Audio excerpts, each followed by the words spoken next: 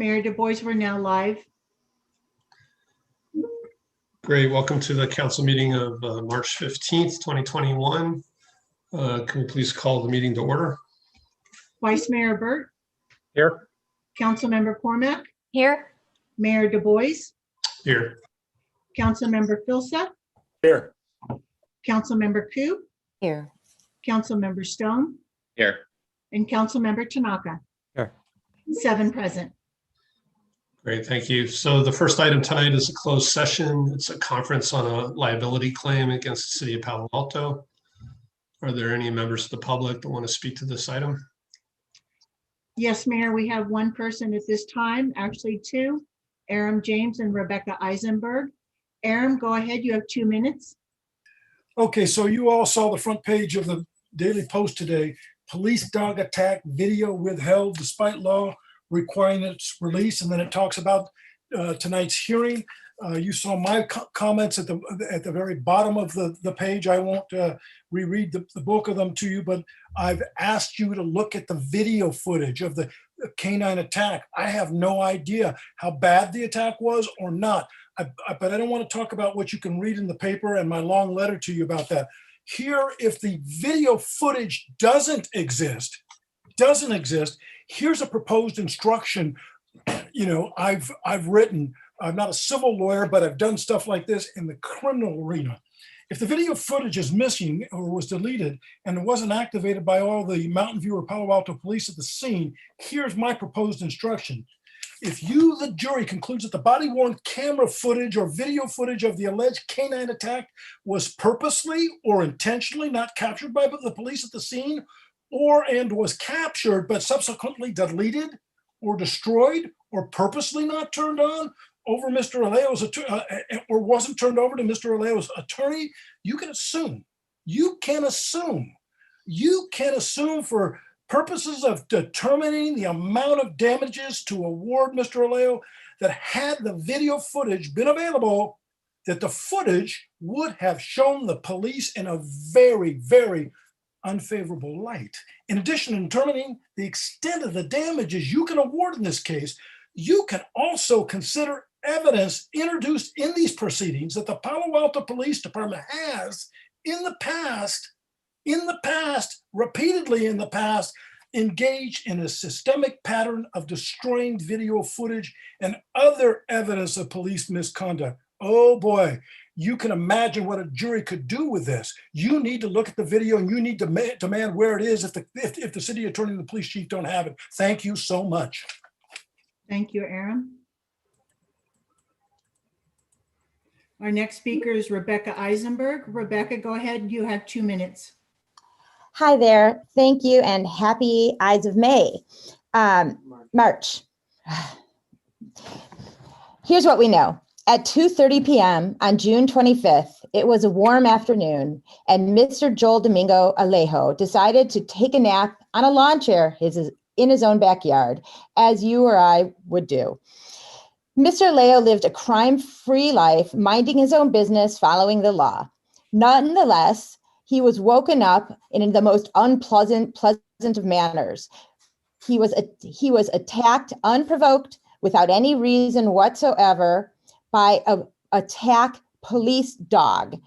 That dog had been let loose by Officer Green of the Palo Alto Police Department, who was in Mountain View investigating a crime that had nothing at all to do with Mr. Alejo. Mr. Alejo was not a person of interest or a suspect or anything like that. Nonetheless, what resulted from this unprovoked, unauthorized, inappropriate attack was grievous bodily injury and pain, trauma, humiliation, lost wages, and a $20 million lawsuit.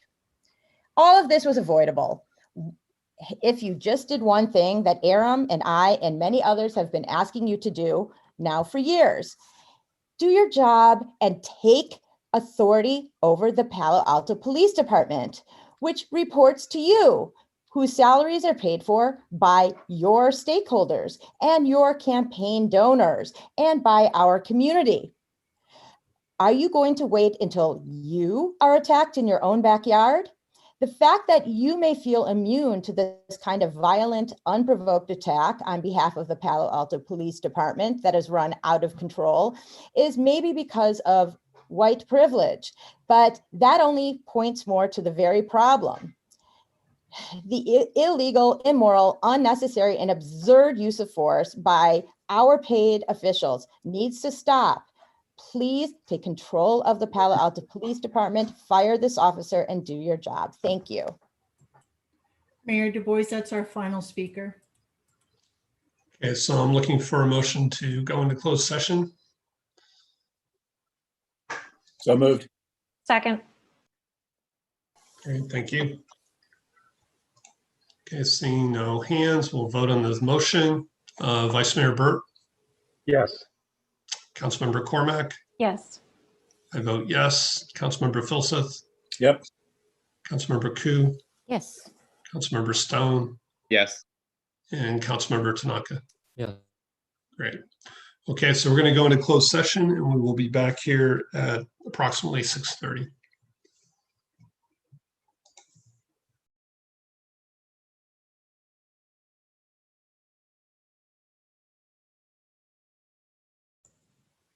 Hey, Nellie. Hey, Chantal. Are we still live? Yes, we are. Okay. Do you have the link to the other meeting? I don't think so. I'll get you I'll send that right over. Thank you.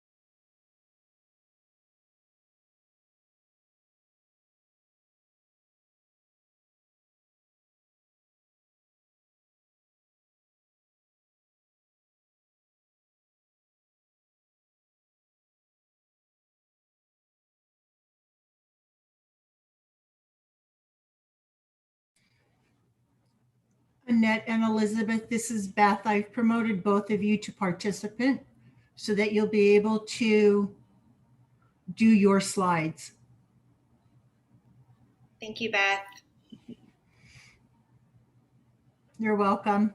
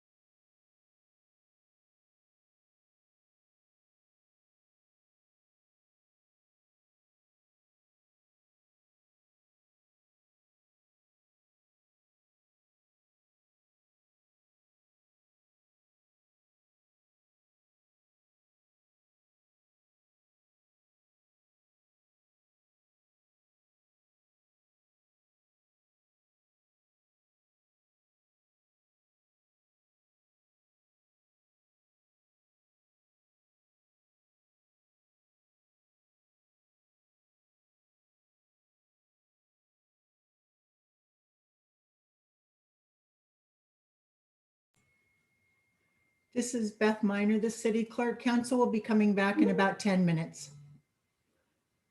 Just a note that council will be coming back in about 10 minutes.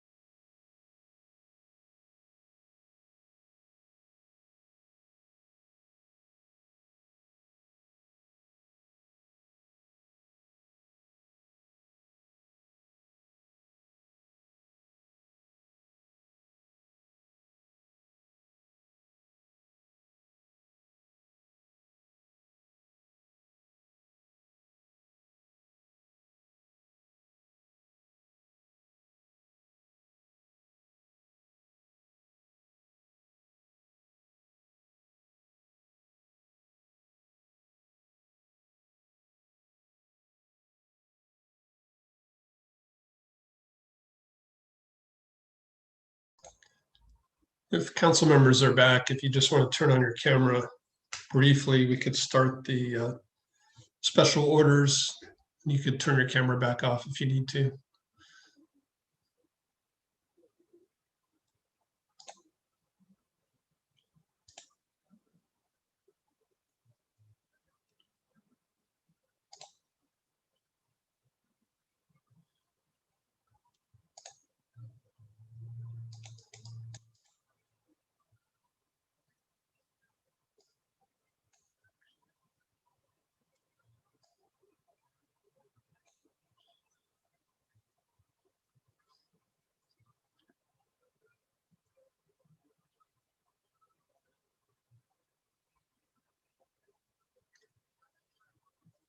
Okay, so we have a quorum. We're returning from closed session with no reportable action.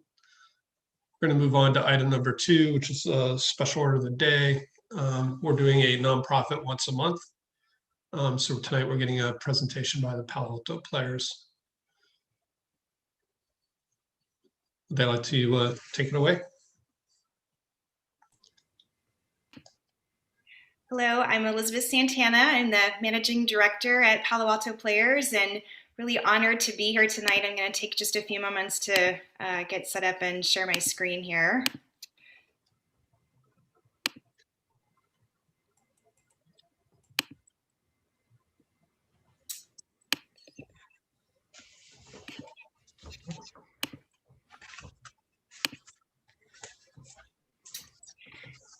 This year, Palo Alto Players is celebrating its 90th anniversary season.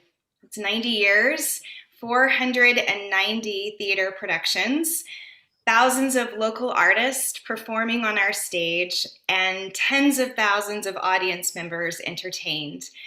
So while much has changed in the 90 years since Palo Alto Players began, the Players' commitment to being a theater of the community, by the community, and for the community has not wavered. As the longest running theater company on the peninsula, we serve the Palo Alto community through theatrical performances, community outreach, volunteer opportunities, and employment for local artists, designers, and stage technicians. Our story begins back in 1931 when over 100 Palo Alto residents gathered at the Palo Alto Community House, which you now know as MacArthur Park Restaurant. They were there to mount what they called a theater revival, but it wasn't long before they had formed Palo Alto Players, for performing classic works by Ibsen and O'Neill, original works by local authors, and the famous melodrama, which I'm sure you know very well, 10 Nights in a Bar Room. That might be forgettable to you, but to us it was a monumental moment because sitting in the front row at that performance was a name that is synonymous with Palo Alto Players history, Lucy Stern. There's a little ticket from 10 Nights in a Bar Room. There she is. And since Lucy Stern couldn't stand to have the performances interrupted when the trains would go by, she donated the funds to build a permanent theater home we now call the Lucy Stern Community Theater, where we have performed since 1934. Originally, we were a program of Palo Alto's Parks and Recreation Department until the mid-1970s, and now we enjoy a public-private partnership with the City of Palo Alto and our 2 partners, resident theater companies, TheaterWorks and West Bay Opera. We are so grateful to the city for providing the theater space as a stable theatrical home so that we can focus our creative and financial resources on the presentation of high-quality performances while keeping ticket prices affordable and accessible to all. At Palo Alto Players, we believe that lives can be changed by access to and participation in live theater, and we do that through 5 shows in a season, representing a breadth of diversity from reimagined classic plays to barrier premieres of some of the most recent titles from Broadway. And while we would love to be able to perform for you live tonight, that's just not possible. So I hope that you'll enjoy just a brief video clip of some of our most recent works. Well, it's 1 for the money, 2 for the show, 3 to get ready. Now don't let go, step on my blue suede. Well, you can do anything but let off of my blue suede. Now you guys have this territory, and you don't want it stolen from you, the way white people have stolen everything else from Black America. We get it, and we apologize, but it doesn't mean that we have to keep falling into the same little predictable euphemistic tap dance around the topic. Until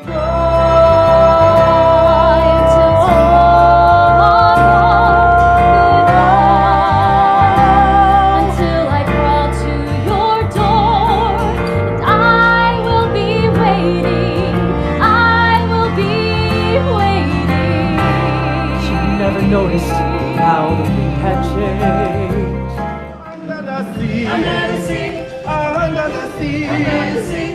Nobody beat us, fry us, and eat us in fricassee. Under the sea, we want the land for love to cook. Under the sea, we off the hook. We got no troubles, life is the bubbles. Under the sea, on the riding line, on the riding line, on the London riding line. When her wheels don't chatter and the engine purrs, we've never heard a racket that compares to her. London to Riding Line. You can keep your London to the limits on sea, cause she's got the cares that does it for me on the London to Riding Line.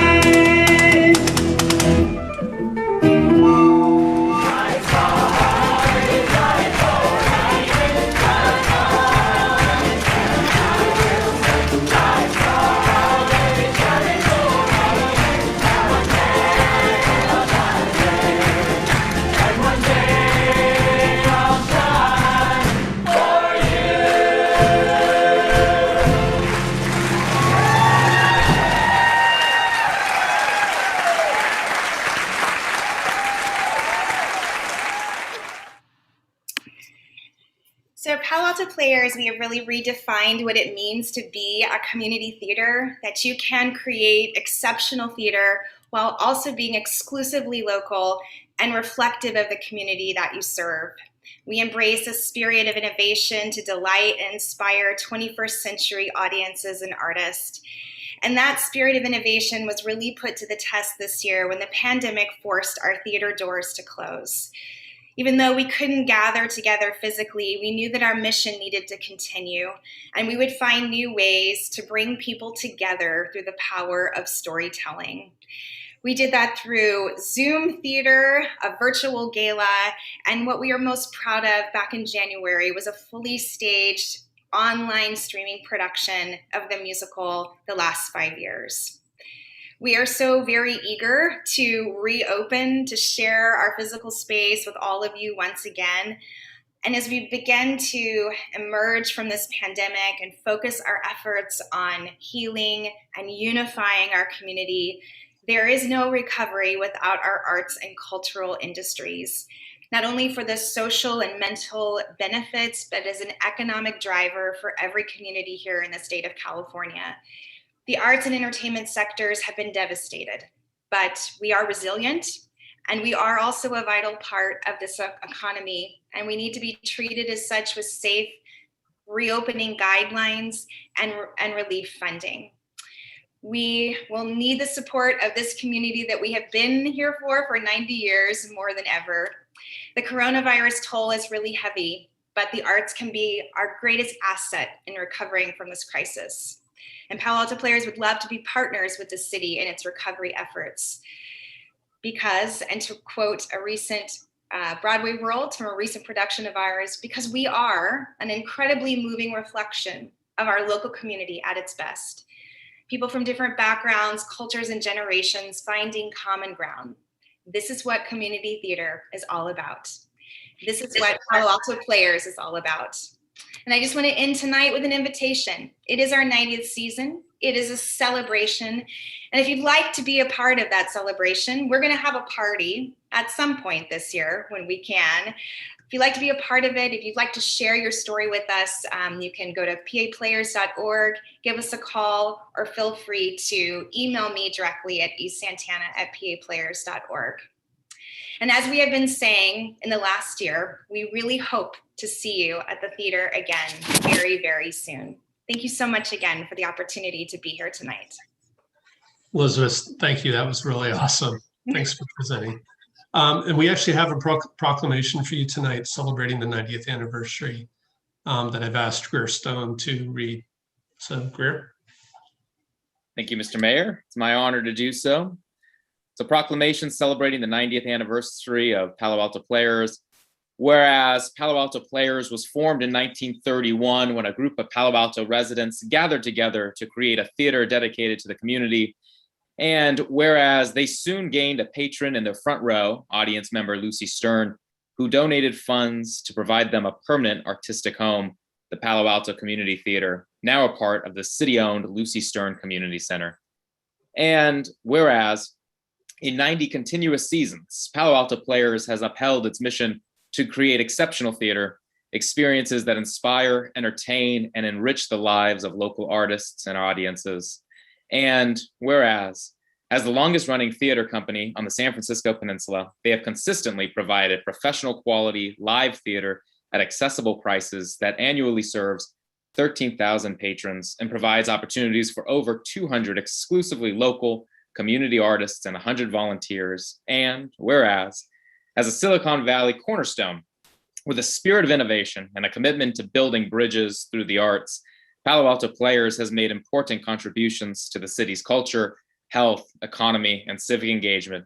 And whereas Palo Alto Players embraces the community's rich diversity in their programming, on the stage, and in the audience, because they believe the best possible theater experience belongs to everybody.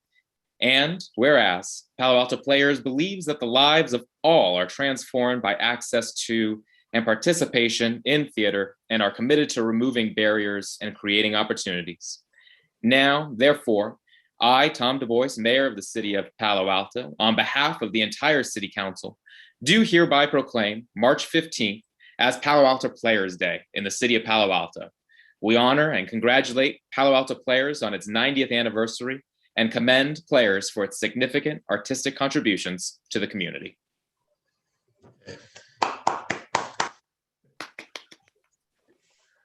Okay, well, thank you again. We have a very full meeting, so we're going to move on, but thank you for presenting tonight. So we are moving on to agenda changes and deletions.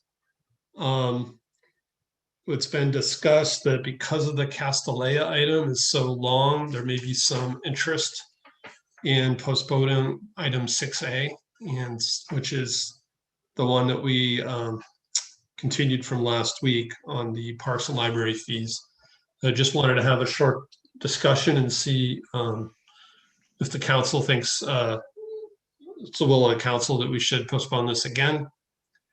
Does anybody have a comment or want to make a motion? Yeah, Vice Mayor Burt. Yeah, I'll just say that I think that the Castilleja item is going to take much more time that is on the agenda for it, and that I've been concerned that we've been having a lot of meetings that have been extending all the way to midnight, where the public becomes largely excluded, and our agendas change during the meeting or at the last minute, and that kind of undermines a public trust in our governing. And that when we have items that are of high importance and we're dealing with them at that late hour, we tend to try to rush them to get them complete because we're behind schedule. And it truncates important decision making.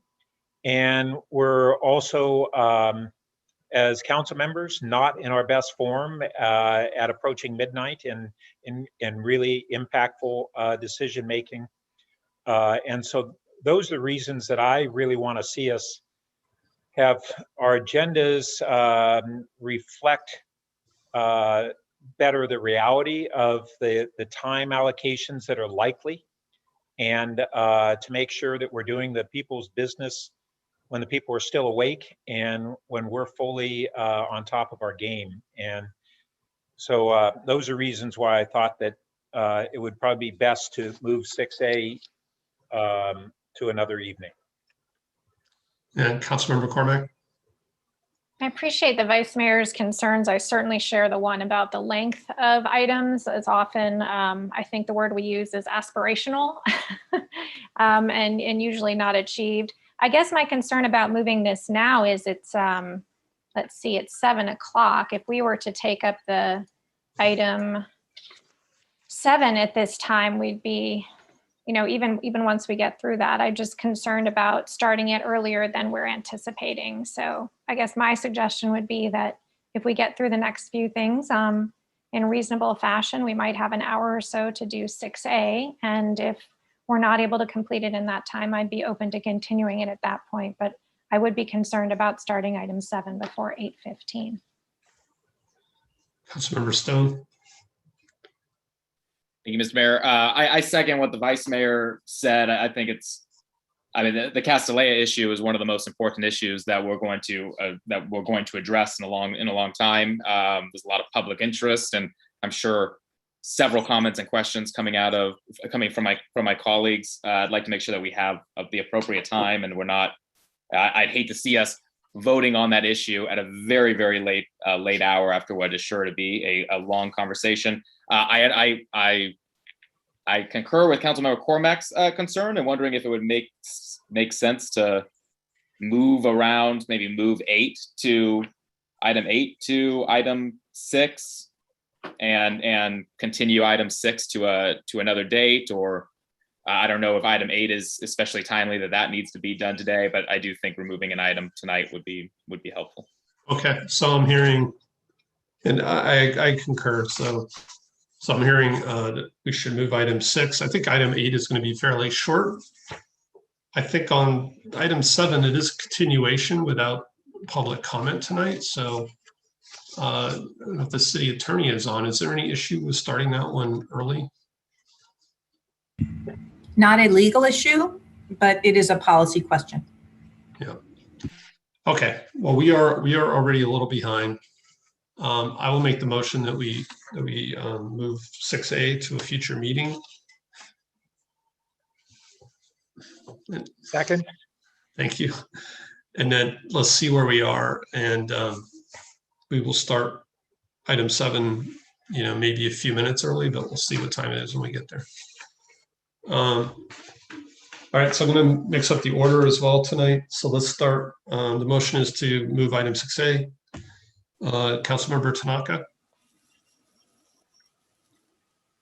I didn't make a motion. No, do you vote yes or no? Yes. Councilmember Stone? Yes. Councilmember Koo? Yes. Councilmember Filseth? Yes. I vote yes. Councilmember Cormac? No. No. And then Vice Mayor Burt? Yes.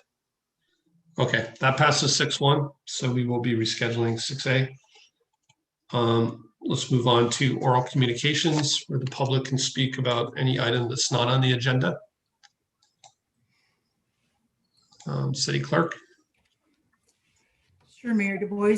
Any member of the public that wishes to speak on oral communications, which is for anything not on the agenda this evening, please raise your hand and we'll call your name. Right now I have 2 speakers, correct that, 3, Aaron James, to be followed by Rebecca Eisenberg, and then Truck. Aaron, go ahead, you have 2 minutes.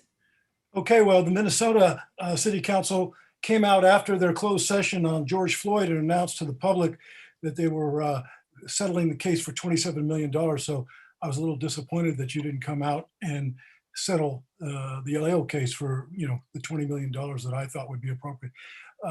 In any event, Pat, Burt, I appreciate your comments about more democracy. I noticed that in reference to Rebecca's, Eisenberg and my comments, we were limited to 2 minutes before the closed session, despite the fact that there were only 2 speakers. I hope that's not because sometimes the message we deliver is not as popular as somebody else's speech. But I'd appreciate that we be given the same time as other speakers when there's limited speakers. And so tonight, again, we're down to 2 minutes when we should be given 3. So little democracy when you all want to rush an issue but you guys can talk endlessly on the items. I don't think that's the way a democracy should work. Okay, so I want to talk about a couple of things. One, we owe a huge, huge credit gratitude to Judge Cordell for her report regarding the concerns that she had with the IAP report that she sent to you on Saturday. Really wonderful to have a former retired independent police auditor look at Mike Giannakou's report and give you feedback. I hope that you will invite LaDoris Cordell to speak at the April 5th study session that's going to be given by the police department. We need to have other speakers. One of my concerns is, why are we dragging out until August? Also, the independent auditors contract, where we want to expand the scope of the work to include internal complaints about canine. We don't need canines and other serious weapon use. Why can't we do that now? There's no reason to drag that out until August. Okay, please. Thank you very much for your time. Thank you, Aaron. Our next speaker is Rebecca Eisenberg, to be followed by Truck, and then Ingrid Rolifson. Rebecca, go ahead. You have 2 minutes. Rebecca, go ahead. You have 2 minutes. Thank you. So in my brief 2-minute time, I want to hit a couple points here. One are two different ironies. The first irony I'd like to point out is that city council members spend 10 minutes defending the right of the community to participate, while at the same time limiting public comment to an unreasonable 2 minutes, even when only 2 to 4 people are signed up to speak. That is ironic. Second irony, city council gives nonprofits declarations and proclamations of their importance, while at the same time cutting their budget through unnecessary budget cuts due to the city's own unwillingness to tax the largest and most profitable companies in the world, like Tesla and Palantir, that are headquartered here. Also, I want to remind y'all what the meaning of conflict of interest is, because this seems to come up a lot.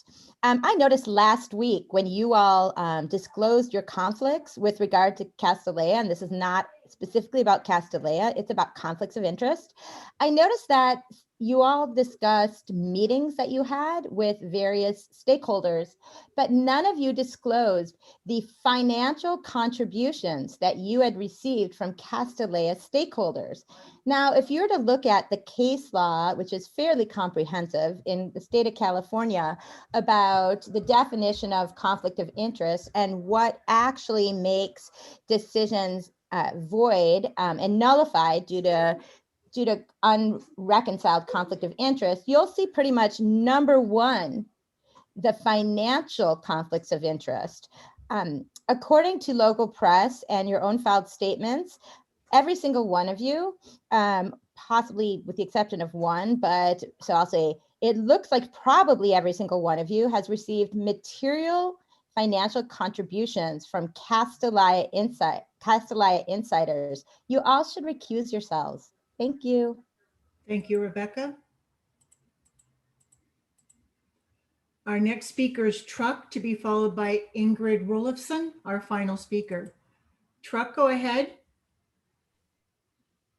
Hi, my name is Truk, and I've been in Palo Alto for quite a long time. And thank you in advance for listening to my concerns about, there's 2 lots on Wellesley that were recently purchased. And there are 2 R1 lots near the College Terrace Library and the preschool.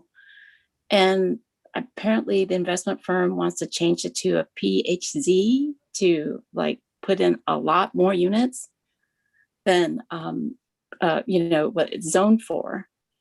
And I think you all probably are resistant to that, but maybe you guys can make it more clear, because we obviously College Terrace and every zone that is R1 in Palo Alto is surrounded by multi-use, the PHZ zones, which are great. I like how Palo Alto's laid out like that.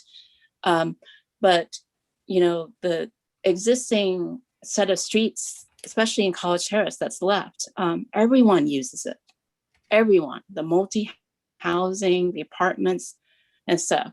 And we're becoming unsafe already. as we know, recent events of, a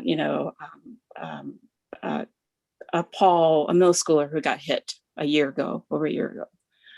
And I just want to remind the council to please make it clear to any future investment firms that, our ones stay there where they are, and we have plenty of room in Palo Alto to do multi-dwelling at our existing PhD's places, and then the great, like Fabian Way, the 290 units that are proposed, things that are commercial that we can plan for, just to make it clear so that we don't stress out the residents and we don't waste time with investment firms. Thank you. Thank you, Truk. Our final speaker is Ingrid Rolfson. Ingrid, go ahead. You have 2 minutes. Hi, thanks. And this is appropriate following Truk, who I don't know, but realize she's a neighbor. So hello, and thank you for the opportunity to speak tonight. I grew up in Palo Alto, and I'm a product of Barron Park Elementary School, Wilbur Junior High School, and Gunn High School. And since leaving for college in the mid-'80s, I've continued to live in Palo Alto over the years and have resided in College Terrace for the last 10 years. My parents have lived in Barron Park since we moved from Escondido Village in 1972. And I tell you this to emphasize that I have a long history and appreciation to this town, the community as a whole, and the neighborhoods. And I'm here tonight to voice my opposition to Cato's investment application for an R1 to PHC conversion on Wellesley Street in College Terrace. Cato's proposal is to replace 2 single-family lots in College Terrace with a 24-apartment, 3-story architecturally under-inspired building packed so densely into the space that the windows will stare down directly into the neighbors' homes. The proposed complex does not fit with the proportionally smaller neighboring homes, violates many planning regulations, and ignores the reality that there are no 3-story buildings of any sort in the College Terrace neighborhood. Also, there is no evidence of parking proposed for the project, and this is a serious concern of the neighboring residents and poses a potential traffic safety liability due to its close proximity to an active child care center and a public library, as well as being the only thoroughfare through the neighborhood, constantly being traveled by bikers, including our children. The violation of planning regulations should be taken seriously by the city, given the fact that Cato owns 9 other lots in College Terrace and more throughout Palo Alto, and claims this would be a flagship project. I only have a couple seconds left, so I'll just conclude by saying, as I know my neighbors have already done, I also urge the council in Palo Alto to create a coherent, equitable, long-term housing master plan that details how much new housing is needed and where it should go. This would give developers, homeowners, and housing advocates a template to work with and discourage speculative developers from buying land and hoping for an upzone in pursuit of profit. Thank you, Ingrid. Our next speaker is Chuck Jagoda with our last speaker, and we're taking no more callers. Will be Liz Gardner. Chuck, go ahead. You have 2 minutes. Okay. Can you hear me? Yes, go ahead. Thank you. I'd like to agree with the last speaker. I think Palo Alto is way behind in housing, especially housing for lower income people. And it's embarrassing, really. I think there's way too much concern with the needs of the wealthier people, the concerns of the wealthier people, the developers. It takes a village. It takes all of us. We can't just exist on wealthy people. We need to take care of everyone. So I think housing could be prioritized. How about a little thing like this? How about a rule that says before any developers' projects are listened to, you will listen to projects that involve creating more housing or preserving existing housing? And that's not hard to do. You can make that rule. You can enforce that rule. Let it be known that equity, diversity, and housing the poor are priorities, and then live up to those things. These are blowing in the wind. And you know what's better than these things? I mean, these things are better than pitchforks. The French Revolution is not just a story. It would be good to think of the poor once in a while. Thank you very much. Thank you, Chuck. And our final speaker is Liz Gardner. Liz, go ahead. You have 2 minutes. Okay, thank you. This is Liz Gardner. I live at Mayfield Place on the corner of California and El Camino. I want to make sure you can hear me. As a volunteer in the community leader, I'm hoping that the City of Palo Alto City Council is going to closely look at the outdoor dining barriers that are crossing California on the inside of the crosswalk there. As we know, there was a tragic death of a youngster just about a year ago. And I just really am concerned that 3 different ways to get through El Camino and onto California have been impeded, which has made it very stressful for pedestrians and bicyclists and families and strollers to cross during very busy times at any time of the day. The right-hand turn off of El Camino onto California is very poorly signaged. The sign just keeps blowing down. There's cones that are blocking the left-hand turn off of El Camino.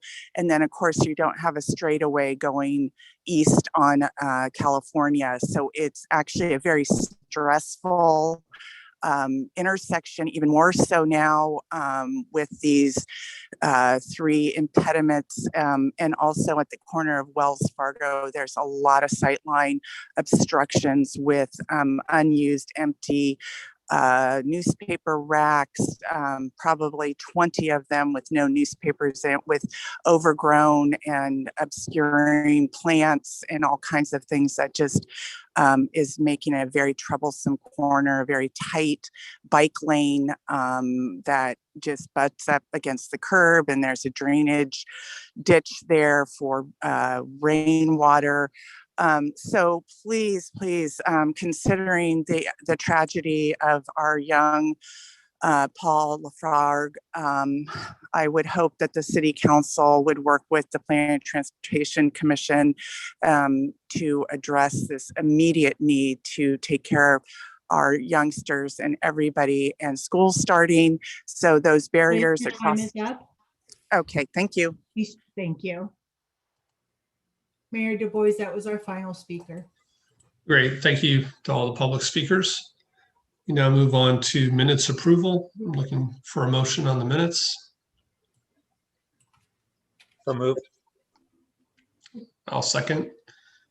And go ahead and vote on the minutes. Councilmember Cormack? Yes. I vote yes. Councilmember Filseth? Yes. Councilmember Koo? Yes. Councilmember Stone? Yes. Councilmember Tanaka? Yes. And Vice Mayor Burt? Yes. Okay, those pass 7-0. Now move on to our consent calendar. Let's go to members of the public. Let's see if anybody has any comments on the consent calendar. Any members of the public that wish to speak to an item that is on the consent calendar, please raise your hand at this time. We have 2 speakers speaking on the consent calendar, Aram James and Rebecca Eisenberg. Aram, go ahead. You have 2 minutes. Beth, can you make that 3 just so we can have an example of actually doing what we're talking about, giving the public a little bit more participation? Aaron, we're doing 2 minutes tonight. Just I given understand that, Tom, but I'm just putting in a plea that you be consistent on issues of democracy, and it doesn't seem like what Pat just said is being carried out by you. And I criticize you softly because I like you a lot, Tom, but this is not appropriate given the public such a limited amount of time. But here's my point. I want you to name Foothills Park after the extraordinary Ladores Cordell, but I also want you to consider another extraordinary woman who lived here in Palo Alto and is more controversial, I would say, even than Ladores Cordell. whose courtroom I practiced in. And that's somebody who's a beautiful rose that you could name that park after as well. Rose Elizabeth Byrd, the first woman hired by the Public Defender's Office, the first woman to be appointed a justice of the California Supreme Court, the Chief Justice of the California Supreme Court, an extraordinarily humble woman who had her mother live with her on South Court in Palo Alto while she was on the court. And of course, there was a vicious recall that took her out of office. They used the death penalty as the wedge issue, the right wing, the white wing, as I call them.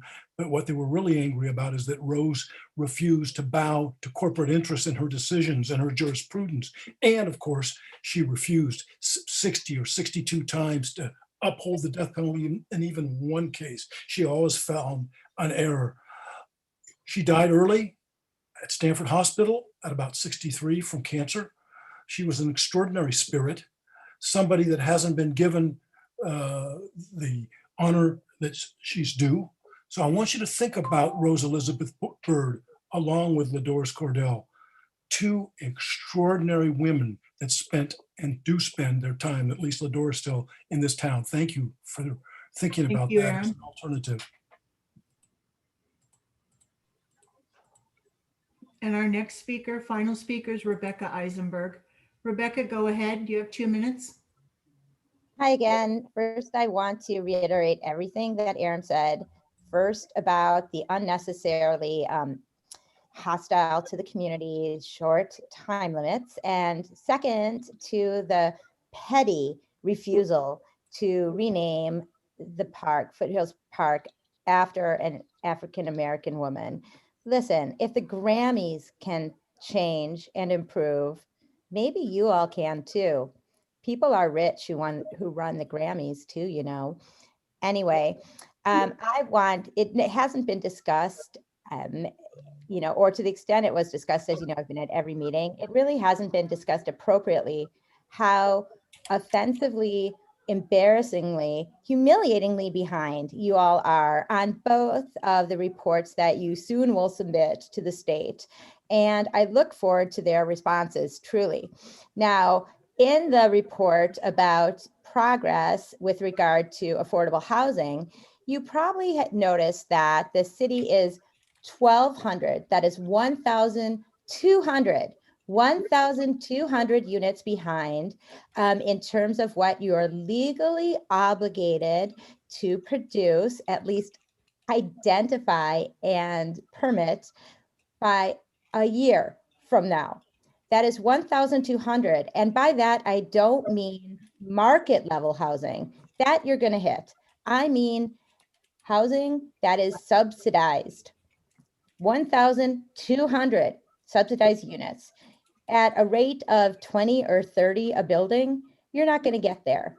And the state's going to come in, and you know what? They may actually put our city in receivership, a situation that I think like many people, would wholly welcome, to finally embrace a attitude of legal compliance and care for the community. Thanks so much. Have a nice Thank you, Rebecca. Okay, Mayor thank you. Boyd, that's our final speaker. Yeah, thank you, Beth. All right, so we're on the consent calendar. I'll move the consent calendar. Thank you. I'll second. Okay. Not seeing any other hands.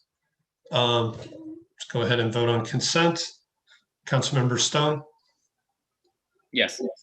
Councilmember Koo, Yes. Councilmember Filseth.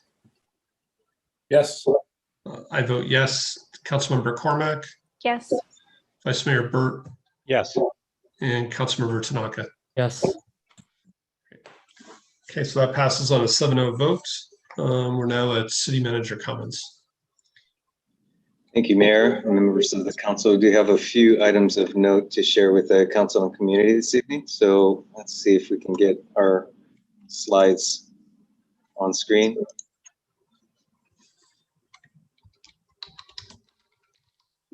Have been having some technical difficulties today, so hopefully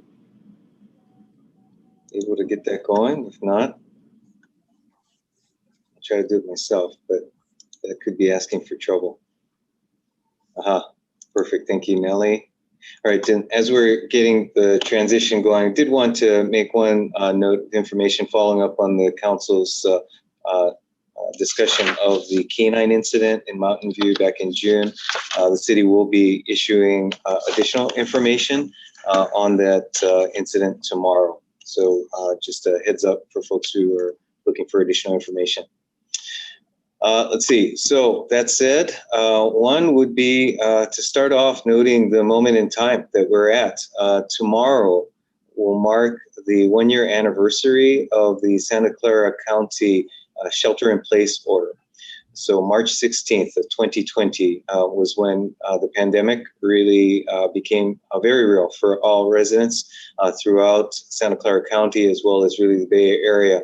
But noting in particular the significant events that have happened since, including the declaration of state of emergency that actually happened here in Palo Alto just before the county issued the shelter-in-place order. But noting that, we are hopefully in a place that we can look forward to some reopenings in the upcoming weeks and months. And again, nonetheless, wanted to note the significance of this date. Next slide, please.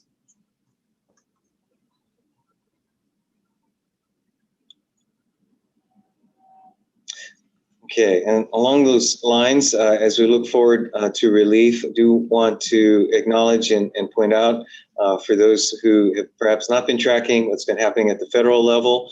Oops, we have a typo in here. This is the, it says 1.9 million. It should actually say $1.9 trillion COVID-19 relief package that has been approved by Congress and signed by the president. Would note that the local component of that will be Palo Alto, the city of Palo Alto's allocation of about $12 million. And this is an allocation that is, as I understand it, a modified community development block grant allocation, largely population-based. So while the city of Palo Alto, as cities across the country, certainly undertaken significant efforts and had significant costs, that this allocation will be done on the basis of these formulas. The council, through the budget process, will have the opportunity to discuss how best to allocate those funds. Again, through the upcoming budget process with your fiscal year beginning in July.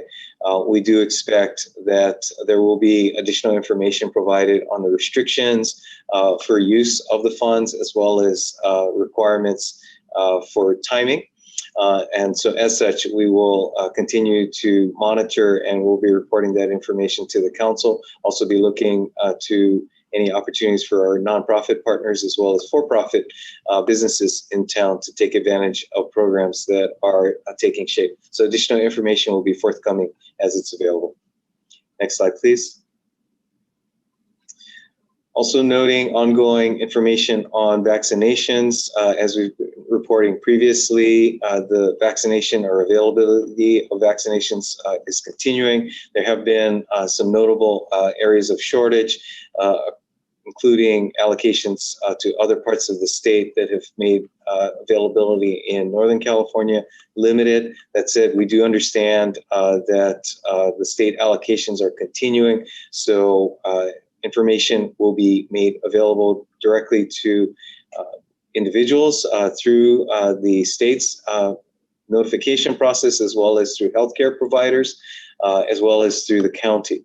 And so through multiple channels, additional information is being made available directly to qualified individuals, as well as we will provide additional information that we have as it's available. And just want to also note that testing continues to be important with local availability for testing later this week here in Palo Alto. Next slide, please. And additional information available for community members. Tomorrow, on Tuesday the 16th, is our monthly check-in with the community at large. we're referring to as our Uplift Local community. Do want to make it clear that this is available to all members of the community. And in fact, we'll have information that may be of particular interest to residents. This is not simply or in any way directed toward businesses. So Uplift Local really being a broader category that we would like to use since there are a variety of interest areas, both in connecting with business as well as general information for the community at large. And again, noting that we'll start what we're calling Wellness Wednesdays this week as well, with our own Palo Alto Police Chief, Bob Johnson, providing a mindfulness session for adults with additional information on various, might be of interest for various sectors of our community in the upcoming weeks. Next slide, please. And also noting timely information about our board or recruitment, the city's commissions, committees, and boards or recruitment, with a deadline of April 6th coming up for a number of the city's commissions, including the Human Relations Commission, the Public Art Commission, Stormwater Management Oversight Committee, and the Utility Advisory Commission. So important opportunity for members of the community to get more directly involved with ongoing issues of concern for the community, and to put to use the areas of specialization and expertise that we have throughout our community. Next slide, please. Then also important, upcoming this week, beginning activity of construction work related to our public safety building. And so let me go through this since there are a few areas worth noting. Our contractor will be starting to mobilize later this week, and we do want to highlight a few areas or means through which the public can stay informed of upcoming activity. First off, notifications have been sent to businesses and residents in the California Avenue area with this additional details. Signage will be posted at the site indicating both contractor as well as city contact details and ways that members of the community can stay informed about upcoming activities on site. Community can sign up for regular email updates at our cityofpaloalto.org/PSB for public safety building. We'll also ensure that that's publicized through different means. And then finally, that we will have some discussion of it actually tomorrow at the community check-in meeting tomorrow. We'll share this information as well as additional information. Now, coming up this week and in the following weeks, first off, there'll be some what we call utility work, relocation of electrical services that will be at and surrounding the site itself. And that will include this transformer work, as well as some work happening at the county courthouse property in order to address access there and access to the parking lot. Then let's see, finally, that this parking lot at Birch and Sherman will be taken out of circulation or actually use in the coming weeks. Now, obviously, as the council knows, we have a new parking structure that is available for parking right next door. Next slide, please. Also want to note, as was mentioned, I think previously, we do have a grant that has been awarded by VTA board. Notable hat tip to Councilmember Burt on the VTA board now that will be providing some Measure B dollars for a on-demand shuttle program here in Palo Alto. We do have additional details that are yet to be worked out on this particular project, and an agreement to be negotiated, and then that will come back to the City Council for action. But would note this is the largest grant being awarded by VTA under this program. So we're very appreciative, recognizing that our shuttle service had been cut back related to COVID, but also our ongoing funding challenges. So this will be a new on-demand service that will, again, look forward to bringing additional information back to the council soon. Next slide, please. And then just noting some upcoming items. We have had quite a bit of juggling of agendas recently. So note that these dates are subject to change, but nonetheless want to flag that we have several items coming forward to the council. Won't go through them individually. Next slide, please. Including some items that are extending both into April and into May. One item I think that did not make it onto the list here, but we know is on the council's radar screen, is the consideration of an appeal on the city's regional housing needs assessment. We were looking at that to come back to the council in May. And so again, further date will be provided as that information becomes available. Next slide, please. And that's it. So with that, back to you, Mr. Mayor. Thank you, City Manager. So with the removal of item 6A, I think we're now about 45 minutes ahead of schedule. I'm going to propose that we take up item 8, because I think a lot more people are going to be here for our Castilleja. Is that okay with everybody? If you object, raise your hand. Okay, so why don't we move ahead to number 8? Is there any staff presentation? And actually, not okay. Good. I'm glad that. Sorry, I surprised you on that. Rumi Portillo is ready to go. So.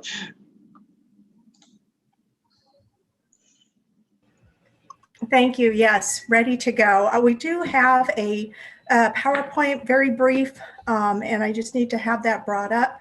If I could have staff bring that up, please. This item is about a grand jury report that was issued with the title, "Why Aren't There More Female Firefighters?" The grand jury conducted a study and reviewed the County of Santa Clara's fire departments and focused on 4 agencies: Mountain View, San Jose, Santa Clara County, and Palo Alto, and looked at the proportion of female firefighters to male firefighters over a 10-year period from 2009 to 2019. The grand jury had findings in 6 different areas, which they identified as barriers for the lack of representation of female firefighters. The firefighters have been declining across the country, and the overall national average has been about 4%. The city of Palo Alto in the reporting period is at about 5%.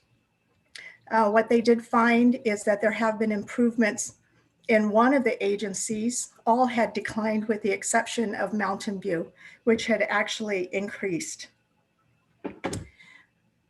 If I could go to the next slide, please.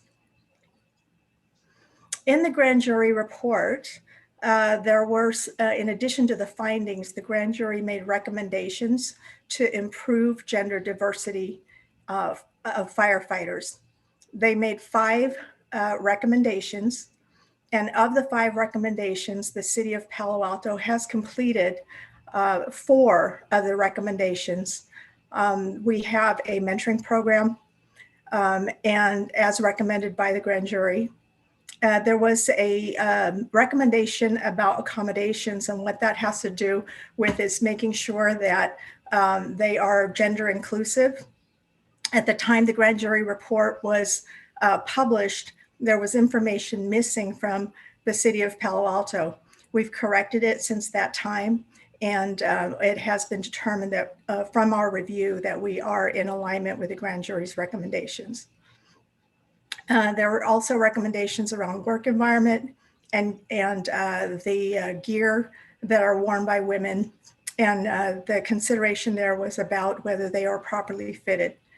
The one item that is still in progress is the development of an improved recruitment plan that is gender specific. The Human Resources Department will be working with the fire department to develop a more gender specific plan for outreach. We already do a considerable amount of outreach in our recruitments but there are some more efforts that can be made to be more inclusive and to really approach a more balanced applicant pool. With that, last recommendation that needs to be implemented, we do have a little bit of time on that, as the department is in a hiring freeze and there isn't any active hiring happening at this time.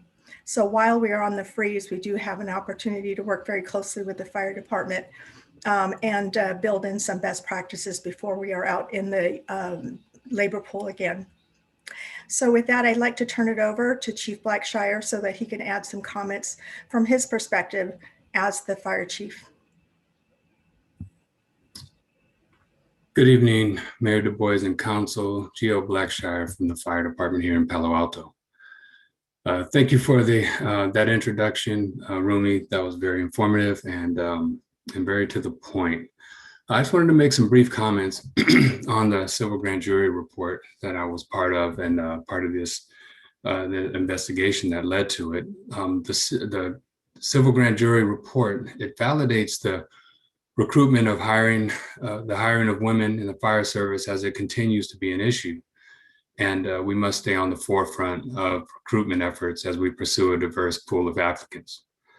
The issue is not limited to the 4 departments that are in the report, but it's a nationwide challenge in the fire industry and has been for decades.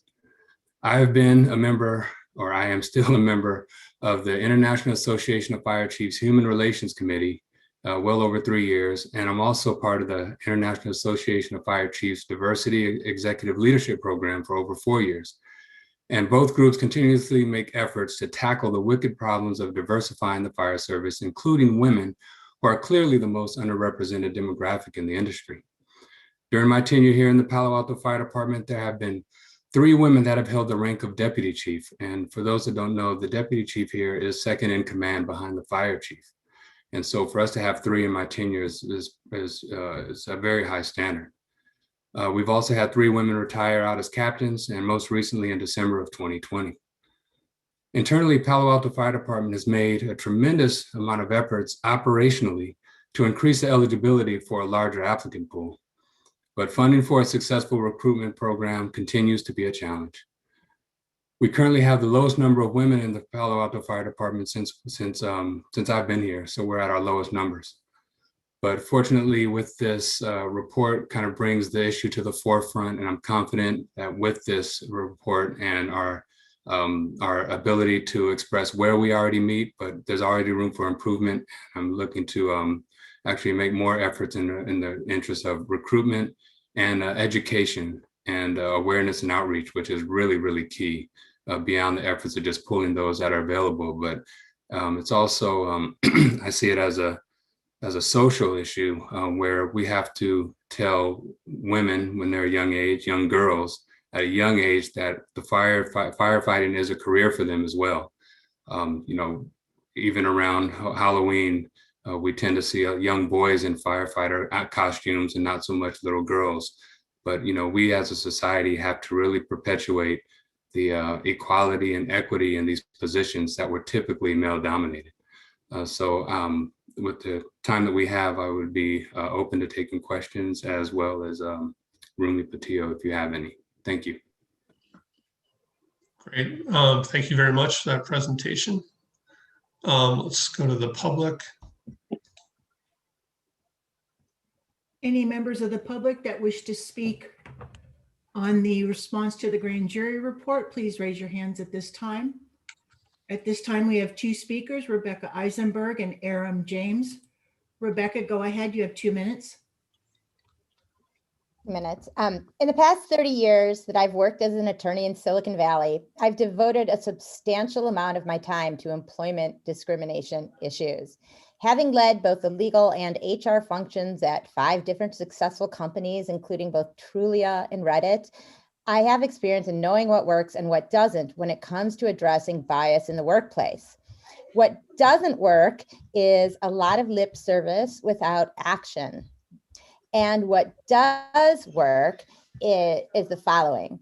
1, I didn't see in this response a true come to Jesus moment of you all, you agree with the findings, but you don't display any actual meaningful work in exploring them.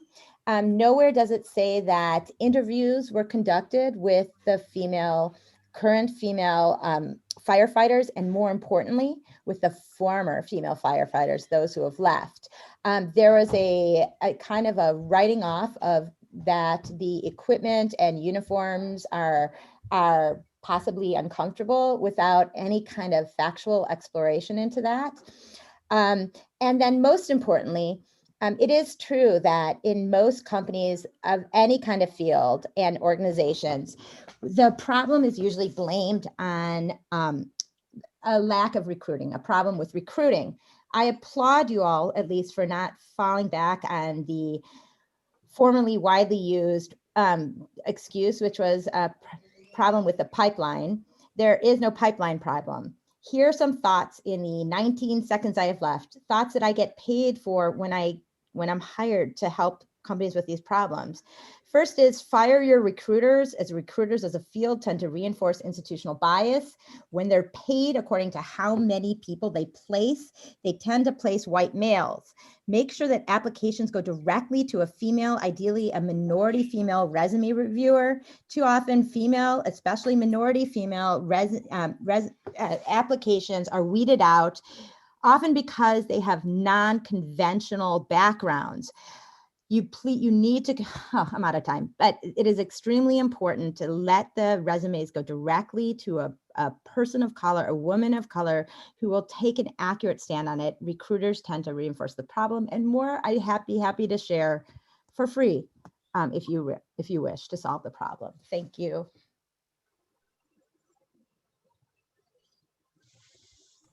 Thank you, Rebecca. Our next speaker is Aram James. Aram, you have 2 minutes. Okay, first I apologize for the fact that I didn't read the grand jury report. That's inexcusable. But I want to say that I was quite impressed with Romy's comments. I hope I got her name correct. And Chief Blackshire's really, eloquent and powerful comments that he really wants to make a difference in terms of recruiting for women. I know when I started in the public defender's office as an attorney in 1978, we were probably 20% females. By the time I left, I would guess we were more than 50%. And I know I worked myself as hard as I could every single day, but I will say, as a general rule, the women lawyers outworked the men lawyers in the office on a regular basis. And it's not an easy business. There are threats made from disgruntled clients against sometimes our physical safety as public defenders, but the women were really unstoppable, including the very first public defender ever hired in the county, as I mentioned, Rose Elizabeth Bird. But I'm excited with the idea that we need more women, and certainly women of color in the fire department, but also in the police department. You look at the management team there, Lord have mercy, it's male and white. We have some white females, but I'm not seeing a lot of diversity in the management of the police department. And I bring that in because it's so critical to have women in the police department. Generally, Lynn Johnson was an exception to the rule. She was a terrible, terrible chief and a racist and a bully and a lot of other things. But generally, de-escalation skills, those things are really a priority by female police officers. We do a lot better when we have more females in leadership position and in the field in both police. And I have to guess in the fire department as well. Thank you very much for the time. Thank you, Aaron. Mayor Du Bois, that's our final speaker. Okay, so we'll bring it back to council for questions, comments, and motions. Councilmember Cormack. Thank you, Mayor Du Bois, and thank you for arranging this elegantly to work with our time this evening. I want to start by saying how much I appreciate the grand jury's efforts. I wasn't able to look up the names, but I'm guessing there's probably somebody in Palo Alto who served on it, and I appreciate them taking the time to look into this. I didn't I don't think I heard this evening. If staff could say, what is the percentage of women we have today in the fire department? Because I see this data is from 2016. Currently, we are at 4 out of, I believe I have 81 now. So I haven't worked the math in my head, but we have 4, we're down to 4 women, Okay, so is that 5%? approximately. just Councilmember under. Phil Seth is going to double check me. Okay, great. Thank you. That's very helpful. I could see that, well, the grand jury report suggests that Mountain View's success, and I don't know if they've continued it, appears to be connected to the fact that they invested $30,000 in recruiting. And I heard Chief Blackshire say that funding would be helpful. Do you have an idea of the amount of funding that would be helpful? I don't have one right off because I would like to see what, if, let's say if we use Mountain View's model as just an example of what their success is. And I know that the initial ask for Mountain View was for 50,000 and they were given 30,000 to budget. But that included, the cost that it would take to provide for personnel to not only recruit locally, but also abroad. They went as far south as San Diego to recruit, and that would pay for travel, hotel stay, and backfill and overtime if needed. But it was it's looking like that it was a successful model so far, but it would be interesting to follow up and see if the 50,000 would have been more effective, or if they were able to make do with the 30,000. But it would take, I would say in that arena of money to really have an effective program, or at least to get it off the ground. But I can look into that and come up with something. Great. Well, I'll be looking for that when we get to the budget, not this evening. So I did appreciate, there's a bunch of reasons we would want diversity, equity, and inclusion in all of our departments, but particularly in fire. And I just want to bring to everyone's attention, if people who didn't have an opportunity on packet page 180, that there are instances when it's particularly comforting for people who, as Chief Blackshire often says, we join them on one of their worst day of their lives. There are times when it's appropriate to have a woman. So I think there's a lot of reasons for us to want to do this. I was pretty struck on page 9 of the grand jury report, I'm on packet page 167, about how many people who are firefighters had family members or friends who are firefighters.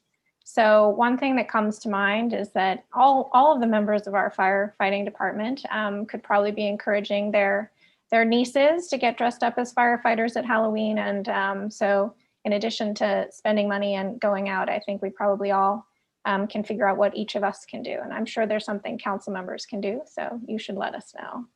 And then also very interesting, the discrepancy between construction background, military experience, and college graduate. I think we should all just be mindful of those, I hesitate to say biases. I'm not sure that's quite the right word, but that situation as we look at that. So looking at the numbers on packet page 193, the response to separate accommodations in dorms and locker rooms. Is Fire Station 4 the only one that we haven't upgraded? Is that right? So upgraded. Well, so I'm asking because I'm trying to understand the difference between the seismic part and the gender part. So is there still gender work to be done at Fire Station 4 is really my question. So Fire Station, yeah,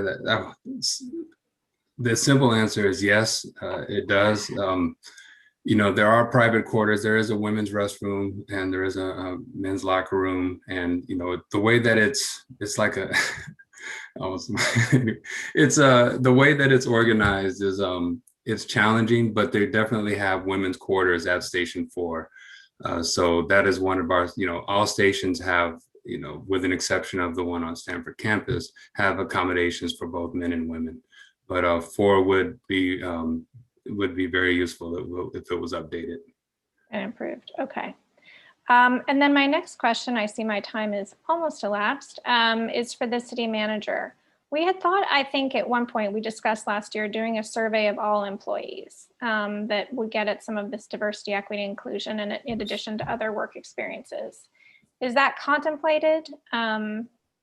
Because I'm torn between having specific solutions for this situation and having one that works across all of our departments. Yes, thank you, Councilmember. The citywide diversity, equity, and inclusion survey work and inventory is still pending, but that is proceeding on a parallel path. Okay, thank you so much. Councilmember Stone. Thank you, Mr. Mayor, and thanks, Chief Blackshire, for being here tonight, answering some of these questions. I agree with Councilmember Cormack, definitely interested in exploring more what Mountain View's been doing, and if that's going to require some money to be able to do that. I'm interested to see that come back towards council so we can discuss that and hopefully allocate it. I think that should definitely be our goal, to at least have 10% or more of our department be comprised of female firefighters. And I agree with that particular section in the report that really talks about the benefits that female firefighters can offer in well, I'm sure in all calls, but in particular, especially in certain circumstances that the report outlined. That was really eye-opening. A few questions. Do we know why the grand jury chose Palo Alto as one of the 4 fire departments to analyze in the report? I thought it was a little strange that the report talked about it tried to have really kind of spread out the geographic locations of the cities, but then it chose Palo Alto and Mountain View to be one of the 4, and it really ignored any south cities in the south part of the county. It's not advised why the 4 cities were, or the 4 agencies were selected. Okay. Is the disproportionate rate of female firefighters, is that, and maybe we'll need Chief Johnson to weigh in on this, is the disproportionate rate of female firefighters similar to the rate of female police officers that we have?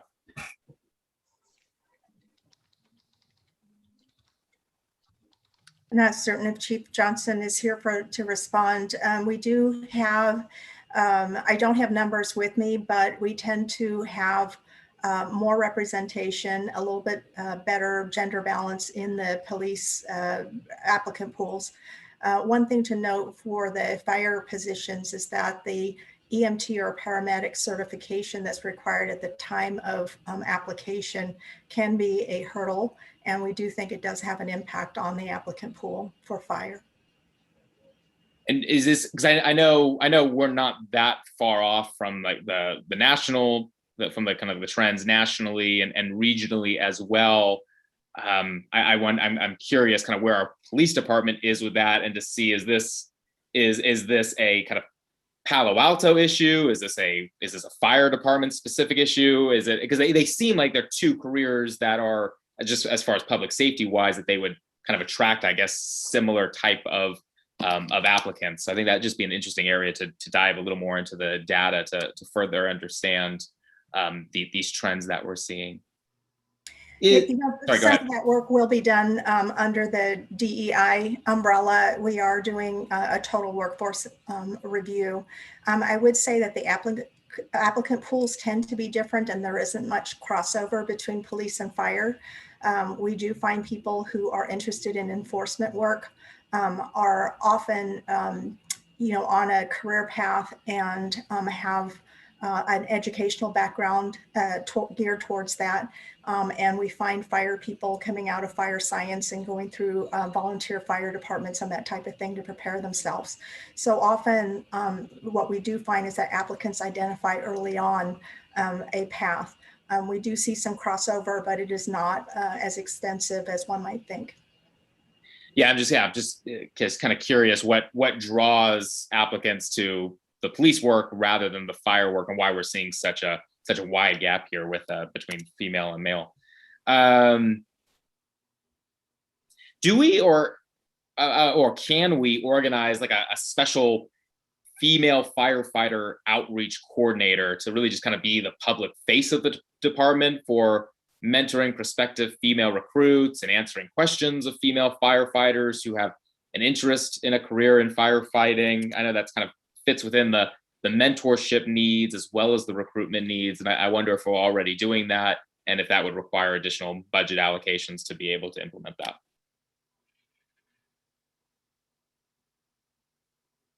Perhaps the Chief Blackshire could speak to what is already being done, but that is an aspect that we would be looking at as we design the specific gender diversity plan, recruitment plan.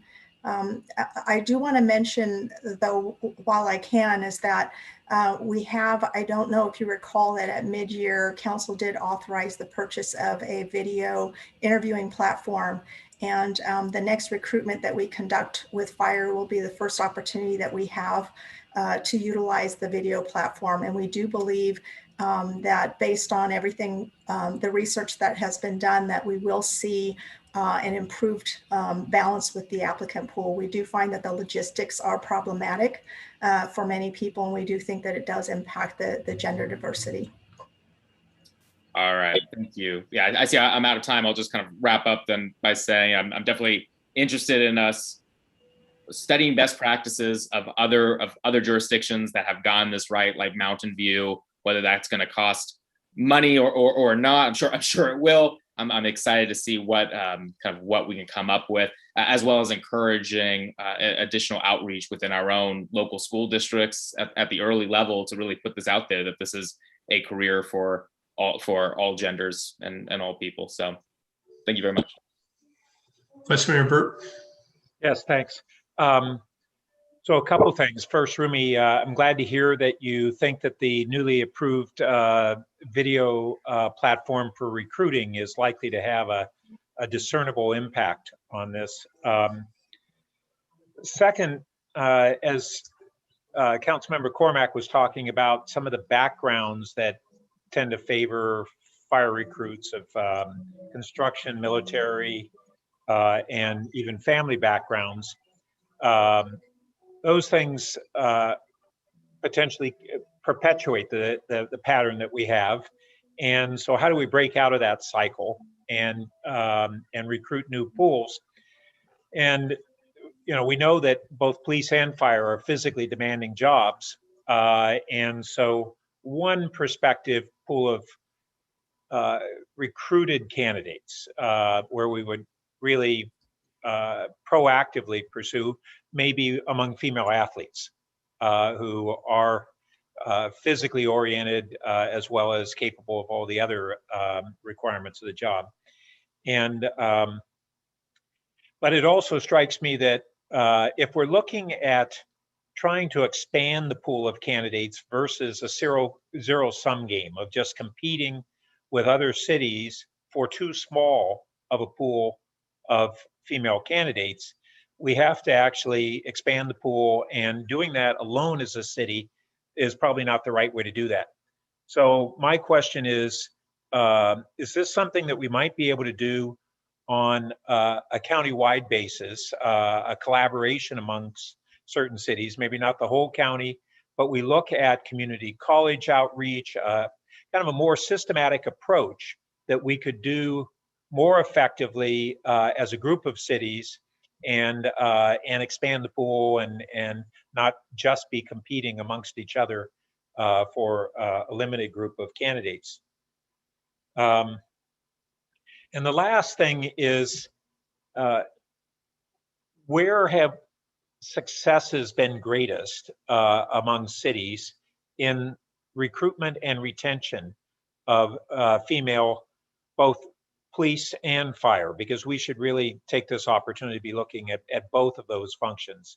And what can we learn from them? And so I'd be very interested in us doing a review of best practices and outreach to some of the cities that have been most successful at this, because clearly some stand out as having better records than most of us. And there's got to be some lessons learned. Maybe we've touched on some of those already, but others we may not have.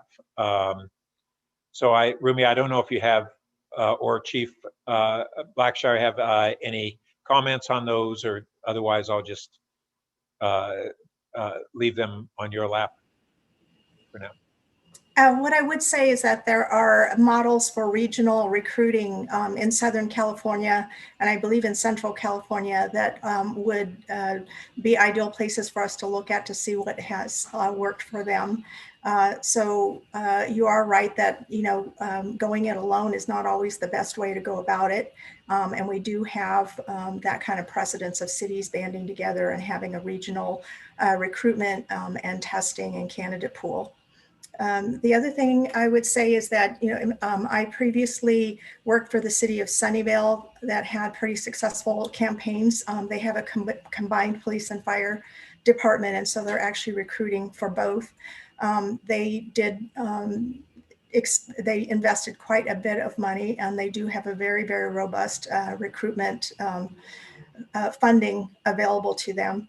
Where they found most success is actually traveling to Hawaii. And so they did quite a few recruitment trips to Hawaii. And why they are successful there really is because of the military bases. But they also found that there was a pool of ready candidates based on education, and they tended to have a high unemployment rate. So with all that combination of factors, that was a very rich recruiting area, and they continue to recruit from Hawaii. So I will be first to sign us all up for that one. Yeah, I figured there might be a waiting list for that trip. Yeah, in regards to Vice Mayor Pat Bird, in regards to best practices, I can say when I was hired in '97, Palo Alto Fire had, I want to say 13 or 14 women. And at that time, we were, way above the national and regional standard. But what we were able to do is what we were going to do with our next, or planning to do in strategizing, is open up the candidate pool by changing the minimum qualifications. As Rumi Portillo said, one of the hurdles to get over is it's typical when applicants are applying for the fire department that they have either a paramedic certification or an EMT certification. That takes time and money. Paramedic takes a lot of time and a lot of money, anywhere in the neighborhood of $10,000 to $15,000 in close to 2 years. Where EMT is very popular, and it might take is not as costly. However, it's very popular and hard to get into. So you may be on a waiting list just to get that done. What we used to do when back in the late 90s or before that is that we were able to open up the candidate pool with minimum qualifications that allowed for a larger candidate pool, and the city would actually send people that were interested, employees that were interested to paramedic school. But that's not a very cost-effective way, because when someone goes to school, we have to pay backfill. We have to pay overtime, and then we have to pay for that firefighter to go to school, et cetera. So it wasn't as cost effective as hiring a paramedic. But when you hire a paramedic, as you can imagine, if you go from someone that's just interested to someone that's interested with an EMT and someone that's interested with a paramedic, that candidate pool shrinks tremendously. And your choices, these are the people that Rumi had mentioned that had a goal for years to be a firefighter, and using paramedic as a segue. And that keeps us from just going out and recruiting at a job fair as opposed to a public safety fair, which really limited. But to go to a job fair and just educate people that maybe never thought about it, but they really feel they have the will that they can pull the job off. So that's kind of where we're going backwards to move forward. And the paramedic and EMT training, is that mostly through community colleges? The community colleges provide both paramedic and EMT training. There are certain schools that have, usually the ones that have fire technology or fire science classes, have a program for both EMT and paramedic. And there are some private companies that offer both paramedic and EMT training.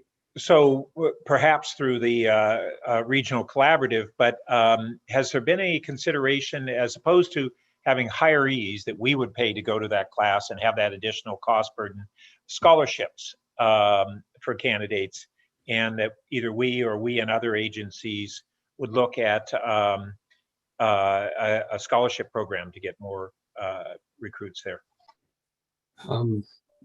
Yeah, that's a bigger topic. We looked at something like that, but how we, whether we hire and then provide them a scholarship, are they committed to work at Palo Alto? Are we hiring at the time? Do they take that scholarship and those skills and go elsewhere? What I'm familiar with is some agencies have had payback obligations. So I wouldn't tonight venture into trying to figure out the details, but whether it's a concept worth pursuing. For sure, definitely. Thank you. Okay, Councilmember Coop.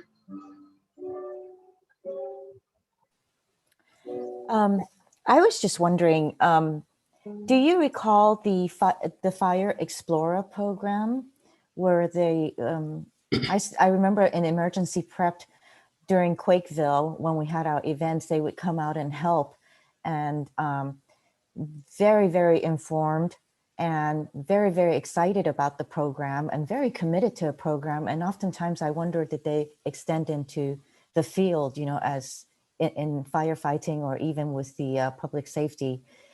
Do you recall that, and how much? What was the program costs?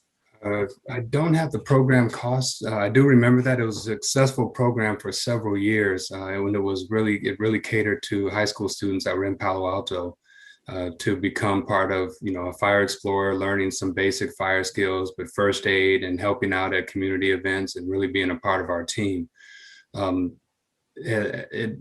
Several years ago, we stopped the program because we just didn't have the support with the personnel support to carry it on. But in regards to your question on how many participants actually went to fire, that was the challenge, to see, we didn't get even a fair amount of the explorers that would actually look into the fire service. It was maybe, 2 out of 20 were like really interested, because the fire explorer program really looks good on a college resume. Oh, I see. And but it's still, for its purpose, it did help serve the community for the time that they were in the program. And they always showed up at our events, and they were really, learning a set of skills that they didn't have before. But that was part of the challenge. But I think with more education, as opposed to students that take advantage of it for a resume builder, if we can outreach, as I talked about before, at a young age, and talk to students and girls and let them know that this is an opportunity, I would like to say optimistically that they would get into the program because they were exposed to the fire service at an early age, and they looked into it, and by the time they were eligible, it was actually a career path for them.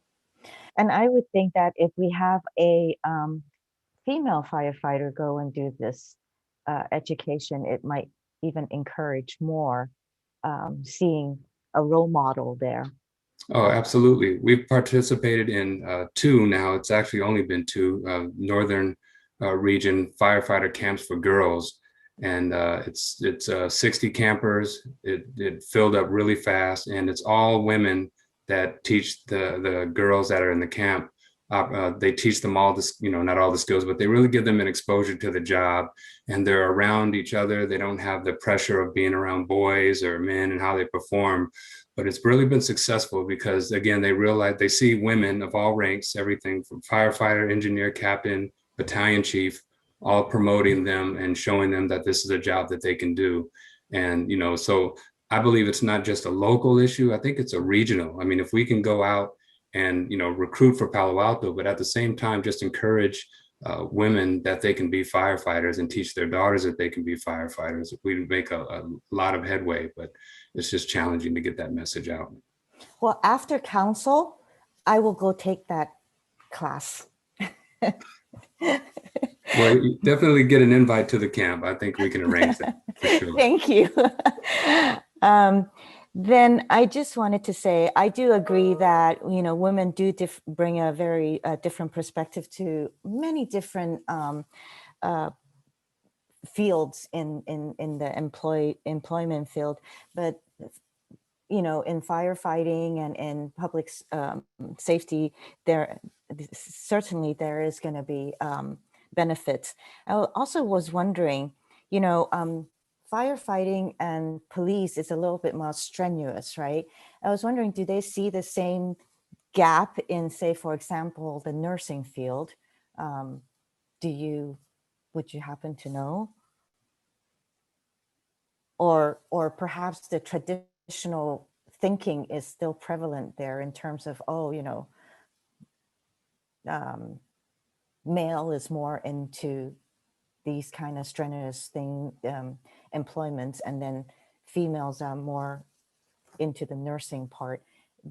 I wonder if that is still the thinking out there. That is likely, Councilmember Koo, from the research that was cited in the grand jury report. They did talk about that sort of disparity in that. It's fewer women are attracted to the very strenuous work. Also in fire, there's a lot of technique that's required, and there's a lot of upper body strength that is required, and that is an obstacle for women who may even be interested, but the physical requirements are sometimes a challenge to overcome. I think that's probably one area that we might want to think about how to overcome, along with all the rest of the biases. And it's interesting, there's the unconscious bias, but then there's also the conscious bias, right? So how to get past that. I think that's it for me. I was mostly interested in the Explorer program. Where did it go in terms of if we were able to bring in more recruits? Thank you. Councilmember Filseth, do you have your hand up? I think Chief Blacksher actually answered most of my question. Right. Let me ask one quick one. In our vast trove of female firefighters in PAFD, are all 4 in the same firehouse, or are they spread around the city where each one is the only woman in their fire station? Yeah, they're spread out occasionally, because the younger, the less senior firefighters, including less senior women, they don't have a stationary assignment when they're younger in their career or on probation. They move around to different stations and they work with different crews to get more exposure. And then as they get more seniority, they'll be more stationary. So there have been occasions where all the women worked on the same engine. Again, in the past it was more prevalent, but right now they're not assigned to work together. Okay. I'll move the staff recommendation. I'll second that. Do you want to speak to your motion? No. Okay. I just want to thank staff for bringing this tonight, being responsive to the report. I think my colleagues covered everything. I concur with almost everything that was said. So fully support approval of the report. Any other comments? Should we vote? Okay, not seeing any. Start with me. I will vote yes. Councilmember Filseth? Yes. Councilmember Koo? Yes. Councilmember Stone? Yes. Councilmember Tanaka? Yes. Vice Mayor Burt? Yes. And Councilmember Cormack? Yes. Great. So that was approved by a 7-0 vote. We're now at 8:17. I'm going to suggest we take a 10-minute break and we'll come back and get to item number 7. Thank you. Thank you. Thank you.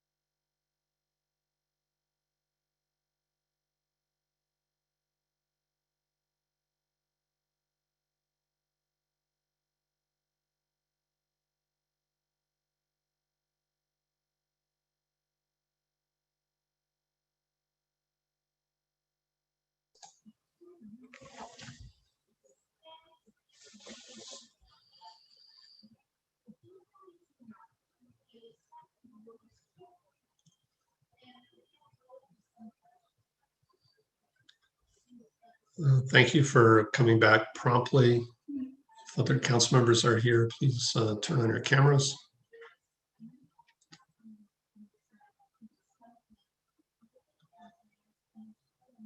Great. Okay, it looks like we have a quorum.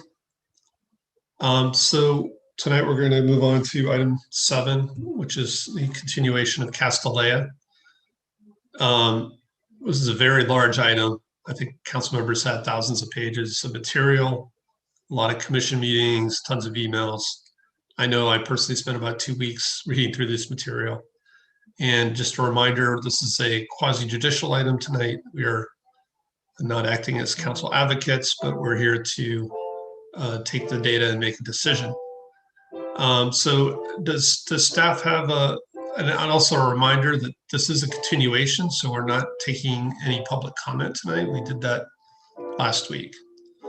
So does staff have a short presentation that they want to show tonight? Yes, thank you. Thank you, Mayor. Good evening, City Council. Jonathan Late, Director for Planning and Development Services. As the Mayor noted, you started your public hearing last Monday. You received a staff presentation, an applicant's presentation, and you heard from the public. The public comment period has closed. As we move into this evening's continued discussion, this is an opportunity for the City Council to ask staff and our consultants any clarifying questions and for the council to begin its deliberation.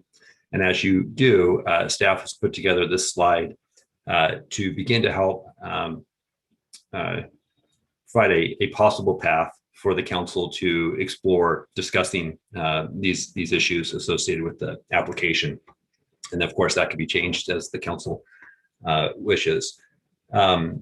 And then after the discussion items, I just wanted to remind you that we had an at places memo that we submitted last Monday, where we have an updated staff recommendation that asks the City Council to remand the project back to the Architectural Review Board to consider some design changes associated with gross floor area reductions that we would anticipate, and informed by the council's guidance on the parking garage enrollment and any other factors that the council considers to be appropriate to forward.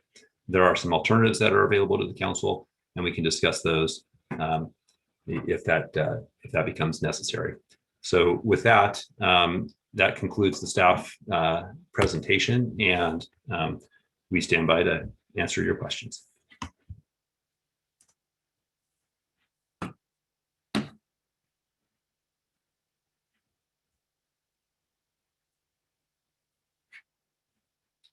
Shoot, Tom, you're muted. Okay. I was, first of all, I asked if you could keep that slide up. Oh, sure. Thank you. I was going to suggest again that we kind of try to structure our discussion tonight because some of these decisions are going to impact others. And we can take it up and have questions, comments, kind of a topic at a time rather than jumping all over the place. And so I'm going to suggest we go in this order. We start with the underground parking facility. We get to enrollment, the TDM, then the clarifications on the EIR, special events, other conditions of approval, and then finally the variance, CUP, and the architectural review findings. So I anticipate we're going to have many rounds tonight of discussion. So I'd ask you, let's start off with the underground parking facility, the garage, and Councilmember Stone, if you want to kick us off. Thank you, Mr. Mayor. And yes, here we go. So first question for staff. Why did staff choose to classify the underground parking facility as a basement rather than a parking facility under the code? I feel that council was given a false alternative that because neither carport or garage private really kind of suited the applicant's needs, that then it must have been a basement. But the definition of a parking facility under the code means an area on a lot or within a building or both including one or more parking spaces, together with driveways, aisles, turning and maneuvering areas, clearances, and similar features, and meeting the requirements established by this title, parking facility includes parking lots, garages, and parking structures. So under this definition, garages are included within the definition of a parking facility. So I'm just confused kind of why we've been recommended to use a basement rather than parking facility under the definition of the code. Right. Well, I certainly not trying to present any kind of a false option for the council. Again, as we've processed this application, we've been forthright with sort of the interpretation. And so hopefully the council and the community will see that, this is the path that we've, the reasons why we put forward the path. Assistant City Attorney Albert Yang is the most articulate in answering this question. So I will defer to Mr. Yang and happy to come back. Great. Thanks, John. So I guess what I would say is, yeah, this is absolutely a parking facility, and that is the best definition we have in the definition section of our code. The issue that we are trying to answer here is really, should it count as gross floor area? And so that's why we were stuck with, that's why we turned to these other definitions, because the city's regulations on gross floor area for the R1 zone don't tell you what to do with a parking facility. They don't use that term at all. And so the terms that they use are carport or garage or basement. And so that's why we were trying to fit it into one of those categories that's enumerated in the gross floor area regulations. Had the gross floor area regulations, told us how to treat a parking facility, that would have made it really simple. I guess why I'm kind of lost a little bit is, the definition of parking facility includes garage, and garage under the municipal code makes it clear that garages are included within the ground floor area calculation. So still a little confused there. I mean, really, it seems like we're trying to place a square peg into a round hole. I really don't see how we can reasonably argue that this parking garage is more analogous to an R1 basement rather than a parking garage, simply because the code states that the definition applies to a residential use. Yeah, and as attorney, I'm sure you'll get this reference. It really reminds me of Justice Stewart's test for obscenity in the Jacob Ellis versus Ohio case, where he said regarding whether a movie was obscene or not, he said, "I know it when I see it." I think the same thing kind of applies here for me. We may not have a clear definition for what is considered an underground parking facility in an R1 neighborhood, but I know a parking garage when I see it, and this is clearly a parking garage, not a basement. Well, again, and I think it's a parking facility, as you've read to us from the code, and we agree that it is a parking facility. It's just a question of whether or not it counts towards floor area or not. And I want to just, as we noted in the report, the council has given staff, has narrowed, I would say, our interpretive authority. And the two definitions that you cite about carports and garages are very clear that they apply to residential properties or residential structures. So given that sort of strict application of the code, that really didn't avail itself as an option in our consideration. But I understand your perspective, and this is ultimately one of the big issues that's before the council on this project. Yeah, I think the issue, because even within the definition of parking facility, it says that includes parking lots and garages. So I really think seems like we have a pretty clear understanding of what this needs to be defined as, which is a parking facility. And then under the code, parking facility does mean garage. And I thought also very telling that Castilleja's attorney's letter dated on September 8th, 2020 to the PTC admitted themselves that this is a parking facility. And I think under the code that should make it clear that is a garage. So I can't. Yeah, we're not disagreeing with you that it's a parking facility. Okay. So I'm still, I'm saying like how we're making the jump that it should be considered a basement when the definition of parking facility includes garage. Yeah, I guess when you look at the definition of a parking facility, it includes garage as one type of parking facility, right? Carports are a parking facility, garages are a parking facility. Parking facility is the umbrella term. But so not every parking facility is a garage, but every garage is a parking facility. It was one of the issues I remember. I can't find in the staff report. It talks about the definition of garage private. Is that an area where is that where kind of staff was struggling to say, well, then that kind of precludes the use of typical parking facilities within R1?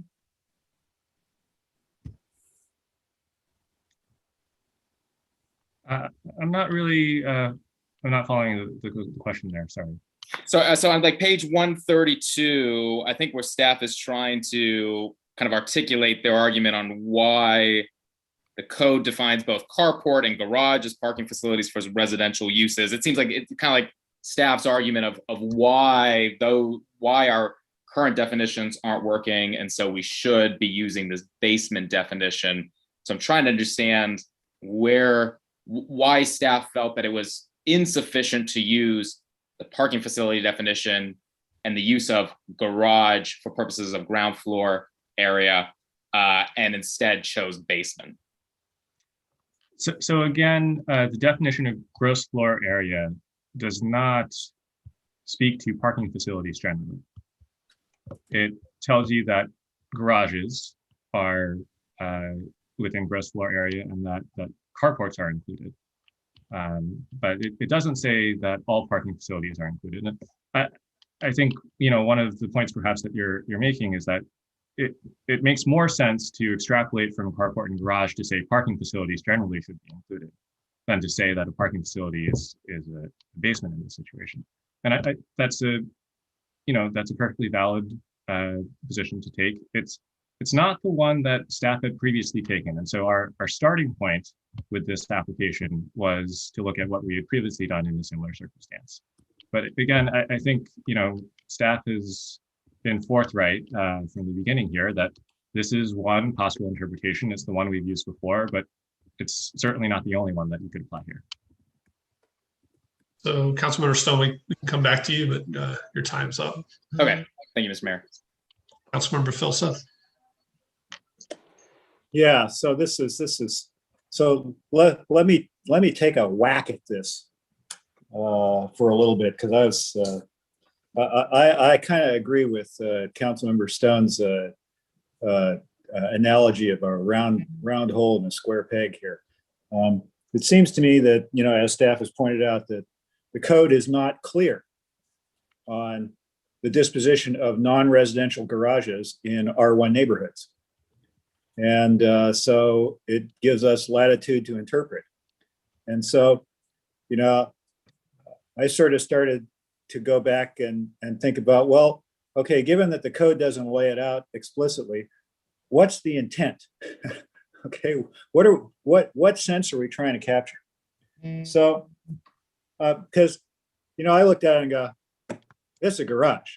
You can call it a parking facility or you can call it a garage, but it's a big concrete underground thing with stripes on it that cars park in. And so underground, non-residential underground garages in commercial areas don't count towards FARs. Okay.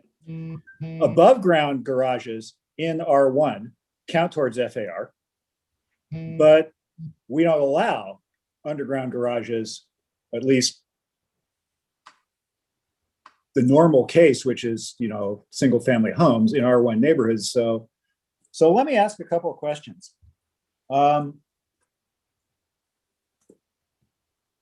In R1 neighborhoods, why don't we allow underground garages? So I'm going to ask Amy French, who was here when I think they may have been allowed at one point and then not allowed. or maybe not allowed at all. Amy, can you shed some light on that for us? Happy to. Amy French, Chief Planning Official. This happened before 1998 when I arrived, but the 1998 code definitely prohibited below grade parking for single family homes in several of the low density districts. Why? Because with a floor area ratio, putting a garage underground enabled a larger house, a larger home. And there was a maximum house size of 6,000 square feet. So, you know, crafty homeowners, property owners would put a garage below grade. The problem with that is in an R1 neighborhood, so many driveways coming from below grade on you know, shorter frontages caused traffic concerns. And so, you know, backing out of a garage backwards on a single family lot all over town would have been a problem with safety. And so, so that was an improvement, and specifically for single family homes in all of the low density residential districts. So if I understand what you just said, the issue is if I got a whole bunch of these on the same block on Cowper Street or something like that, and people are backing out of them blind all the time, then there's a safety issue just because there's a whole bunch together.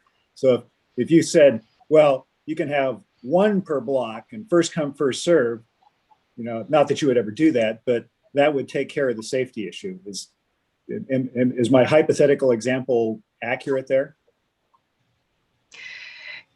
I would say it is, though I did not scour through minutes. I was not here when that action was taken. So, you know.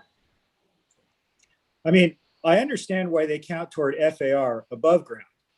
So, I mean, it's so that it's to stop the amount of massing that's on a given size lot, okay? Which the underground garage doesn't contribute to. And I assume that's why we allow them in commercial areas, because we always get into this, well, how about 2 levels underground parking instead of 1 and so forth, but that doesn't count toward FAR because it doesn't have anything to do with the massing of the building on top of it, right? Because you don't see it, right? Okay. That is correct. If I can just say something too, for multifamily residential as well. It's not just commercial. It's for multifamily residential. Of course, which we don't allow in R1 neighborhoods, but if we did, right, then, okay, that makes a certain amount of sense.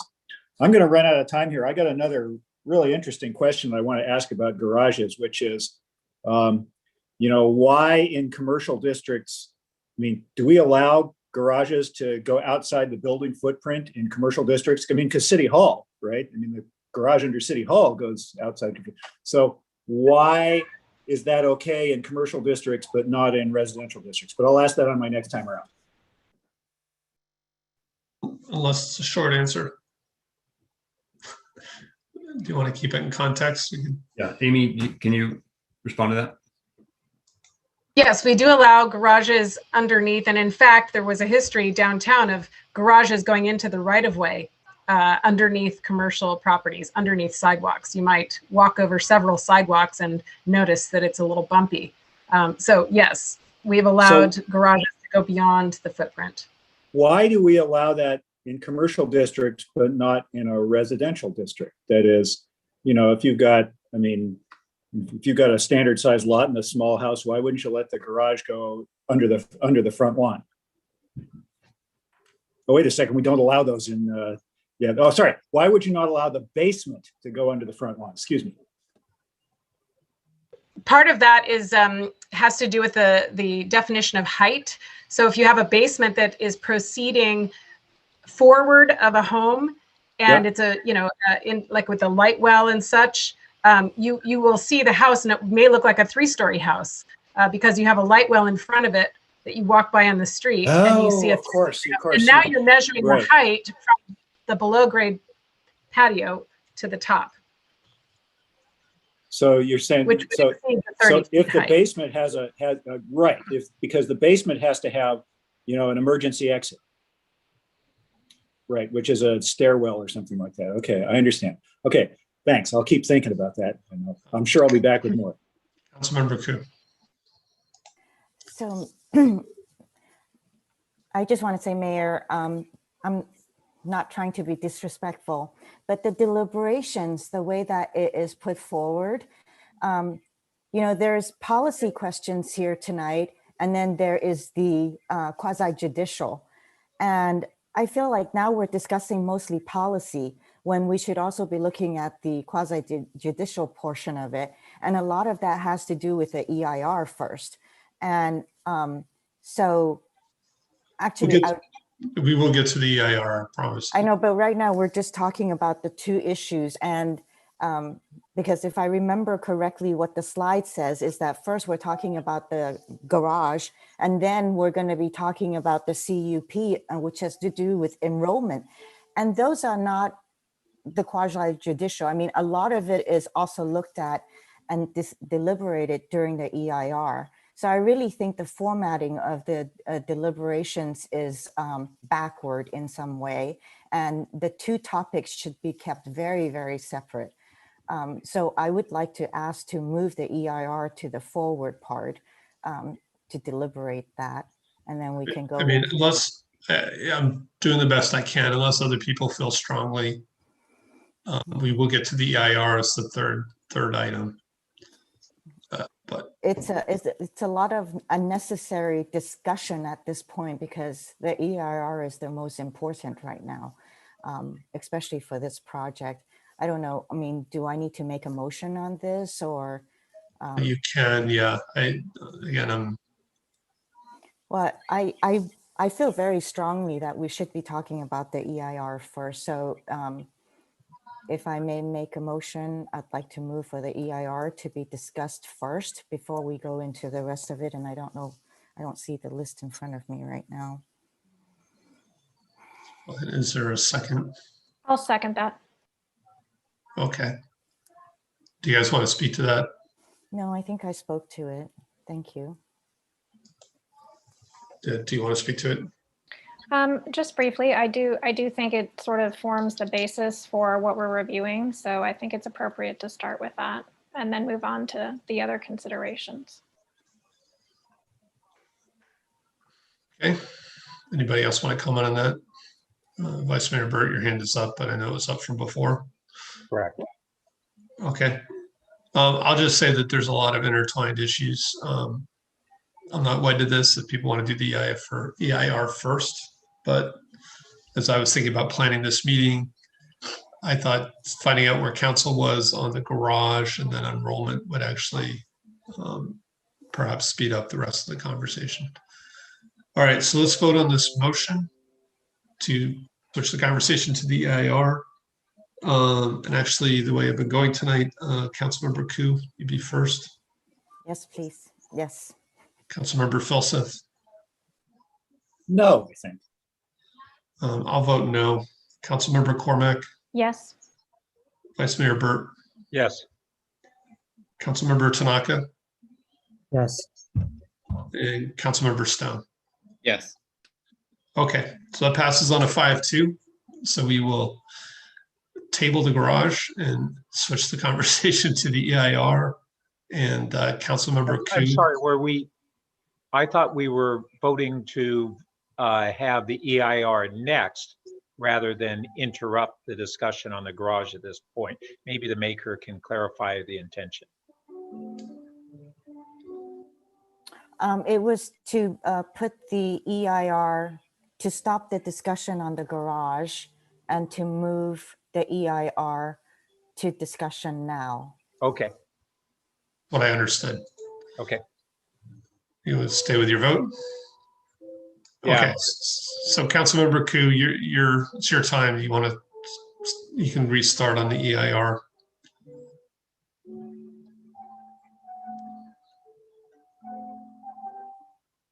Would you like to go ahead? Yes, if I have actually some questions about the EIR first. These have to do with the monitoring measures. The first one is 4A. So is there a limit to a number of people for the 5 major events?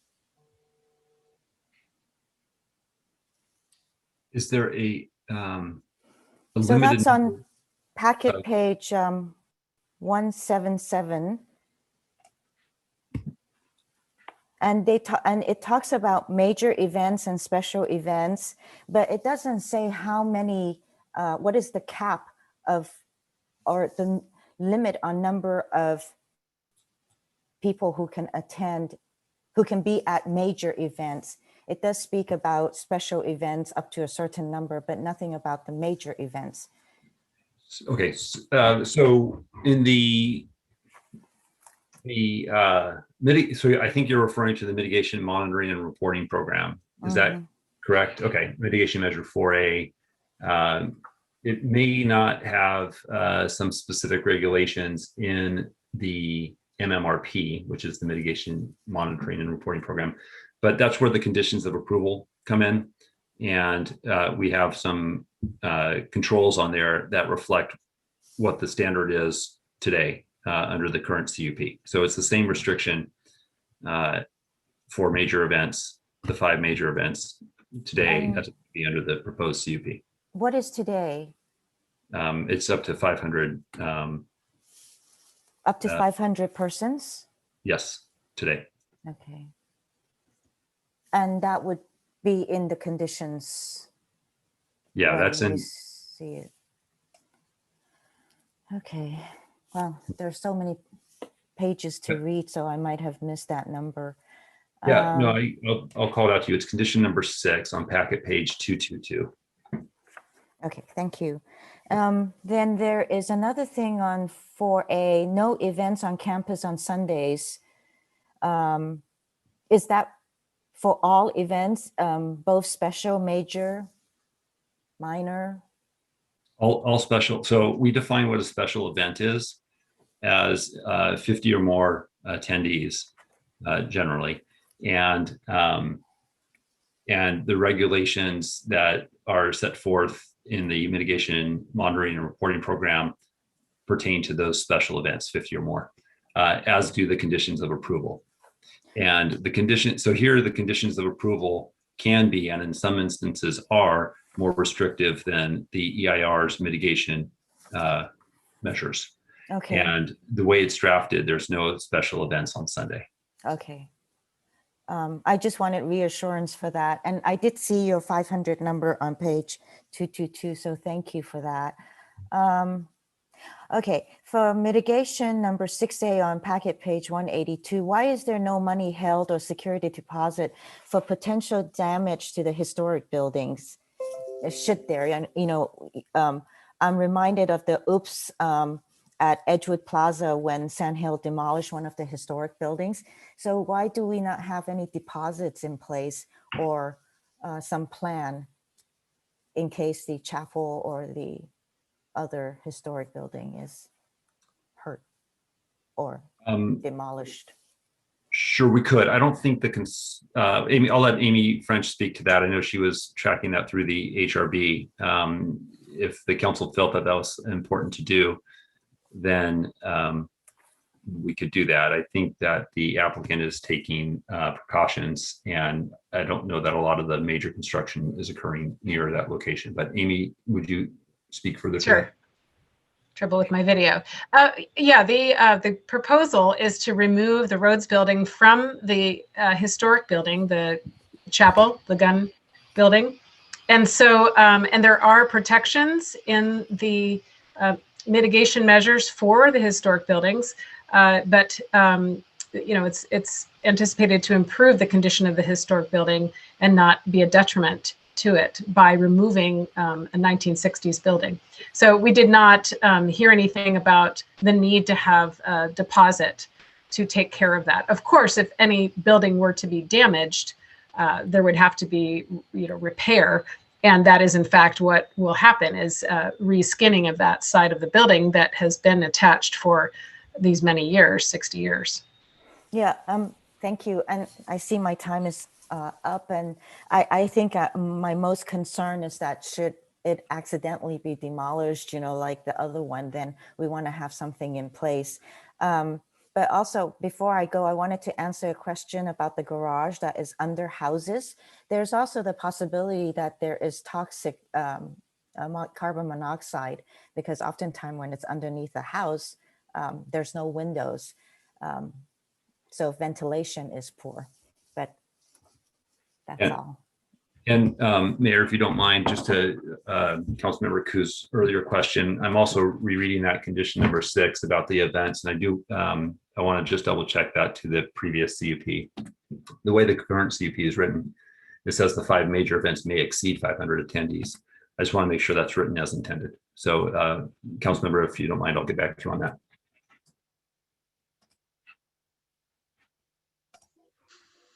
Okay, so Vice Mayor Burt, your hand was up. Do you want to speak to the EIR?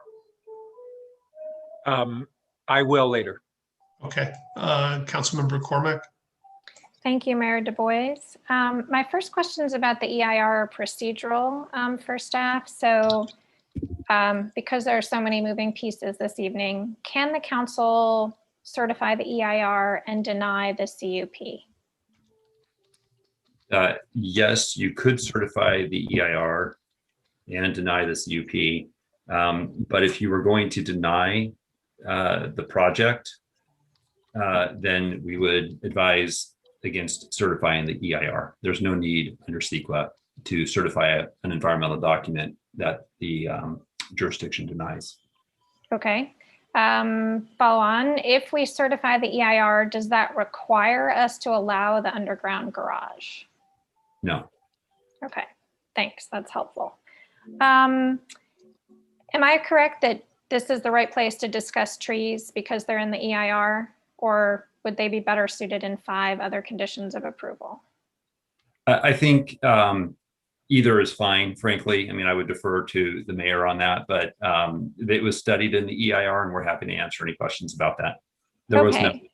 Go ahead. Great, that'd be helpful. Yeah, there are several things that fall in 2 places, so go for it. Yeah, well, I mean, I think this was a comment from a member of the public that was specifically related to certifying the EIR around some concerns. So I believe Mr. Doctor wrote in with some concerns about removals of trees 140 and 153. And so I'd like staff to comment on certifying the EIR with the descriptions as written, or whether or not modifications need to be made. If you can just address Mr. Doctor's comments, that would be helpful. Sure, and here again, I'm going to ask Ms. French to answer, and we may even have the urban forester on deck too. I'm not sure, but go ahead, Rini. Sure. You said trees 140, and I believe you mean 155. Probably because I don't have my reading glasses on. Yes, you're probably right. Very close. Tree 140 is the one that is close to an existing classroom that is to be removed, the classroom near Bryant. And that tree is in fair to poor condition, having been growing next to that existing academic building. So that's a candidate tree to be removed under a certain portion of the code in chapter 810. And then tree 155 is in fair condition, and that is in the path of a driveway that is going to the below grade trash and recycling. The idea is that the trash and recycling is going to be less noisy for the neighbors, and so that is in the path of this driveway. So regarding the EIR, we do have, it is addressed in the EIR with mitigation measures as well. It's addressed in the conditions of approval. I know that Walter was going to join us this evening. We also have Catherine from DUDEC, who prepared the EIR. But we do have many documents that helped us with this process. Initially, the applicant wanted to relocate both of those trees onto a different location on site, and our urban forestry department suggested that it would be difficult to remove the root ball of the tree and successfully transplant it elsewhere. And it is in the building footprint of the buildable area of the lot. So that factored in with recommendations on those 2. Okay, so what I hear you saying, Ms. French, is staff stands by the EIR as written. Yes. Okay, that's helpful. In my remaining time, now again, I don't know if this is TDM or EIR, I'd like to touch on the Bryant Bike Boulevard. Is that all right, Mayor? Yep. Okay, great. So we have gotten some questions, and I guess my main question is staff confident about the transportation section of the EIR? I know it seems like there's the omission of some crash data on Bryant. So I'm just interested in understanding the impact to the bike boulevard, that one specific block on Bryant. Great, thank you. Chief Transportation Official Philip Cami will take that one. Thank you. Actually, I believe Catherine was willing to provide some information on crash data, and then I can step in and speak about the Bryant Bicycle Boulevard. Hi, certainly I'd be happy to respond to that. I'm Catherine Waugh. I'm the Senior Project Manager with UDEC, and we are the city's environmental consultant for this project. So that means we prepared the EIR. We worked with W-Trans, which is a transportation consultant firm in the Bay Area, to evaluate the traffic data, including looking at the transportation and bicycle, pedestrian, and all kinds, excuse me, all of the various modes of transportation.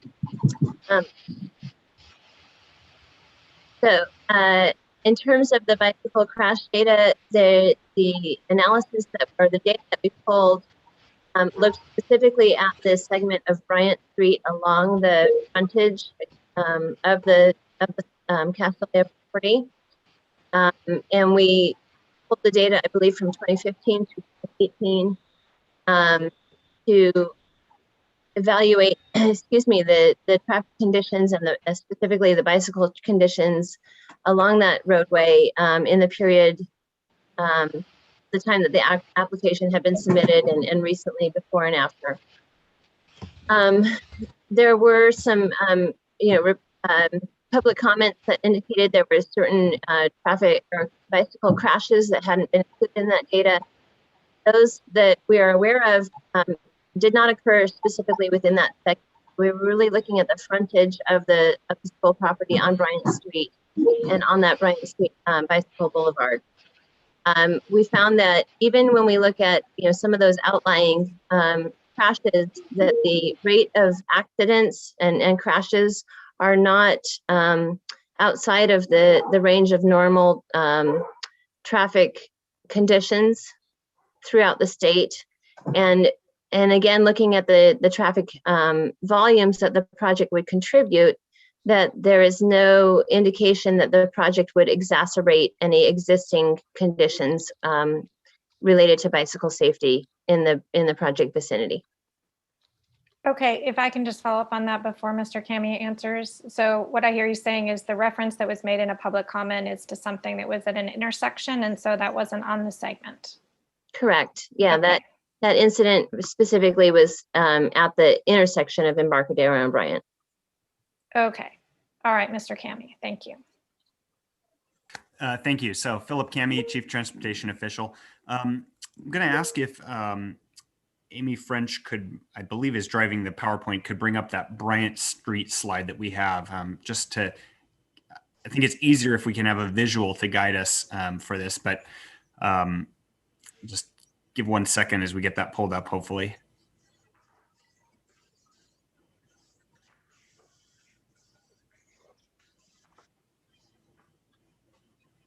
Maybe 1 second's not. All right, 2 seconds. My time has expired, so they're not counting me anymore. That's right. We get bonus time for answers. I should have known the bike boulevard would take longer than a minute. Am I not showing yet? Sorry. Oh, shoot. Nellie. Okay, Nellie is sharing. Okay, Nellie, if you can go up, is that the one that you want, Philip, or the starter slide? Yeah, it's the street view of Bryant Street. The preview, the one before, Nellie. Oh, I can control it? No. I'm confused. All right, we've lost it. Perhaps just in the interest of time, I'll let staff work on this and we can go on to someone else. Okay. There.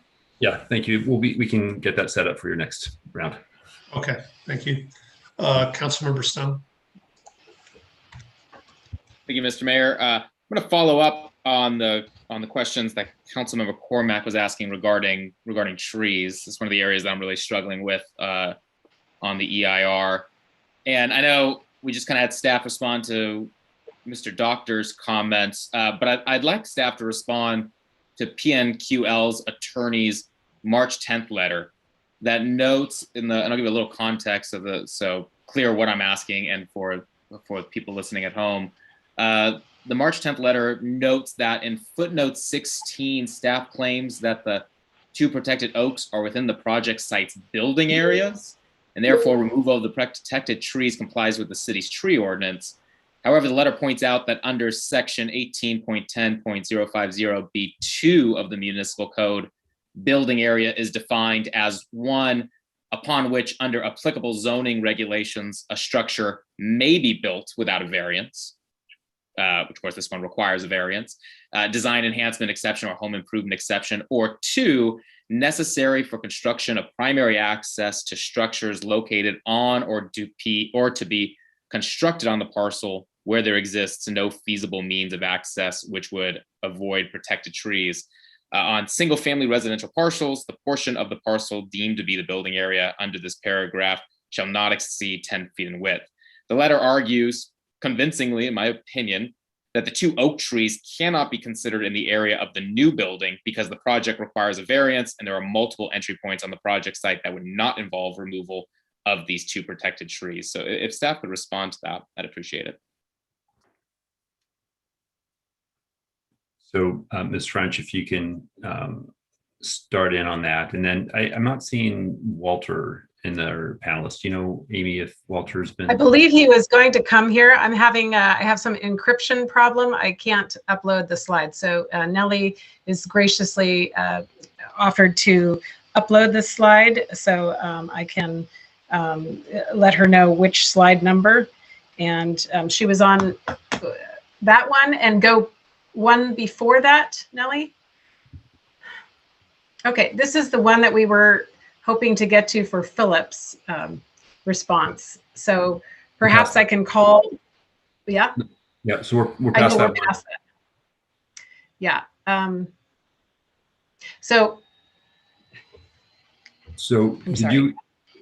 Amy, did you hear Councilmember Stone's question about the? It's about trees and about environmental review. I can jump in on this one. It's about the Moncharge letter. Thank you, Albert. Go ahead. Yeah. Okay.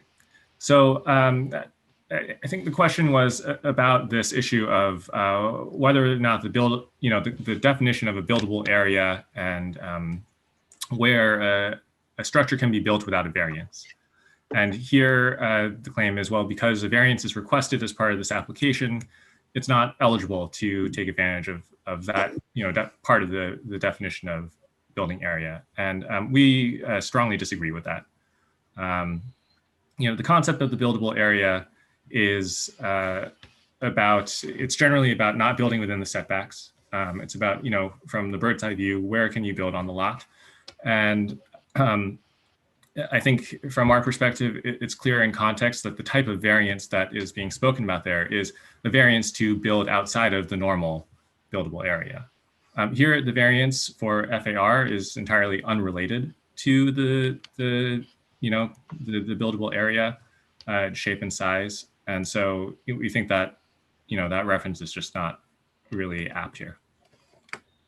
But so, correct me if I'm wrong, is this the part of the ordinance, the section of the ordinance where it talks about if no building footprint exists? That's correct.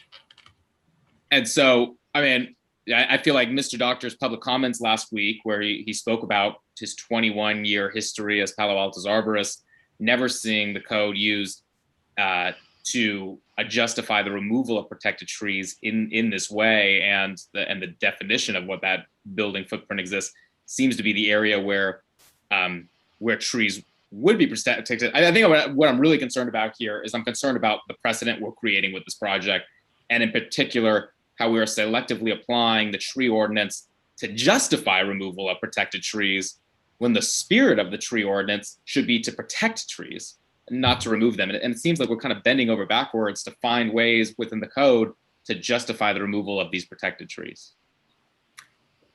I appreciate your comments. I don't know that I characterize it that way, and I don't know that the comments that we heard from Dave Doctor last week are necessarily shared by the professionals that administer that section of the municipal code in our public works department today, let alone maybe even when he was here. So I think there's some, I read those comments and I heard his testimony last week, and I think we're trying to reach Walter Passmore, the city's urban forester, to come and speak to that specific issue. And I'm sorry that we don't have him. I believe he is with us, Mr. Lee. Yes. Oh, fantastic, Mr. Passmore.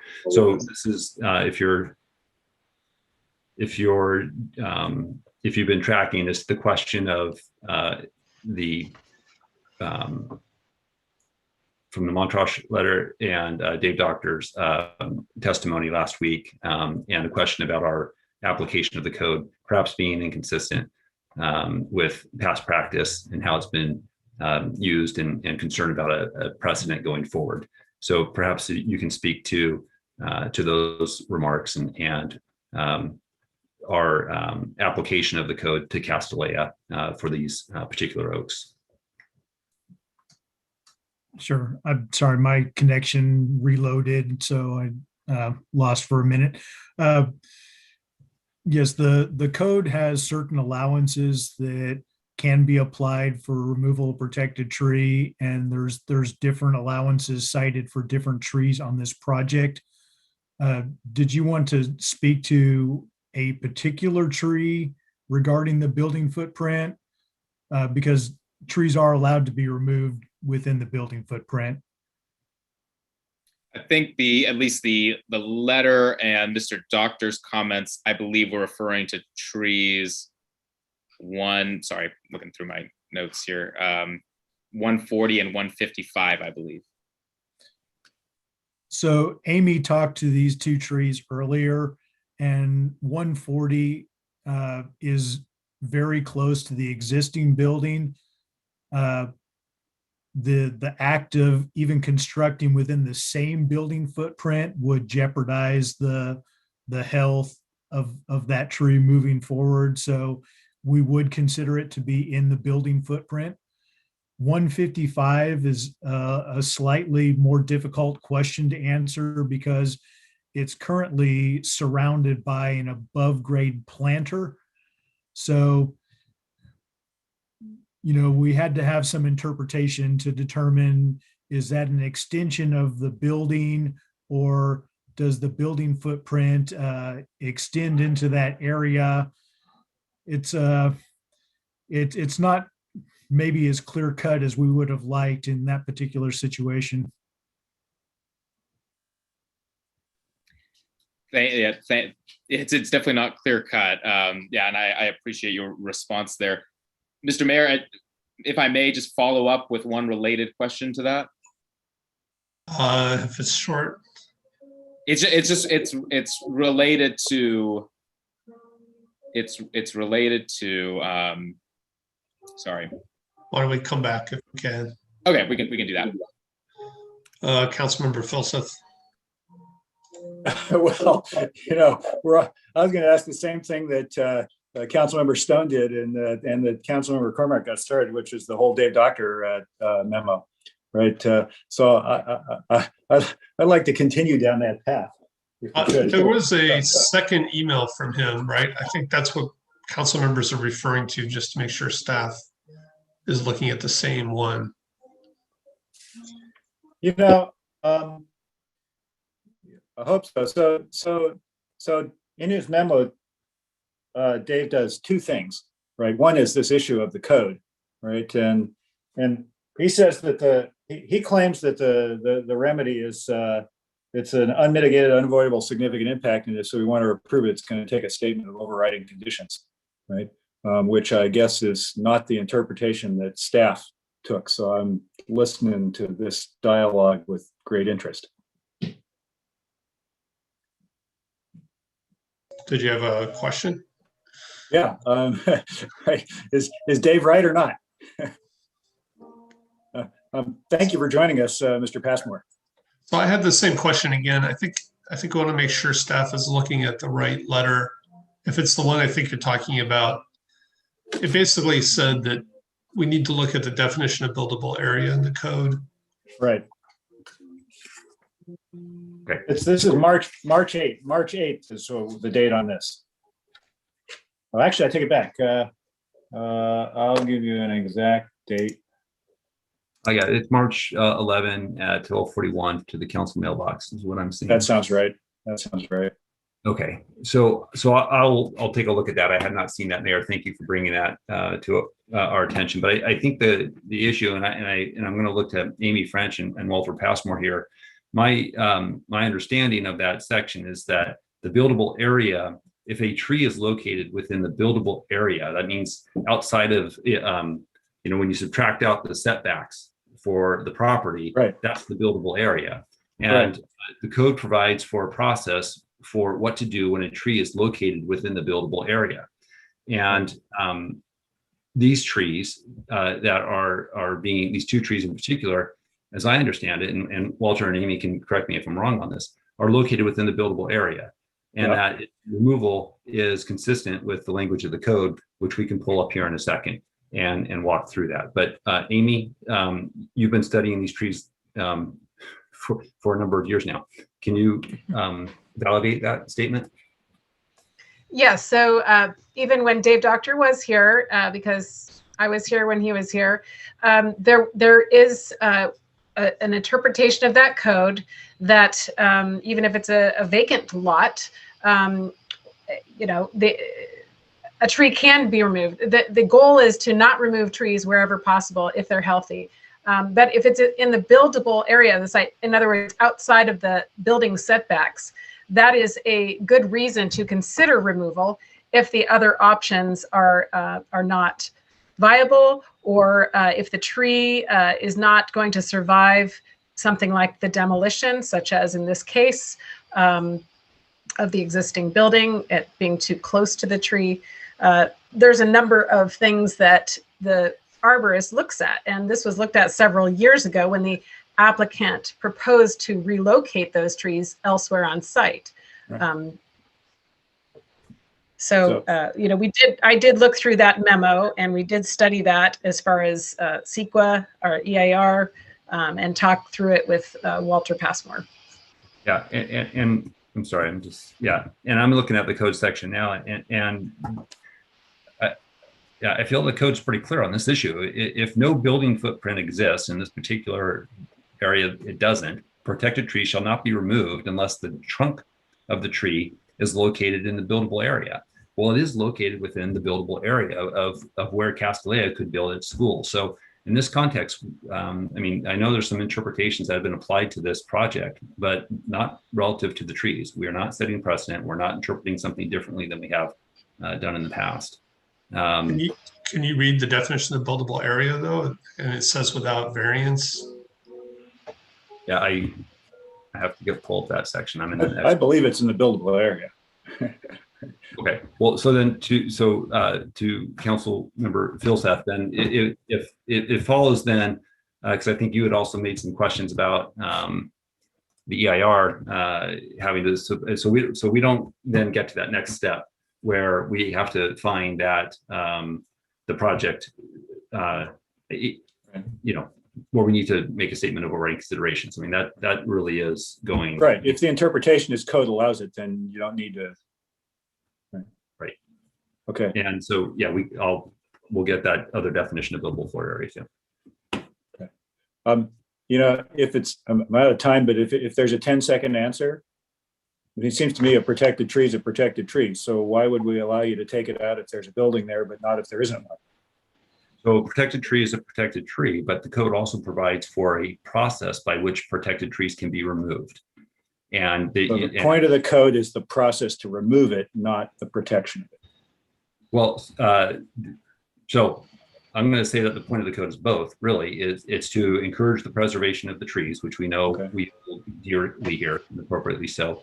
But it also provides a path for protected trees to be removed. And in this instance, it is following that path to remove the tree. I understand the argument. Okay, thanks. Next. Thank you, Vice Mayor Burt. So first, a quick follow-up to that question. So if it is correct that the tree removal is permitted per the ordinance, does that preclude it being considered to be an environmental impact just because it is allowed by the ordinance? So here I'm going to ask our consultant, Catherine Watt, to speak to what's the trigger for an environmental impact relative to tree removal. If it complies with the code, I think we're going to be a little hard pressed to find that it is a CEQA impact at that level.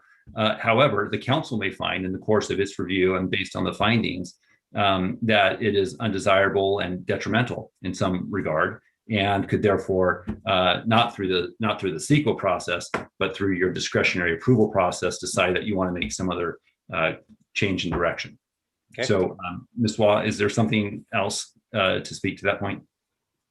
Not really. I completely agree with the way you characterize that, Planning Director Late.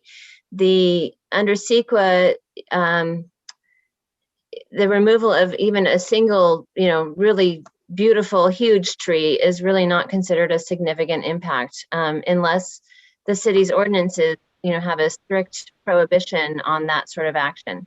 So under CEQA, we really look at whether or not the tree removal and preservation and management program is consistent with city code. It's not, the individual trees are not considered a special status species in and of themselves, the way that, say taking out a bald eagle nest would. Right. And so it's really a matter of how the city's code is written and whether the project complies with it. Okay, thanks. And then are there not other options on building layout and design to avoid removing these protected trees? That's for Jonathan, perhaps. Yeah. Yeah. So sure. I mean, as we're looking at this, the applicant is looking to redevelop their site, and they have this proposal that is before the council. And it may be that there could still be some modifications to the design that the council may would like to see in order to achieve other interests that it has, including areas related to trees. So that is within the council's purview. Okay. And then I have a couple questions for Walter. So from your standpoint as an arborist, do you approve of the design, and there was also questions raised about whether the drawings are accurate regarding the TPZ and the diameters. Yeah, I'll start with those couple questions for you. So to start with, I'm not a designer, I'm an arborist. There definitely are some design modifications that could result in fewer trees being removed. However, those are discretionary decisions, as Director Late mentioned, that are better discussed outside the context of the EIR. So I think when council gets to the point where you're talking about discretionary direction, those would be appropriate to talk about. Okay. And I'll note maybe just so in Mr. Passmore's review of the project, there are a number of conditions that have been imposed, including some specific conditions related to potentially threatened trees. So that's one way that we've addressed that. The redesign of some aspect also is another way. Well, then maybe looping back to Walter again, then are the proposed mitigations adequate to save not just these trees, but the various trees that are potentially threatened by the project? And I would include within that what's up against the swimming pool and the uncertainty about dewatering and at what depth the actual pool construction would occur, and what would be the impact on adjacent trees there? So there's some. I might jump in before because sorry, Walter, the pool is not an uncertainty. So I don't think Walter's going to be addressing the pool depth, just to put a pin in that one. Go ahead, Walter. It's not an uncertainty. I'm sorry.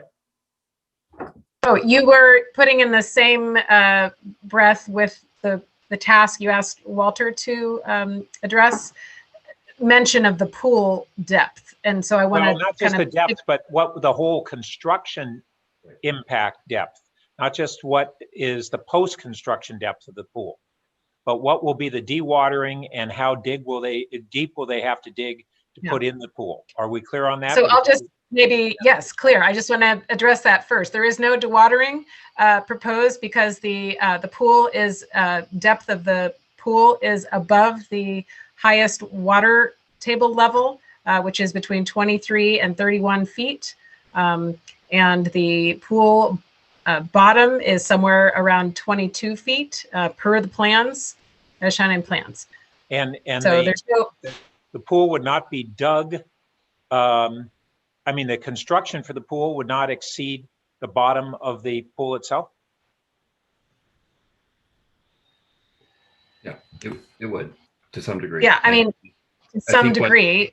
Is that okay? Well, 1 foot puts it into that potential water table. Yeah. Okay. So let's hear from Walter, because he's Time looked of at year is important. the trees. And Walter. So I think there are still some unresolved questions on a few trees, including tree 89, which is adjacent to the pool. And at present, we are still trying to figure out if that tree would be removed by definition or if the applicant would be able to retain it as proposed. Okay, thank you. And my time's up. Mayor, if I can, just on the two items. One, there are two conditions on tree 89 that Walter helped draft that requires an arborist on site when construction activity is taking place in that area. And I think there's also another condition requiring from additional detail work to be provided before construction. And then Mayor, following along the basement conversation that took place before that, the buildable area is defined in the code as a building area means an area upon which a structure may be built, and it says without a variance and design enhancement and all that so forth. But what it's speaking to is that you can build in the buildable area without a variance. That's the buildable area.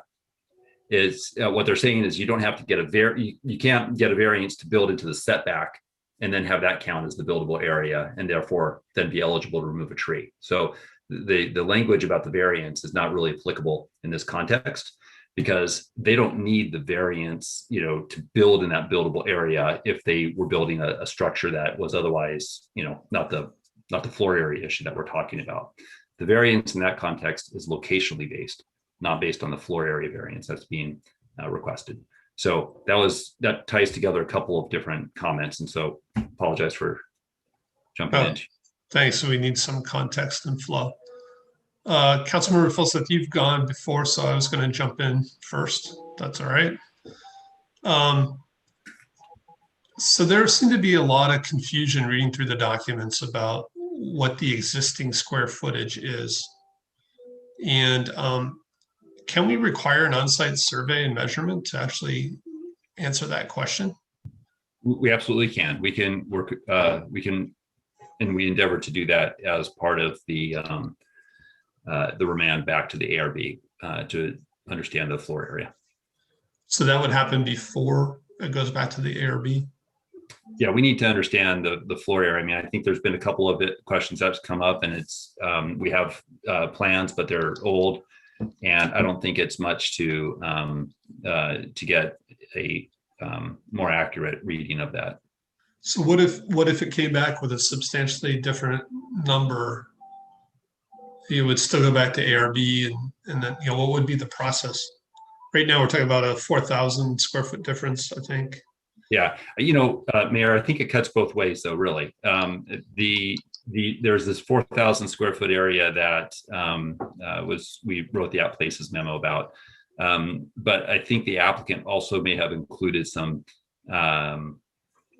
other area above grade for the gym building that may actually be below grade and not count toward FAR, and therefore would possibly lower the site's FAR ratio. So this is an area where I'm sorry, but we need to do a little bit more work on that. I don't think you're going to see a significant change upward. If that's your concern, what you may see is a change downward. So I wouldn't expect that would have a significant material effect on the application. So moving on to some other questions. So I'm sure it was in there, but I didn't see it. So with the dispersed drop off, how are the cars supposed to get, to those spots, particularly on Bryant Street? Right. Okay. So here I'm going to ask Mr. Kami, and I will try to share my screen. Slide 4. Okay. Sorry that this is. If not, maybe I'll just start talking about it just in case that we can't seem to get the slides up. We're having a lot of technical issues today, but so cars heading south on Bryant would enter into the Bryant Street driveway to either use the garage or the one-way circular driveway. There's no, oh, there we go. And there's, I guess it's coming maybe. We won't allow left turns. So northbound car traffic can't turn into Bryant on the left there. Right. So I totally can't even see this. And then the third drop-off location is that one-way on Kellogg, the Kellogg driveway, which is kind of at on the right side there. I guess I'm really asking, how do they get lined up before they get to the school? Like, they basically have to cut through the neighborhood to be going the right way on the right street. Is there like a route to get them to Bryant Street? Well, so I would say that they can turn onto Bryant from Embarcadero, and that would be probably the most likely route to arrive on Bryant, where they would queue there on Bryant to enter the in either the garage or the. And to get to Kellogg, would they be discouraged from turning on Bryant and being part of that same traffic? Or the Bryant driveway, I would think, is more likely if they were coming from south and they were heading up Bryant. So that would be their option to make a left into a left onto Kellogg, coming north on Bryant, making a left on Kellogg, and then using the one-way circular driveway. So it essentially the same as current, just with one less driveway entrance on Bryant. Okay. And then I'm sorry to jump around. So I had the same comments. I'm going to jump back to trees. That reading that email, and actually the tree ordinance finally made sense to me, because we did that other project a few months back. It really didn't make sense. And so again, when I read this definition of buildable area, it sounds like then the second clause here, necessary for construction of access structures, seems to be mostly talking really about a driveway, saying it shall not exceed 10 feet in width. And so when you get to the trees that are, maybe of concern around the parking structure, those were the ones that again, I thought should protected trees in that area be protected by this ordinance. And can staff kind of answer that? I mean, I guess we're saying that we think they're going to live, but they may not. The proposal is to retain those trees. The applicant's proposal, and they think they can, and they've submitted documentation for that. Walter Passmore is still here and has reviewed that documentation, and there are conditions related to that in our record of land use section. the conditions like 150% of the assessed value for 5 years. Yeah. Right. I mean, if the trees die after 5 years. Right. That's I'm sorry, Mayor. So you're right. The intent is to retain the trees, and if the council finds that the conditions and the design leave you with doubt about that, I think there's a path forward where the subterranean garage, if it were determined by the council to be permissible through one means or another, could be redesigned to give a little bit more room to those trees, if that's what needs to happen. Okay, that's helpful. Thank you. I saw Councilmember Cormack. Well, actually, yeah, you haven't spoken yet. And then Councilmember Filseth had his hand up. So we'll go to Councilmember Cormack. Actually, I have, because we're still on the EIR. Councilmember Filseth was next, but. Oh, you spoke. Everybody's spoken, and okay. Yeah. So go ahead, Councilmember Filseth.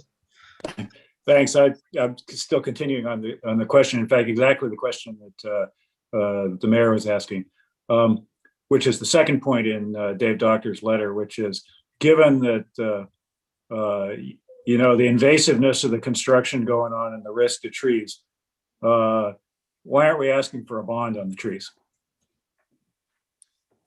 Fair question, and I would look to Walter Passmore to offer some guidance as to the circumstances of when we typically require a bond and how much that bond is typically for.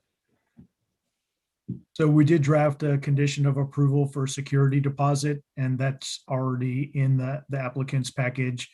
The tree technical manual allows us to request an amount up to 100% of appraised value. So we've also asked the applicant to update the appraised values of the trees based on current measurements, and that will be part of the project moving forward. Okay, and so they will post that as a bond, and if the tree dies, then that will be used to replace it? Correct. Okay, thanks. That was the quickest answer to a question I've asked yet. I got to ask more questions like that. Just brief, sorry. For reference, I was going to note that it's on packet page 243, the condition 34. Thank you. Just to jump around a bit on the issue of the square footage, I concur with the mayor on this one. I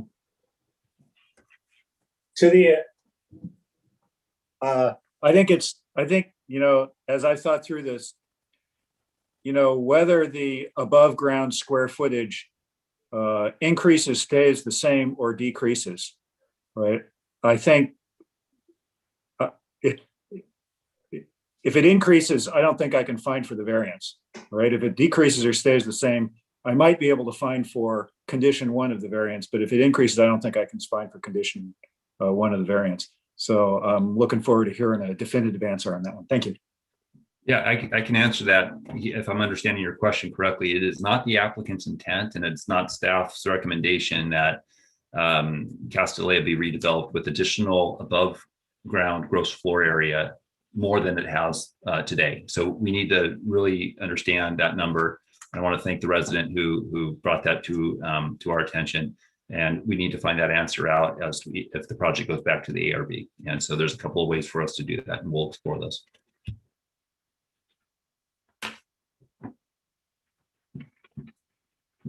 Councilmember Cormack. Thank you, Mayor Du Bois. And while we're on the topic of square footage, I think we should also commend Commissioner Suma, who was asking this question about what was the exact calculation from the very beginning of all of the PTC meetings. So lots of people paying attention to this. I know we're all grateful for it. This is a complex matter. Okay, still on the EIR. I guess let's just go back to Bryant Boulevard, the bike boulevard. Yes, hello, Mr. Cami, and see if we can find that helpful slide back up again. I mean, and I think where you were headed on the, who can make which turns which way, I think that'd just be very helpful for us all to feel confident that even though this may increase vehicular traffic on Bryant, it would still be below the level that would be safe for a bike boulevard. And correct me if I did not interpret that all correctly. Well, so actually, so So the proposal, the recommendation for PTC is to keep the average daily trips at the same level that was measured in the EIR process. So I don't necessarily know that, we should expect an increase in trips, but coming back, I could go over the circulation on Yeah, the. why don't you do that? And then I'll come back on that because it is actually confusing. I feel like we're a little bit where we were with budget last year with deltas to deltas to deltas. So let's do Bryant and then we'll come back to trips. Yeah, so this is Bryant Street facing southbound, looking across Embarcadero, just to orient you. This, as you can see on this, photo, the bicycles cross using this bike slot, which is bicycle only, and vehicles don't cross with bicycles. The photo is a little bit at an angle, but the green line kind of is a straight path. And so a bicycle will cross directly across Embarcadero and stay to the left of vehicles that would queue on the right to get into the Castilleja driveway. So what about someone who's trying to get to Castilleja on their bicycle? Where are they going to turn? Yeah, I'll get to that. Okay. So just noting that, so this is not a significant change for bicyclists that are biking on the bicycle boulevard, as there's not necessarily traffic increase or vehicular increase due to this. And also noting that there's one driveway that is being removed in this proposal. So that actually does reduce conflict and provide some enhancement of bicycle safety. Sylvia, can you go to the other slide, which is like an overhead? Oh, that was it. If you can go back, there we go, right there. This is an overhead of that same intersection. And in the kind of top left, you see that there's a green arrow that shows how bicycles would enter Casti. So they would go directly, and we've even got the cursor on. So they would go directly across to that curb where they would enter, and then they would head south along this path here and there, and then across over, and then they would enter into the bicycle parking there. That's super helpful. I don't think I had picked that out of the many many things we've seen yet. Okay. Anything else you want to share while you have the floor on the Bryant Street Bike Boulevard? No, not unless there's any clarification needed on the how cars get to the drop-off location, since that's somewhat the same slide here. But I guess the only question would be then, if someone's coming down Embarcadero, is there a no right turn on red if you're coming east on Embarcadero while those bikes are coming across? No, that's not necessarily something that's proposed today, although that is something that we could look at. Okay. All right, I'll leave that for us to think about. I'm sorry, I can't see my timer now with everything. Oh, okay, almost running out of time. Okay, is this the right place, or would TDM be a better place to talk about the no new net trips versus everything else that's been commented on? Looks like we can go for it. Okay. I admit to being confused even after having read through everything. And I think it's because there have been changes to changes. So we've had people say there's no net new trips. We've had people say there'll be 300 additional cars per day. We've had people say there'll be 114 net new daily trips. Can you say once and for all what exactly is in the final EIR? Yeah, I think it is a little bit confusing, and apologies for that. But I believe in the RLUA, it's changed to match the PTC recommendation, which is freezing the trips at the same level that was measured during the EIR process. So no net new trips. Okay, and do you want to just give us a page number while you're referencing that? I'm so sorry, I do not have. Give me 1 second. I'll try and pull it up. The number, would you like the number of trips? Is 383 AM peak hour trips and a 1198 average daily trips. Okay, and what page is that in the record of land use action? That's what I'm trying to find. I believe it's section 8, condition 22, but I'm finding that okay. in the actual staff report. Okay. And my time is up on this one. Thank you. And again, apologies for jumping all over the topics, but I'm trying to reorder all of my questions based on our structure. Yeah, I appreciate it. I think we all are. Councilmember Stone, then Vice Mayor Burt. Thank you, Mr. Mayor. So going back to the tree ordinance, because I'm not finding. I guess I just haven't found the responses to be really truly compelling for me, and I'm still a little. I need a little clarification. Can staff point to exactly where in the code they're using to justify the removal of the trees? Because in section 810.050, and it makes clear right away, it shall be a violation of this chapter for anyone to remove or cause to be removed a protected tree, except as allowed in this section. And so I'm wondering if staff can point to exactly the code section that we're using here. Albert, do you have that handy? I'm going to pull it up here.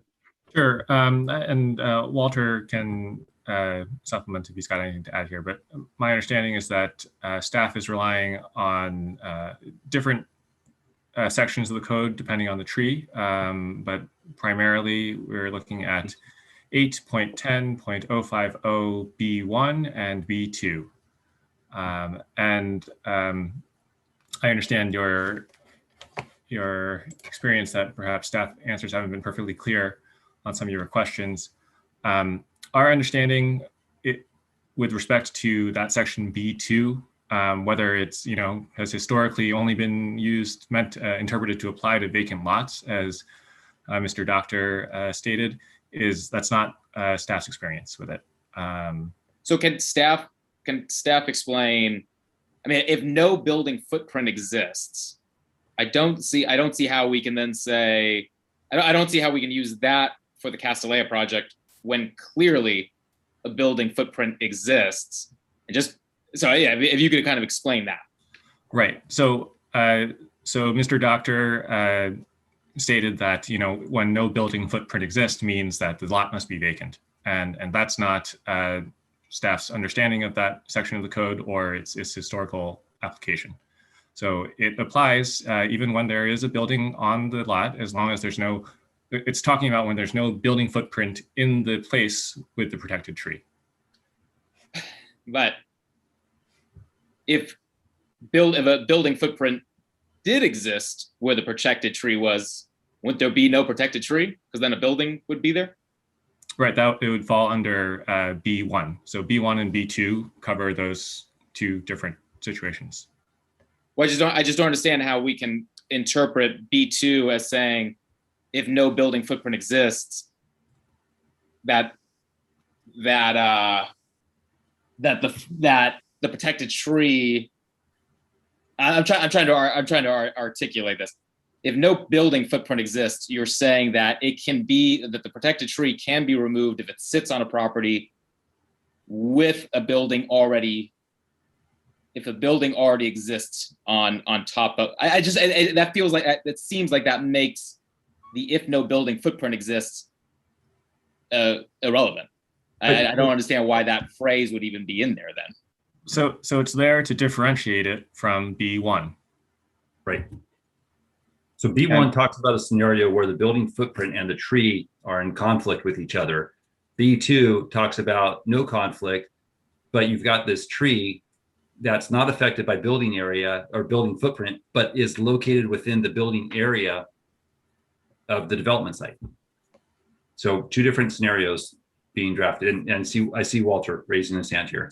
So let's defer to the expert. So perhaps I can give a quick example that might help. Say you're building a home addition.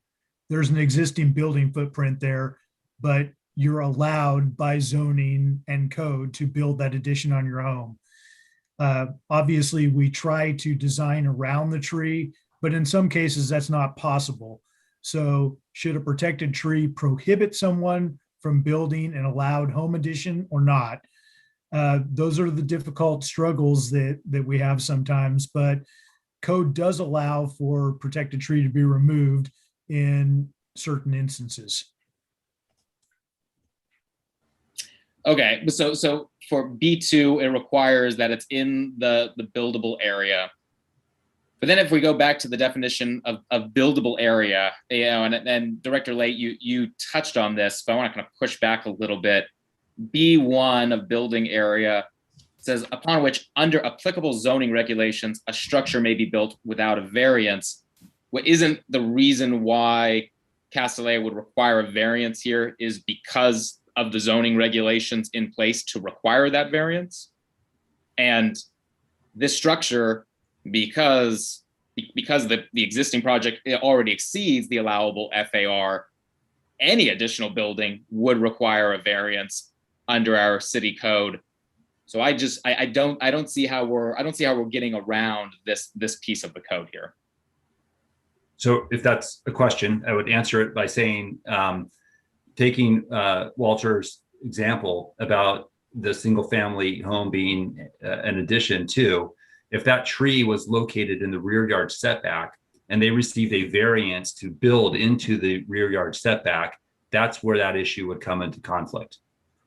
Because they want to build in the area where the tree is not otherwise impacted by the buildable area by the zoning code. The variance that we're talking about with Castilleja has nothing to do with the location of the structure, but about the gross floor area. And so I hear what you're saying, and I understand, hey, they're getting a variance. The code says, variance here, but it's not about the floor area variance that's being sought with this application. It's really a locational based variance. And so then maybe just a very quick question then for Molly, a follow up. I don't know where this is in the code. I've heard that this is just kind of general land, kind of like land use law, kind of doctrine. When we have portions of the code that are inconsistent or seeming to be contrary or just very much unclear, is the general rule that we must read it in the most stringent way possible, not going this very liberal form in which we're trying to read this code as is being proposed? I'm not familiar with where you're drawing that general principle. I think we follow the standard rules of statutory construction, which include looking at the plain language, at the council's intent, to the extent the plain language isn't clear, harmonizing various sections together, and then looking at the history of interpretation. Albert, Okay. is there anything else? No, I think that's right. Yeah, I have nothing to add to what you or Director Late have said. And time's up. Yep. Vice Mayor Burt and then Councilmember Tanaka.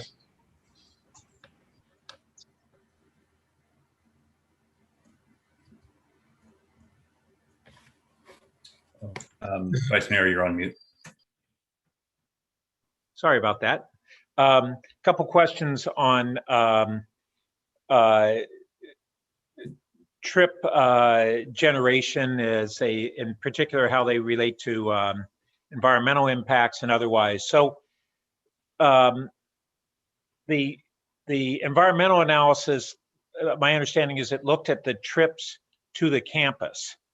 Did it also look at trips induced by Castilleja and the expansion that are not going to the campus, going to satellite parking that I think they maybe already have at First Presbyterian Church, and then quite a bit of anecdote that there is parking of students in neighborhoods and then walking to the school site. And then to what degree does the increase in enrollment increase those trips generated to the community, but not specifically to the school site? Okay, so yeah, thank you. I see Catherine Waugh is joining us. Catherine, you want to speak to the trip generation or distribution? Sure, and correct me or rephrase the question if I missed the point here.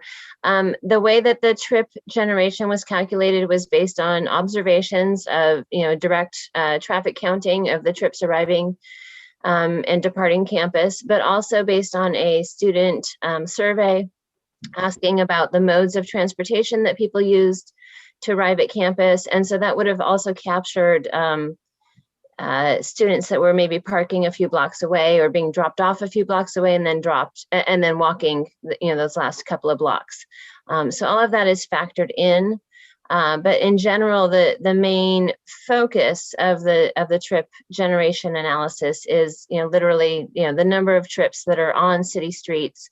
And then, modeling is used to kind of plot where those trips are occurring. So whether they're coming, from the north or the south, and plotting the most likely routes they would use to access the campus. So this survey that allows the students to say whether they're violating campus policy, which I think right now they're not supposed to be parking in the neighborhoods and walking in. So I'd be very surprised that they'd self-report very often that they are violating the policy. And so I don't quite get how that's going to give us very reliable information there. The second thing is on the satellite parking. And then there's been, I thought I even read within the TDM program to further optimize satellite parking. And satellite parking does help those immediate neighbors and the school site, but it shifts the impact elsewhere in the community. And either way, if we're looking at congestion brought to the broader community as a result of this being a commuter school from up and down the peninsula, are we capturing that if they're saying, oh yeah, well, our mitigation is to park off site and therefore they aren't trips to the school site? So the TDM plan that's proposed and what we looked at in the EIR does not rely on any specific satellite parking. So there's no formal official satellite parking location that students or families are using, other than to the degree that they use mass transit to, and maybe there's a parking spot. Are you saying there's no satellite parking currently at First Presbyterian for this? I thought I was told there was. That was not part of the analysis. The analysis was based on, folks that are, the trips that are arriving at school. Okay, I get that's not your analysis. I've limited time, so I got to stay focused. I'd like to try and see if there's anybody from Castille who can answer that question. Catherine, I can re-explain that if you want. This is Mark from Yeah, W-Trans. so through the chair, is it okay for Mr. Spencer to answer that? Yes. Just to be clear, Vice Mayor, Mr. Spencer is with the city as sub-consultant to Catherine Law's firm. Did you want to hear from the applicant specifically? If so, well, then we would. Mr. Spencer knows the answer to that specifically. That's fine. Great, thank you. Yeah, so I'm a principal with W-Trans. We're the traffic engineers who prepared the traffic analysis on behalf of DUDEC and the city.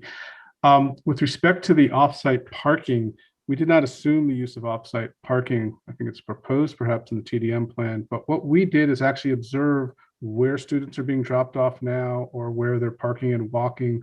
So we actually have, and built that into the analysis, what is the pattern that's happening now? And we extrapolated from that forward as to what might happen when you have the additional student load with the expansion of Castille. We also looked, because it's an EIR, at a worst case scenario, which is if they continue the same behavioral patterns or the same traffic and drop off and pickup operations, where that would likely occur and how that would be rearranged when you add the garage into the mix. If the TDM program includes an offsite parking or expansion of offsite parking, that would just take trips away from the area that are there now. But our analysis did not factor that in. We're not aware of offsite parking. But to the extent that if it does exist now, it would be factored into the counts that we had when we figured out what the trip generation is for the site. Well, okay, so then I do want to go through the chair to ask whether the Castille is currently using satellite parking and whether there are intentions to continue or expand that, and not necessarily limited to students. It may be faculty or classified workers or others who are using that satellite parking. Is there anybody from Castilleja that can answer that question? Yes, this is Kathy Landecker. I'm happy to answer, Mayor. Great. Please do. Okay, great. Thank you for the question. Yes, we do currently use satellite parking at, as you said, First Presbyterian Church. We only allow employees to park there because for a number of reasons, safety reasons, and also we know that our employees will treat the neighborhood with utmost care. Not that our students wouldn't, but we wanted to have adults parking there. And they walk to campus from there. Some use scooters, but most just walk. And is there any intention to have any additional satellite parking in the future? The TDM plan that we put forward recommends satellite parking as just one element of a comprehensive plan. But I think we would probably continue with what we're doing. I don't know that you would need to necessarily expand it beyond that. Okay. The big factors are our busing program and the train ridership, which the students who live farthest from the school take great advantage of, and that really keeps our car trips down. Okay, thank you. So my time's up. I just do want to say that I'm a little concerned that both staff and the CEQA consultants were not aware of existing satellite parking and that it's in the TDM program. So I thought I had read and heard those things, and it's surprising that I was alone in that regard.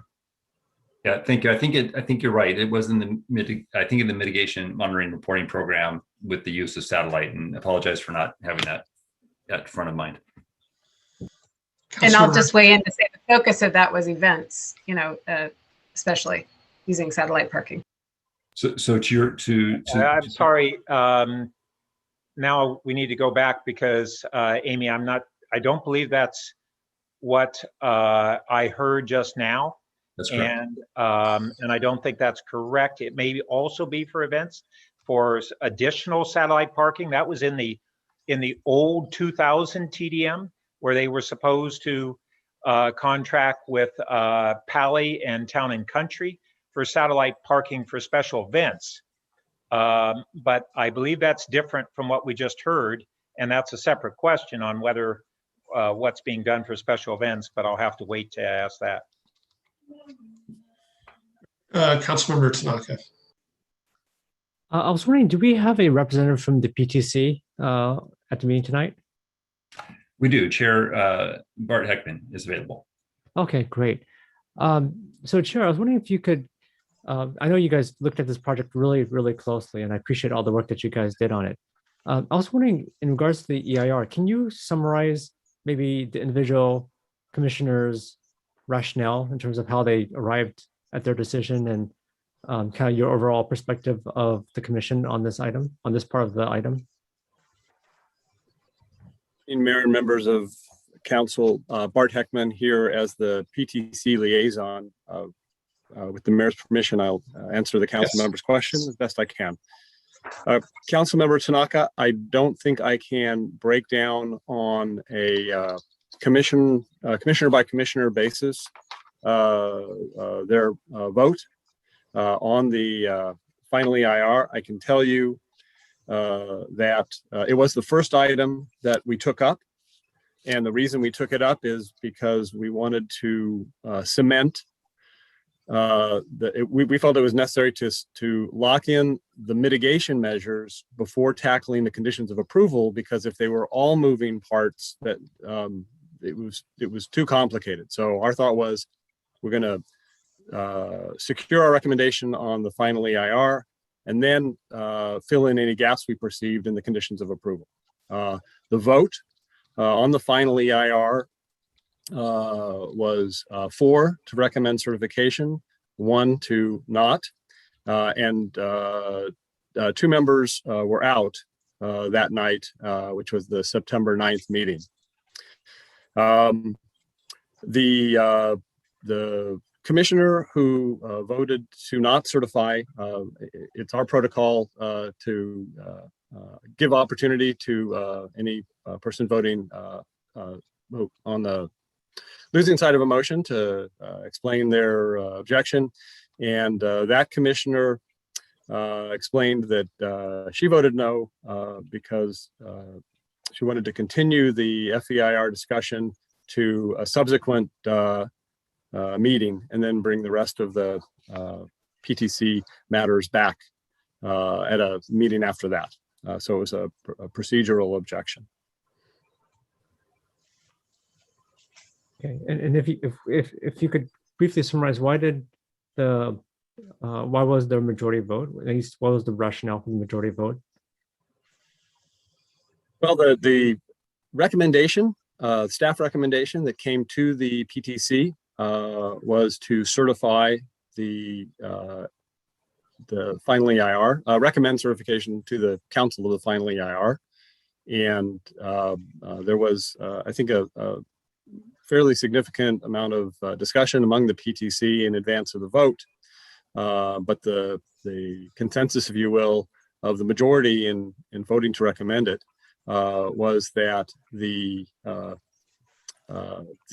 final EIR was extraordinarily comprehensive compared to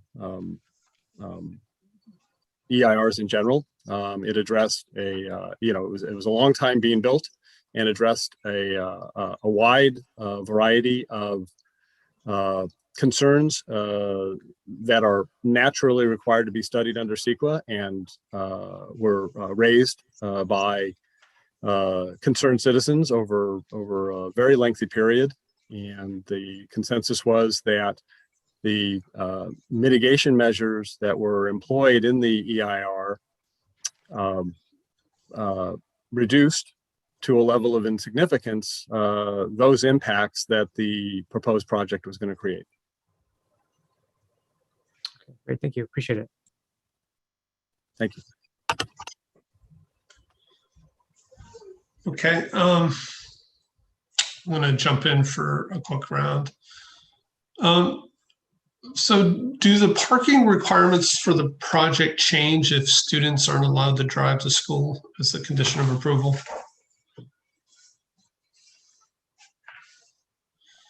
So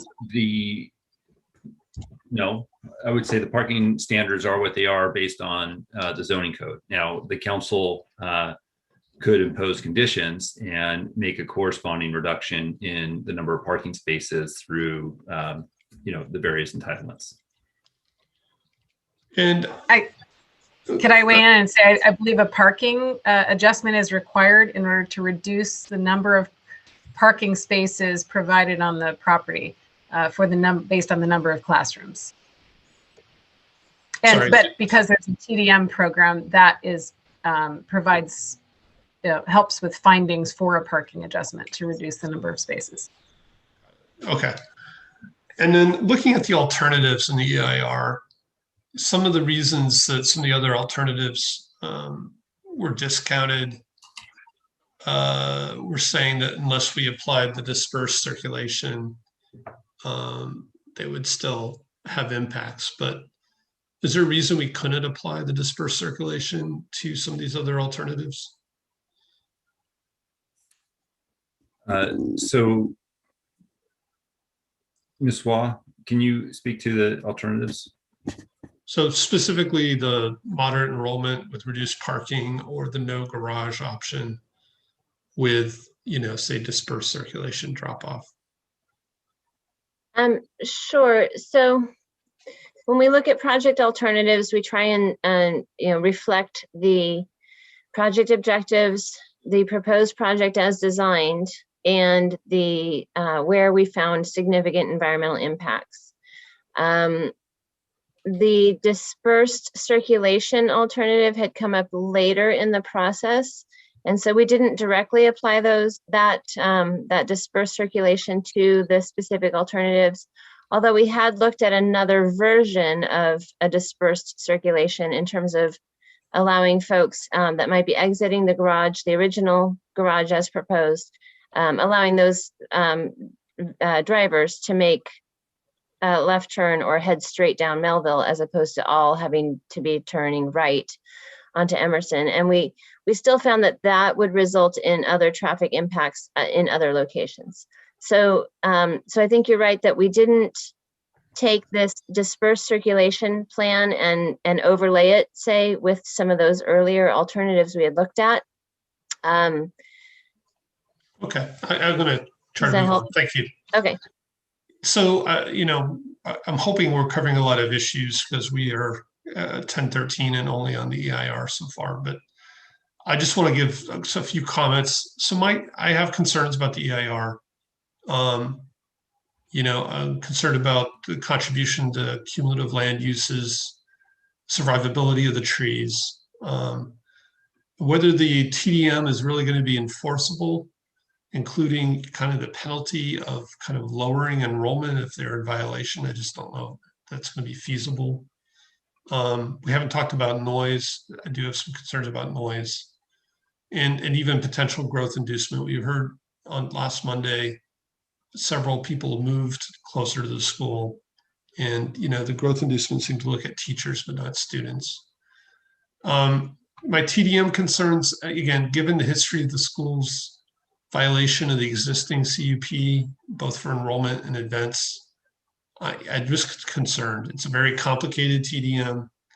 I'm concerned about the city's ability to enforce it. I do think, again, the comparison to other private schools was interesting. Some of those materials, a condition of approval of no amplified sound, I think is something we should consider. And then again, I do think some of these alternatives should be considered. The idea of dispersed circulation seems like it could be applied to all of them. And that seemed to be, again, the traffic issues seem to be the unmitigated situation, some of these other alternatives. And even the offsite alternative was dismissed pretty quickly. I do think there are other locations, even in Palo Alto, that would be feasible. And then finally, I do have issues with the interpretation of code around the parking facility where we started tonight. And I think, if we find that the garage is not really allowed, then, this EIR may not even be relevant. So I just wanted to throw that out there. Okay, Councilmember Koo.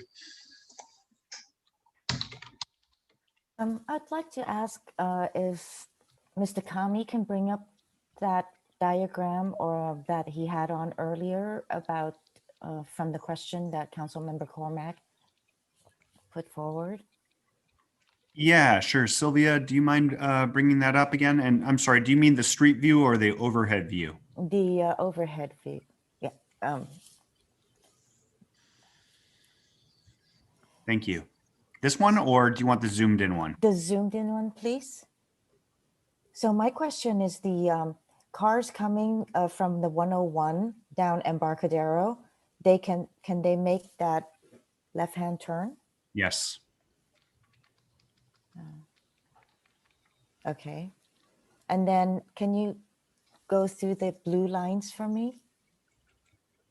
Yeah, so yeah, just starting there, it's kind of moved over towards where I said the bicyclist would ride, but really what they should be doing is queuing more towards the curb. And at that point, you come to the entry where either you're going what's our left, but either to the right. If you're driving a vehicle, you would turn to the right to go into the garage.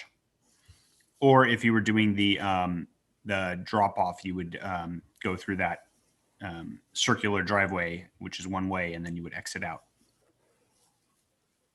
Okay, and then the other point that you have off Kellogg.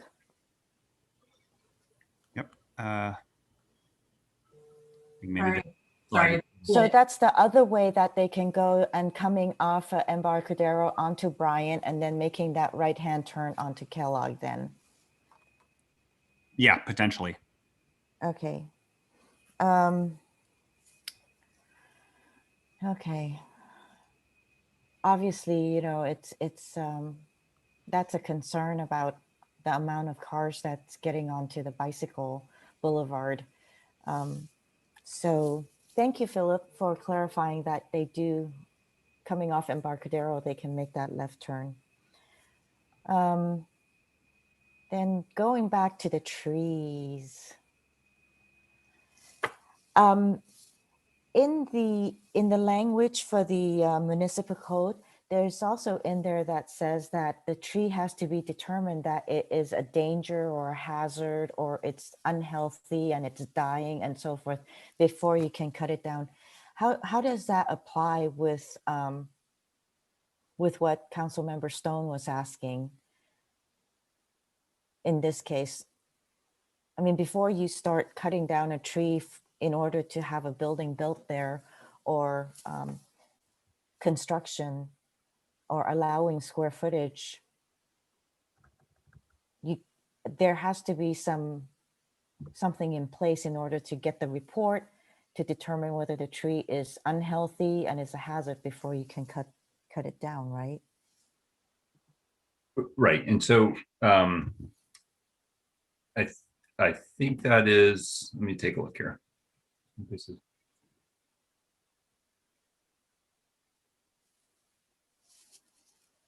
so that's for trees that are not located within the building area is where you need that report.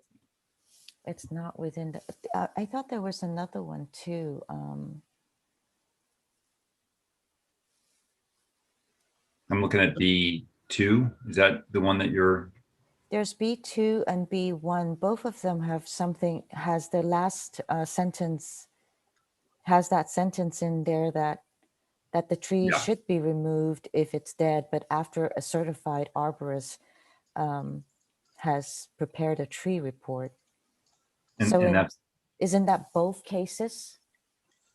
So B1 deals with a tree that's touching the building footprint, right? Or it says if the or the director has determined based on an arborist report that the tree should be removed because it's dead. Okay. Or hazardous, or any of those other reasons. So, I guess, but that report would not be required in the instance that this application presents. The thing is, obviously, we know that Mr. Doctor has been the arborist in Palo Alto for 21 years. And in his letter, which really is meaningful, is that he also has all of his analysis or his delivery presentation that was also affirmed by the original 1996 author, which is the senior city attorney, Deborah Cobble, as well as Ariel Colon and Finn Worth and others. So that actually is, pretty compelling to me when he's interpreting all this. And I've also seen in my profession, when I look at houses or walk through houses, that there has been trees that is in the way, but it's built around the tree. So there has been efforts that's been made where they have built around the tree. So, so I think that, it's just too easy to cut it down. But I see my time is up, and I do have comments about the EIR after this, so I will put my hand back up later. Okay, Vice Mayor Burt. Yeah, I look for kind of quick answers to these questions.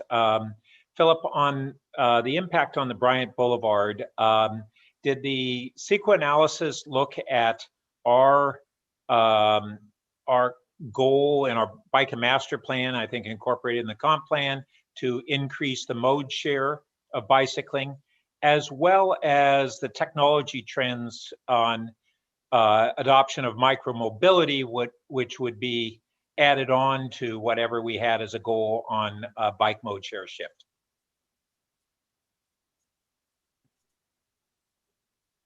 Thank you. So I'm not sure that the CEQA looked at any of those things specifically. I think I can just speak to the plan, is a slight improvement for bicycle safety on the bicycle boulevard due to the fact of the removal of one driveway. Some improved circulation plans, but I don't know that it did anything to look at it further than that. I'm not sure if Catherine Wall might have. Yeah, so Catherine, if you could very quickly let me know whether those two things were addressed or were not addressed? Certainly. I know I'm not the most concise of speakers. We did not look at increases in bicycling. We looked at vehicle traffic volume, because that is the threshold expressed in the master plan, that a bicycle boulevard is appropriate on a street with fewer than 2,000 cars per day. Okay, so the amount of bikes or micro-mobility vehicles doesn't influence your analysis of the CEQA impact. Correct. That's interesting. And it's not necessarily your fault, but it seems like a flaw in what needs to be looked at. So next, really back to Jonathan, the couple questions on the impact on the EIR. If with this revised floor area that you sent over in the memo, does that necessitate a review of the EIR? And the same question applies if we were to determine that the garage had to be counted as floor area, would that result in any need to review the EIR again? No. Okay. I mean, a project description change maybe, but the analysis still holds true. Okay, and same thing on the revised floor area in your memo. Okay, and then lastly, I think there is a referral of the impact on the historic gun building back to an ARB subcommittee. Is that allowed under CEQA to kind of have that kind of analysis done subsequent to the CEQA approval? Well, there is no historic impact. Ms. French, do you want to speak to that? Yes. The Historic Resources Board already evaluated the project for compliance with Secretary of Interior standards for the changes to the building. It was just basically a detail of, the metal stair rail that they were going to see further details about. It's not relevant to the Secretary of Interior standards. Okay, great. That's my end of my questions. Thanks. So just to follow up on that, so this EIR was done in 2020, is that right? It's finished. Yes. And can you clarify what Vice Mayor Burt just asked? So if there's no garage, you said this EIR still applies? So I thought I heard the Vice Mayor say if the garage counted as floor area. That's correct. If it counted as floor area, then you would need to reduce floor area elsewhere, correct? Well, so this was a question that I believed was from a CEQA analysis context. And in that case, whether we count it as floor area or not, the analysis is still the same. It's really a zoning issue as to how you want to count the floor area. The garage doesn't become any more intense just because now we're going to call it floor area. Got it. To your question, if you got rid of the garage, if that was not permitted, then yes, we would want to take a look at the EIR again because circulation would be impacted. Okay. So, and my colleagues. And potentially aesthetics, would have to be looked at. Sorry, say that again. I'm sorry, if you're building an above grade parking structure, something like that, that would become an aesthetics consideration. Right. Okay, I'm going to suggest to my colleagues that we go back to the garage discussion. I think we've exhausted the EIR, and I think before we approve the EIR, we should answer some of these other questions. Is that okay with everybody? All right, so let's resume discussion about the parking structure.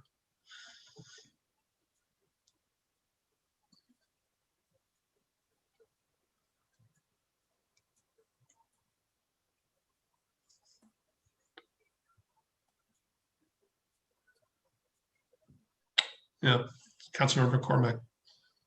Thank you, Mayor Du Bois. As I recall, Councilmember Phil Seth was beginning the discussion about what is and isn't a basement, et cetera. It's pretty clear to me that the underground garage is not a basement. So I'll just set that out there. And I understand that staff's basically saying, like, does this count as floor area or not? So I understand that's the question we have here. And that brings me to my question, which is, in the event that the council decided to allow the underground parking garage not to count towards floor area for this project, what precedent, if any, does that set for other landowners who either have a CUP or in this district or have a similar parcel? Like, help me understand the precedent we might be setting if we chose to do it that way. Okay, now, notwithstanding your comment about it not being a basement, but if Yeah, it got I'm saying if we, I mean, I understand there are other methods that might be available to us, right? That to allow this, but not using this rationale. Well, does that make sense? To allow it using this rationale, I think this interpretation that staff has presented to you is one answer. The other answer is you amend the code, and then as far as okay, so maybe that's really what I'm getting at. If we amend the code, what does that allow for other people? How many other parcels or projects might be affected by doing this? Okay, well, I think that would depend on the code change that gets ultimately approved. But I think that there's enough unique characteristics of the property and the use that a zoning code could probably be pretty narrowly crafted. I don't know if that means it has a lot more applicability beyond the subject property. It may, but it would depend on how we draft that ordinance. Hard to predict precedent on something that we haven't drafted yet. If council wanted us to prepare a, I'm sorry, you keep bouncing all over the screen for me. Oh, sorry, yeah, not my fault. If council were inclined, if in principle the council thought it was a good idea to have a garage, and you weren't supportive of the staff's interpretation, the direction would be to, staff figure out a text amendment to make it work. And then my guess is that you would ask us to narrowly craft it to the extent that it was permissible to apply to the situation. And then through the analysis, through the PTC, and then back to the city council, we would have to explain how we believe that it addresses the specific project and whether other properties may be impacted. Okay, that's helpful, sort of looking at the second and potentially third stage effects. Would it be possible, do we have a representative from the Architectural Review Board here this evening? And would the mayor permit me to ask a question? Yes, of course. I believe we have Osma Thompson available, and there she is. Ms. Thompson, good evening. I understand from the staff report and also reviewing the ARB minutes that the ARB was very supportive of there being an underground garage. And I wonder if you could share with us why that is. Sure, yeah. It's really a matter of aesthetics. An underground garage is mainly out of sight. There is provisions we wanted to make sure that the places where exiting daylight's out are considered, but the aesthetics of an above ground garage versus a below ground garage are like night and day. And we believe that the underground garage was in tune with the comprehensive plan's goals. And so that's why we were supportive of the underground garage. And were there any changes made by the ARB to the design that's visible during that process? Or just the garage? For the underground garage? I believe there was an item about a staircase that was considered as part of exiting. We reviewed that, and I think we wanted to look at it one more time in a subcommittee as part of our approval. Okay, great. Thank you so much. I really appreciate that. I did find, that in this instance, we really do have experts working on this for us, and I found it persuasive that the ARB was supportive of there being an underground garage. And I'll just say while I'm on the topic, I also appreciate the fact that the PTC split on this. And I think if we end up deciding that it's appropriate to have an underground garage, we're going to need to go the method that Director Late was describing. Thank you. My time has expired. Councilmember Philseth, and then Yeah. So I'm sort of torn here because I want to throw out a bit of a conclusion here, or at least move towards there, but not everybody's spoken, but I'll do it anyway.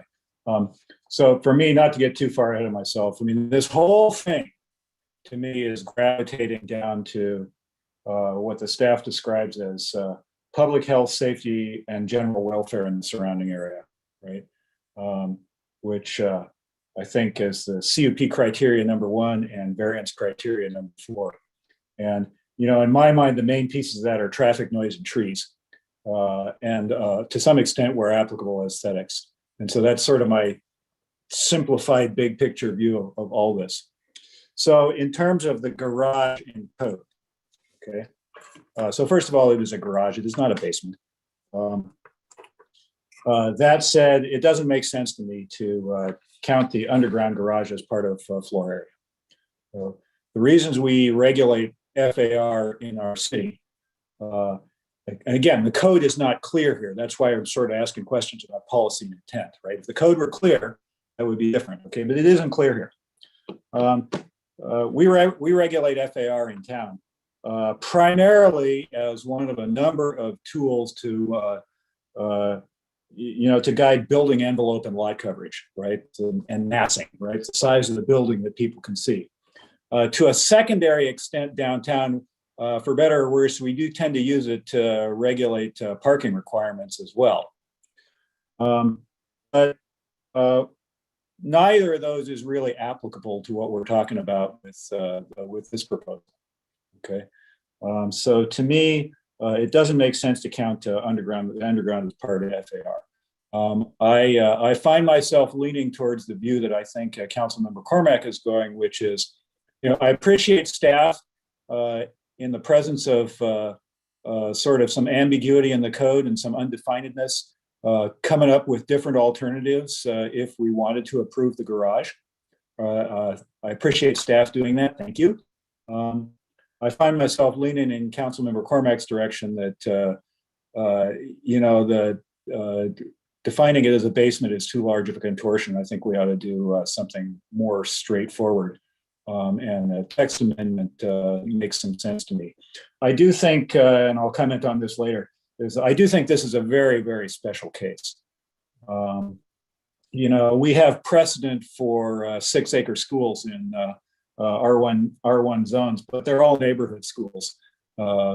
And people walk to them, and so you don't need a giant parking garage like you do for a destination school. We don't have a lot of precedents for destination schools in residential neighborhoods, which I think is one of the big problems with and the big challenges of this project altogether, which is, there are real reasons why destination private schools in residential neighborhoods, once they hit a certain scale, start looking for other alternatives, such as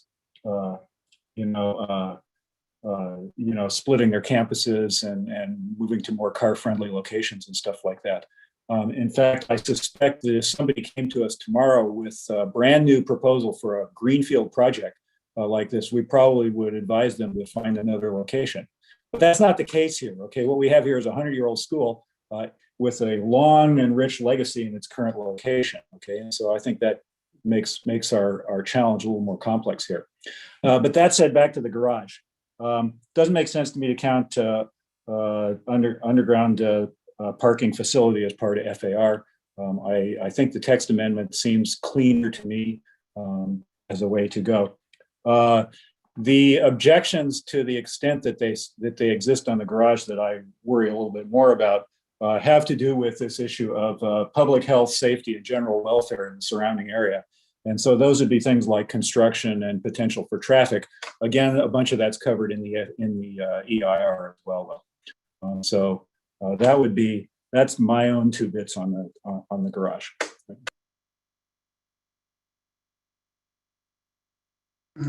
Thank you for that. Councilmember Stone, then Councilmember Ku. Thank you, Mr. Mayor. Molly, I just wanted to follow up on our last discussion when I asked about when there's conflict in the code.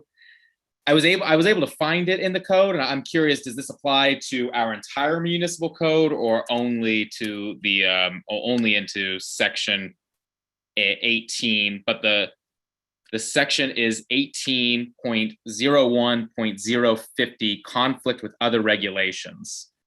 And it states that where conflict occurs between the regulations established by this title and the provisions of any other law, title, ordinance, code, or other regulation effective within the city, including but not limited to Title 16, building regulations, and Chapter 20.08, setback lines, the more restrictive of any such provisions shall apply. So that's where I got where that question was coming from. So does that kind of maybe change your analysis, or does that only apply to section 18 of the code? So two comments while Albert is looking up that specific site, and he's going to help me out here. So what that sounds like to me when you read it to me is a very common type of provision where there might be requirements addressing a similar topic in different places, either within the city code or, for example, in municipal law and also in state law. And a provision is adopted that says that the stricter of the two applies. So it's a statement of intent that where it's regulated at two levels, it's the highest or most protective level that's intended. So as to how that applies here, I'm going to turn to Albert. But the other thing I wanted to add, also I was thinking about our previous exchange, is again, council is the owner of the municipal code. So to the extent that you're doing interpretive work tonight, but you can also do text amendment work as well. And the council started to talk about that in the context of the basement. So this is also something that's completely available to council if it finds that your experience in a particular case with respect to code sections isn't what you want local law to look like, then you can direct us to go back and do some work to amend the code. Albert, can you help out? Sorry, can I just follow up on that real quick? But for the purposes of certifying the EIR, does that need to be, because I understand we need to be consistent with the city's laws and ordinances. So for the purposes of certifying the EIR, I would imagine we don't have that option to make because the amendment would have to come later to the code. Albert, can you talk about the council member's specific ideas here? Yeah, sure. So I agree with Molly on the section of the code that you cited. That is meant to resolve conflicts between two sections of our code that address the same topic. It doesn't really provide us with guidance on how to resolve ambiguities where code doesn't really address something or it's unclear what the code means. And I guess with respect to the concept of the council's ownership of the code, in addition to, you're correct, adopting an amendment to the code would not, apply to a project that's before you immediately. It takes some time to do that, and there's some lag before it becomes effective. But the council can also adopt an interpretation of an ambiguous part of the code, and that's something that staff would then apply, going forward on a consistent basis. Okay, thank you. Then Molly, back to you. Given that this is a quasi-judicial matter, I mean, the issue with the parking facility, we can't just define the underground parking facility as a basement simply because it's like the path of least resistance, right? I mean, we need to vote based on the application of the facts and law here. Yes, that's right.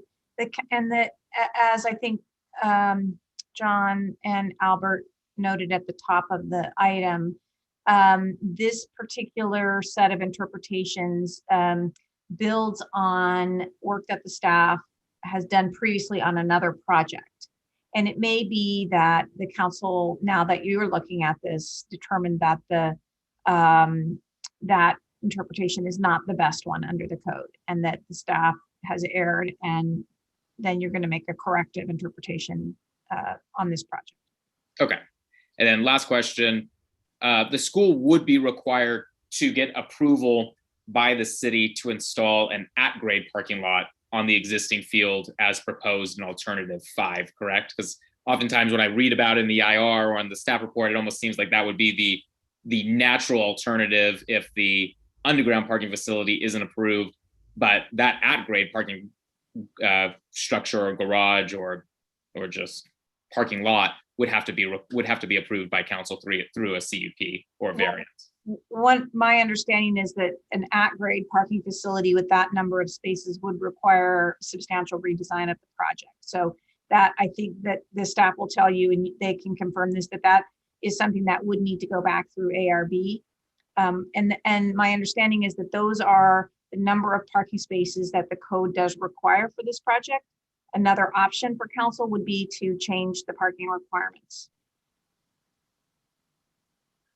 But so to be clear, Castilleja, if we denied the underground parking facility, Castilleja by right would not be able to build an at-grade parking lot, let's say on the field. That would have to come back before council for approval.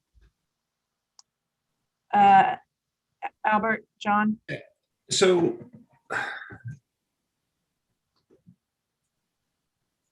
yeah, I believe it would. And the reason I'm hedging on that is because it may not technically require approval by the city council through our process, but the director has the authority to advance items to the city council that are of public interest. And so clearly this is a project of public interest, and through that vehicle, it would come back to the city council. So if the concern is that something's going to happen, without your having to view it, I think that that is unlikely, knowing the director very well.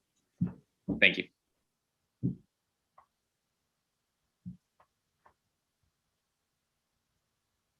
Councilmember Ku. So with regards to the underground, the garage, I think I want to remind that the district is a R1 district. So the rules and the code applies for underground garages within the R1 district. Granted, this one here, this particular property has a CUP, and then we have to go into the findings and so forth. And the whole purpose for this proposal on the underground garage is to accommodate their enrollment. They want to have an increase in enrollment. So, in an R1 neighborhood for a school, what is their build out? I mean, how much density is there planned to be put on this 6.17 acre lot? I guess, I'm reminded of the Stanford GUP and the county coming in and basically says, so what is your build out model? I think this is a question that we really need to ask for the applicant to provide, because it will also put perspective, it will put a process in place. It will also allow the neighbors to recognize or realize where it will stop. Going on like this, the neighbors, the residents have been working at this for, oh my gosh. If I remember back, it started at 2014, and, they've been living on nails the last few years, not knowing what's going to happen. So I think it's important for both sides, both applicant as well as for the neighbors, to know what to expect, which is to have a build out model delivered to the council and to be made public, so we know where it will stop, especially on such a small piece of land, right? And the intensity of the development for this garage now comes forward because of the increase of enrollment that they want. But more than that, we have to be reminded that this is in the R1 district, and we do have other properties within the city that have CUPs within the R1 districts. And that's a lot of the churches, the faith-based groups, organizations. And some of these facilities or some of these faith-based organizations, their attendance levels have been declining, and they've been renting out more of their spaces as offices. So what do we do there? I mean, are we going to start developing all of these lots that are other uses and allowed in R1s with a CUP? And when they start to expand, is that another garage that's going to go in? And with our neighborhood streets that we're trying to make complete streets so everybody can use, where children travels on, and we're trying to have it more bicycle friendly. So, you know, I think, you know, there's so much intertwined discussions within this that it's really hard to agree to such a huge amount of a garage. Also, the reasons that staff provided, for example, they provided only one other example to show that there is a underground garage under the synagogue off of Manuela, Congregation Kolemeth, and there is no code or regulation that they have been able to provide to justify that. And it was never even brought, I mean, it only went to ARB, and you know, ARB doesn't have the ability to consider zoning compliance anymore. So most likely, it might be possible that that garage was not code compliant over at Kolemeth. So we have to, I really believe that we have to be really careful about developing such intensity and density within the R1 districts. I'm sorry, my time is over. Thank you, Vice Mayor Burt. Yeah, so first, I'll say that I think that an underground garage of a certain size may be a preferred site design for this project. But I also agree with my colleagues that a basement's a basement, an underground garage is an underground garage, and coming up with a new euphemism of underground parking facility to avoid calling it an underground garage is a pretty contorted approach. And the reason I bring this up is because I think that this whole issue, maybe staff has been maybe unconsciously driven by also thinking that an underground garage may be good for the site design, and that there was certain neighbors who wanted, so how do we justify it and rationalize it? And that's kind of an insidious path, not a malicious, but an insidious one that we risk getting sucked into. And so I think this was a bad path to follow, to try to rationalize it as a basement.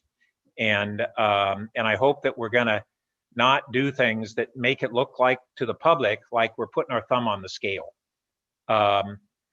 So next, I do have problems too on page 132 of the staff report as really in principle on how we're treating these things. It says there's no prohibition for non-residential uses in R1 zones. On this point alone, staff doesn't believe the code allows for any reasonable debate.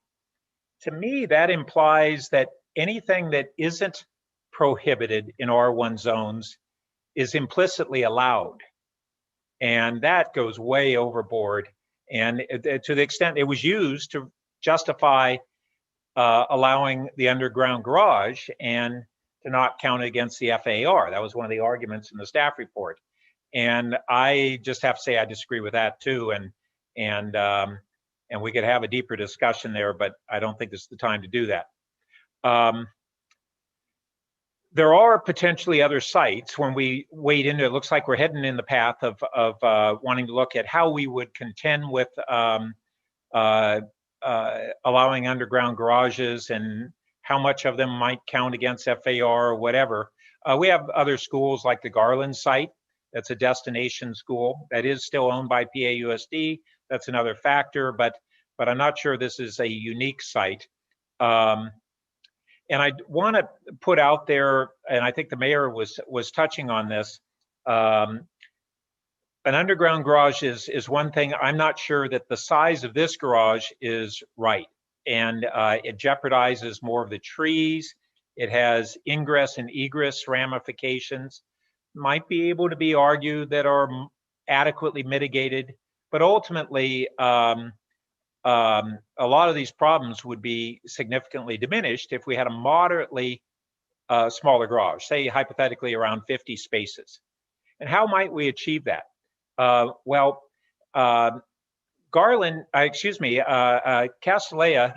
currently has elevated their local Palo Alto student population from, I think, 25% to around 30%.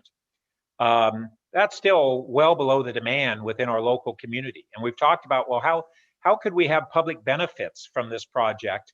And Castilleja had argued, well, they're not allowed to have public events on site, and that was their kind of whole definition of what might be a public benefit. So I'd like my colleagues to consider whether increasing the percentage of students who are from Palo Alto, maybe from 30 to 40%, not a drastic one, and some increase from East Palo Alto or other social and economically disadvantaged adjacent communities like Bellhaven, could have multiple benefits. It would be a public benefit. It would reduce the garage size. It would reduce the impacts on the ingress and the egress. It would reduce the trees that would be jeopardized as a result of the garage. And so there's a whole bunch of potential benefits. Oh, and it reduced the cost of building the garage by a couple $1 million, maybe $3 million as well. And I don't see the real downside to the school when they've talked about, and many of their backers have talked about the benefit being that it serves local girls who want to go to have this opportunity for this kind of an education. And it would slightly shift it from being a big regional draw to still being a regional school, a commuter school, but just tip it more toward serving the local community to a greater degree without a drastic change. So just encourage further consideration of that. So again, I'll jump in. So first of all, none of us have said it tonight. I think I know we all support women's education and support Castilleja as a school, and that's why we're struggling with this. And the city has done a lot for Castilleja in the past. We've ceded the land where the Melville Street was going to be. The schools purchased properties and incorporated that land, particularly along Embarcadero over time. So I agree that the project does not meet the definition of a basement, and I agree that we shouldn't contort ourselves to try to get there. And Councilmember Cormack asked precisely the question I had, which was, what would a text amendment look like and how narrow could it be? Because I am concerned about unintended consequences, and we do have churches and schools on large lots in R1 and kind of throughout town. And so the way I thought about this was, a garage underground is not allowed in R1 for residential use. And this isn't a residential use, but the question is, to me, is what did past councils, didn't anticipate this kind of use in an R1, or did they not want this kind of use in an R1? We have an explicit ordinance that prohibits cars underground for residential. And I believe the past councils intentionally did that because large underground structures in R1 is an intensification of use. We heard earlier you could have a large, home as a compound with garage underneath. And I think councils in the past have not supported that. And then we had a CUP process for other uses in R1, which is this falls under. We've also had discussions of whether basements should be considered and count as FAR and R1 in the past. And again, that was really around kind of, are we over intensifying use in our residential neighborhoods? So it kind of leads me to conclude that because this is not a basement, it is a parking facility that, it's inconsistent with the zoning code. We rarely have projects that generate this amount of public scrutiny and sustained concern over years. And just the sheer volume of activity around this project, I think, should signal all of us that we may be forcing a very large square peg into a round hole. And so all of those thoughts kind of lead me to the place where I think we should count the garage as FAR. And so that's kind of where I am. I think Councilmember or Vice Mayor Berth's idea of a smaller garage, makes sense. I actually think the no garage option with, the dispersed drop off could work. I don't know if you guys looked at that alternative in any detail. There would be another surface parking lot, but there would also be potentially more trees and vegetation around it. I've also, given some thought to the idea of more Palo Alto girls enrolled here. I think some of the feedback I got talking to some parents, these are high performing, very involved women who have a lot of extracurricular activities. I'm not sure how much we could assume they would be able to bike to school if they need to drive to a club sports team or some other area. I think it's an interesting idea. I'm not sure that we could, how much we could reduce parking because of that. So again, given the hour, I think it's time that we start to express kind of where each of us is, which I just attempted to do. So I'll stop there.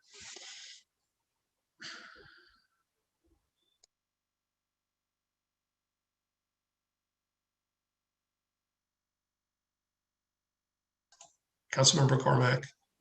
Mr. Mayor, are you still looking just on this particular topic, or are we supposed to be talking about the other 4 we haven't gotten to yet? Well, the garage on its own seems like maybe something we should come to a conclusion on. Okay, all right. Okay. Well, I've spoken on that. I mean, my conclusion, I don't know if we should start making some motions, but Councilmember Stone.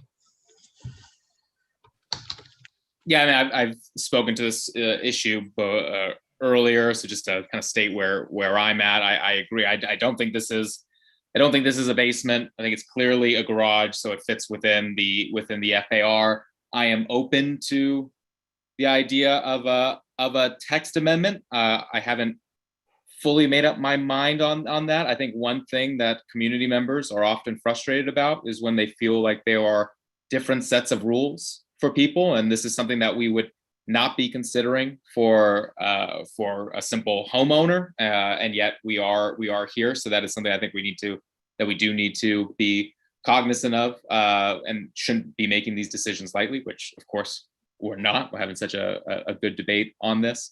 I really like the idea of what the Vice Mayor discussed previously about a reduced garage and finding and tying the Palo Alto benefit to having an increased enrollment of Palo Alto students, as well as low income students. And I know that low income students may not be kind of a part of this idea of reducing traffic, but I think that really would also provide a greater public benefit. But the idea of having the additional Palo Alto students, I'm interested, Mr. Mayor, you talked about students having additional extracurricular activities where they may not be able to bike to school.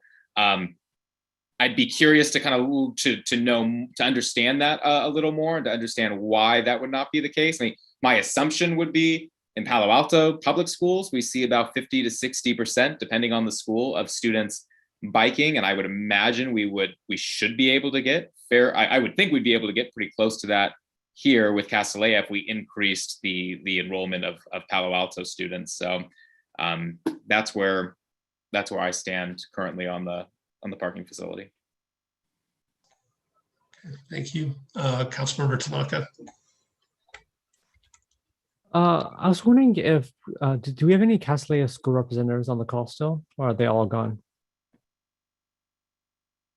No, the applicant's still present. Sure. Okay, so I was wondering if the applicant can comment on the idea of having more local enrollment. I don't know if someone from the school, and also what, I guess also the thoughts of kind of like a major redesign. What would their thoughts be? Because I think there's a certain kind of funding that they're trying to achieve to build this or to do anything. And I'd love to hear from their perspective, their thoughts around this.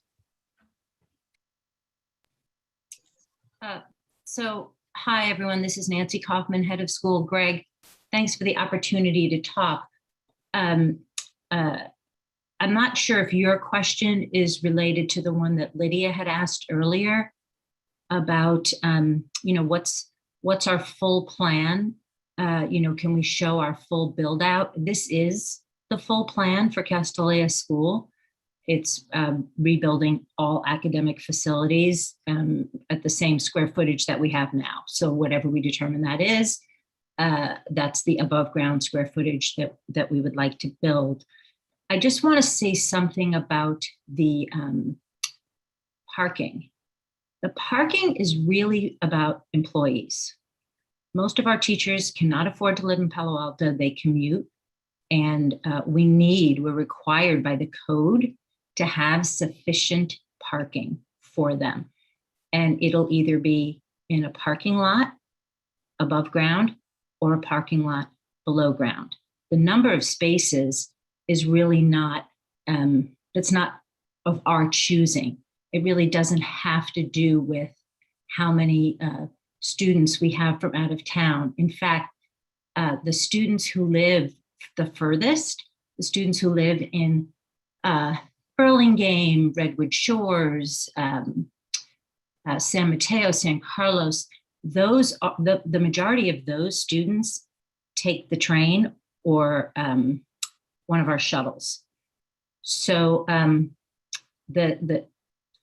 hopefully that clarifies some of that. I forget, you asked me one other question. Well, I guess you guys have been at it for 6 years, right? I guess 2014, right? So what would a major redesign mean at this point? Well, I don't know what you mean by major redesign. Well, here's some of the discussions like, well, let's get get rid of eliminate all the underground parking, right? So that means the field will be. Right. So we would have to build parking on our surface somewhere. So we would have to redesign. I mean, basically, we'd be eliminating green space. We wouldn't be eliminating building, because our goal is to rebuild the square footage of above ground that we already have. So the primary impact I would see would be on the green space on campus. And I should mention also that we have reduced the size of the garage a few times. So I actually don't have the data in front of me, but that has, the size of it has been reduced a fair amount. Does that answer your question, Greg? Councilman Tanaka, I'm sorry. I want to be sure that you and Councilwoman Koo have your questions answered.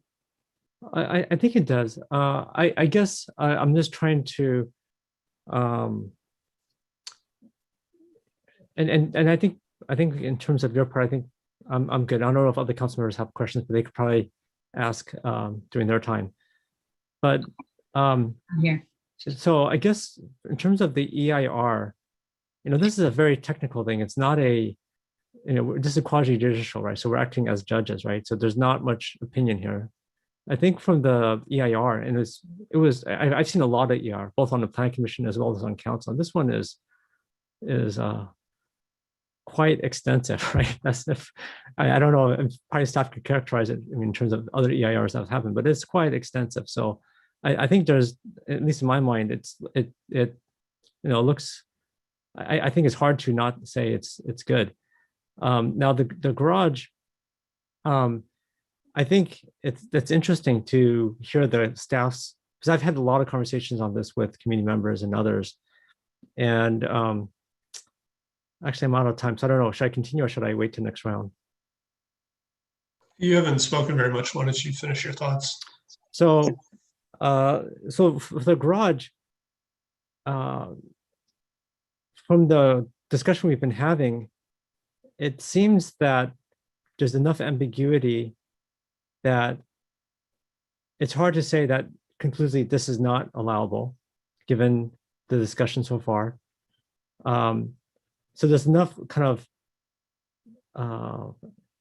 I get all the definitions and all the legal issues, but I can understand why staff made this recommendation. But I think because there's ambiguity, it's kind of up to us on council. We have to think about what is best, what is the overall good for the community. And I was just thinking about what the applicant was talking about, right?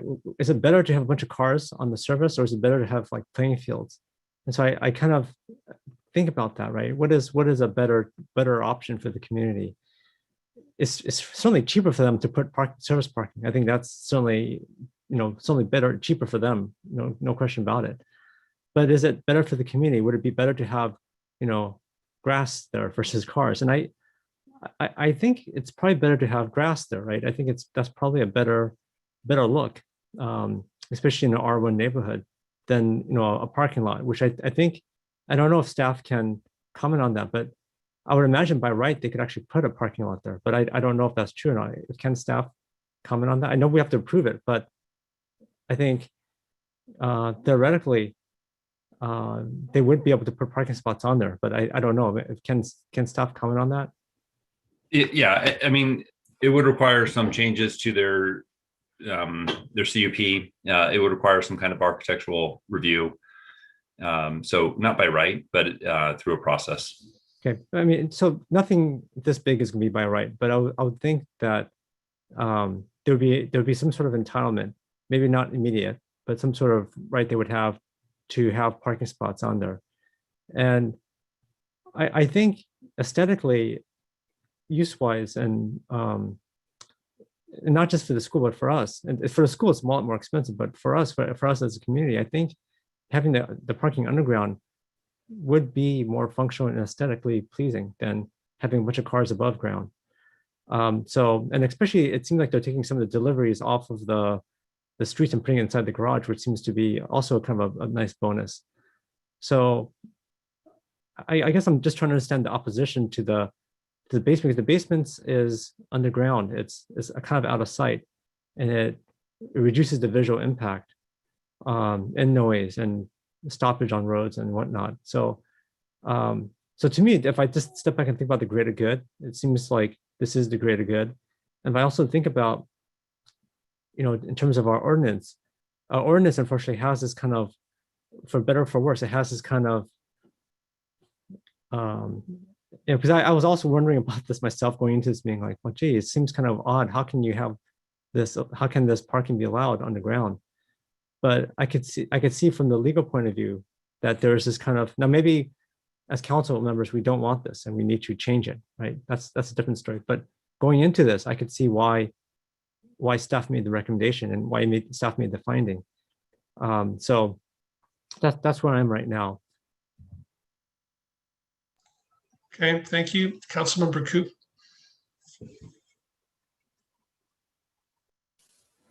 So I understand that we have discretionary over this, the decision over this project.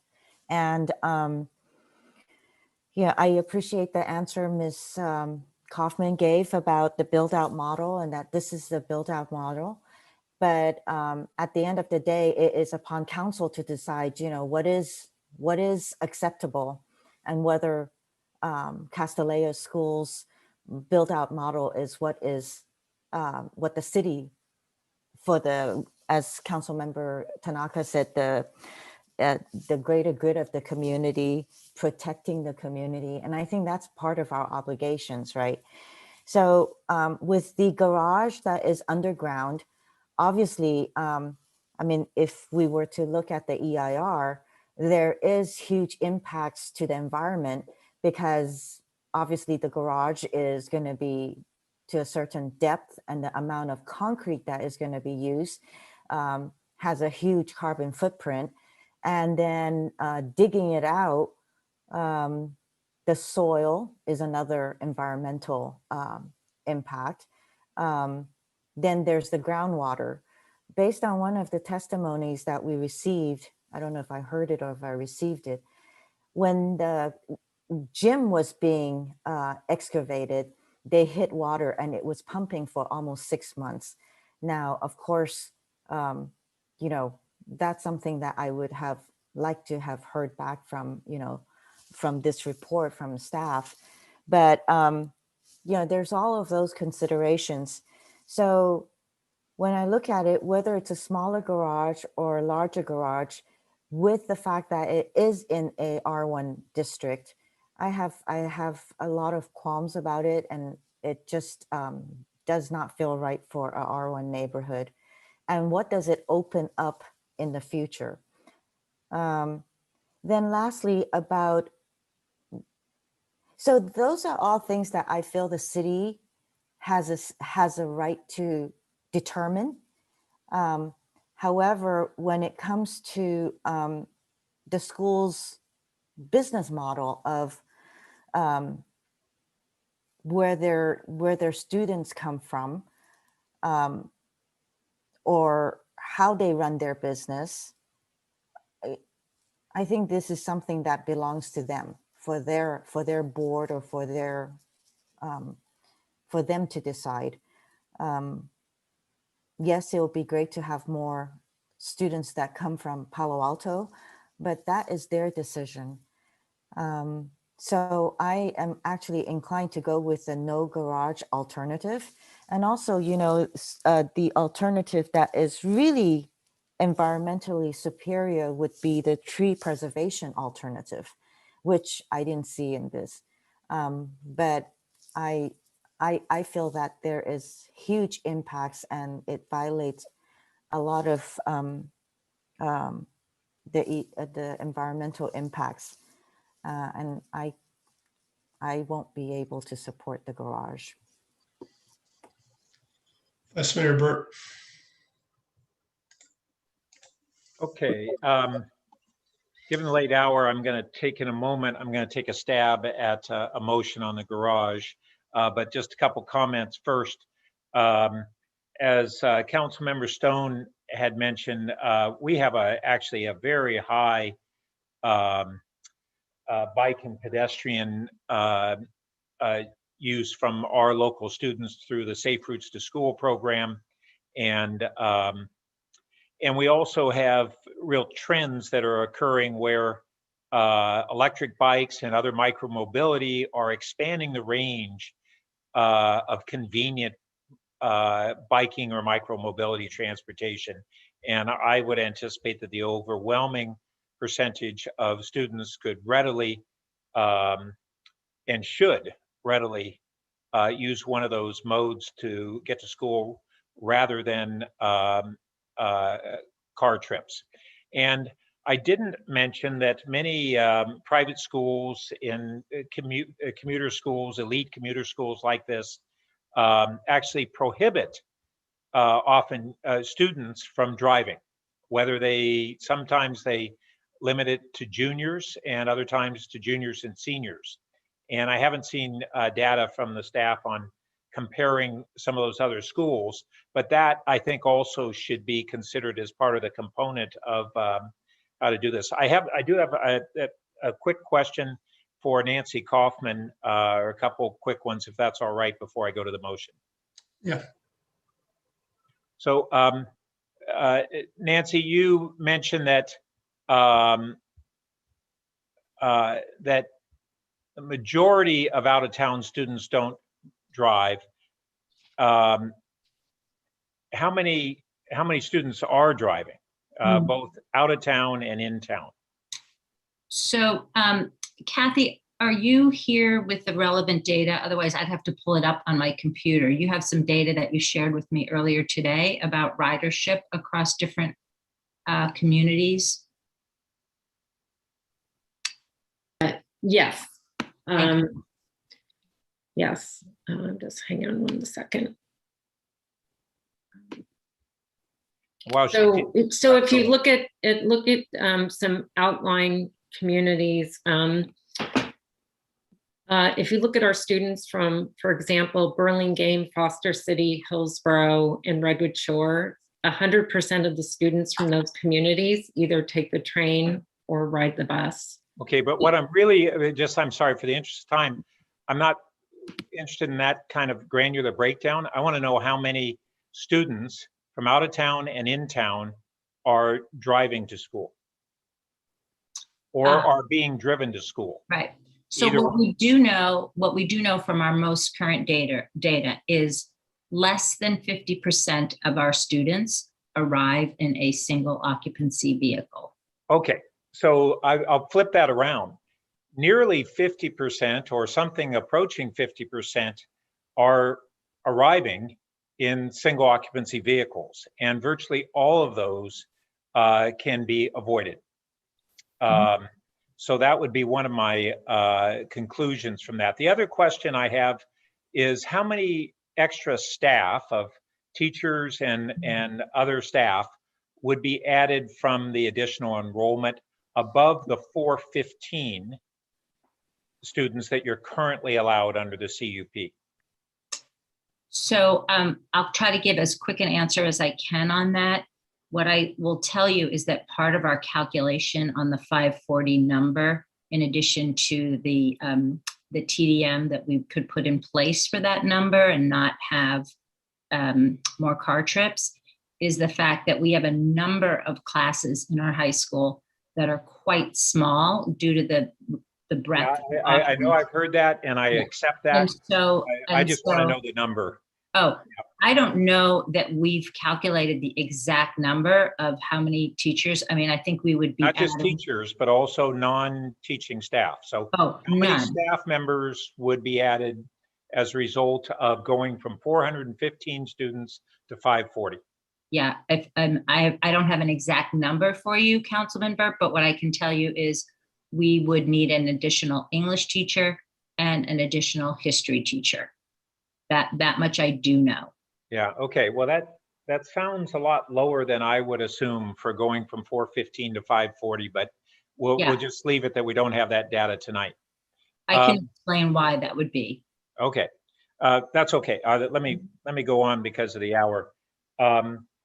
So returning to colleagues, let me try a motion, recognizing that I don't think that we are ready tonight as a group to decide clearly one way or another whether a garage is a good thing or a bad thing. And we also, I think, will have some different feelings from the neighbors on that. The instigation for the garage was a good portion of the neighbors initially, and then we had a blowback from neighbors that were concerned about the impacts of the garage at the size that it was that was brought forward. And some of the Castilleja representatives said, "Oh, they've changed their mind." I don't think they changed their mind. I think they're different neighbors with different impacts and different concerns. And so the question is there a balance that can be struck that takes the cars off the street, takes the cars off the surface, which are advantages, without having significant impacts on ingress and egress and trees and related matters. And so that's what I'm interested in. And I don't think we're ready to decide tonight for certain on what the garage outcome would be. So my motion would be to direct staff to treat the, what do we call it? The underground parking facility as an underground garage and not as a basement. Second, to return to the council with alternatives of either counting all of the underground garage as floor area, or another alternative of not doing so in some form, and what the implications would be on other properties of that zone change.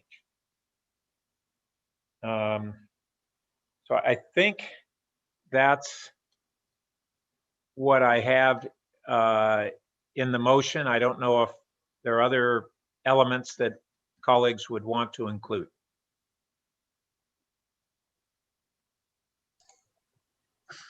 So could we ask staff for a reaction to this motion? Or, I mean, what does this mean for the project? I guess I don't know if the clerk has drafted that, and if so, maybe that can get posted.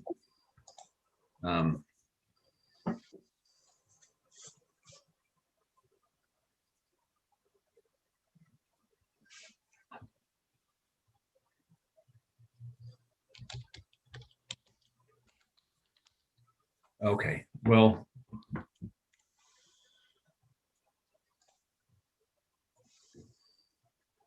so I guess it should say alternatives. Yes, thank you.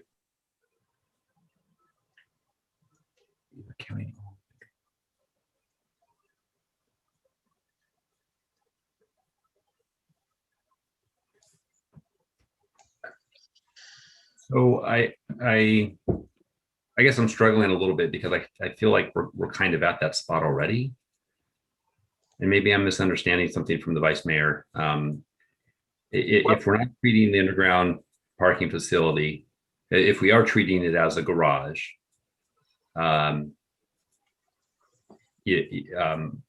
so, and you want it to count as floor area. I mean, that's basically what A is saying, is counted as floor area. Well, no, first it's a garage, separate question. Do we or don't we count it as a floor area? Well, I think that's the question we're asking.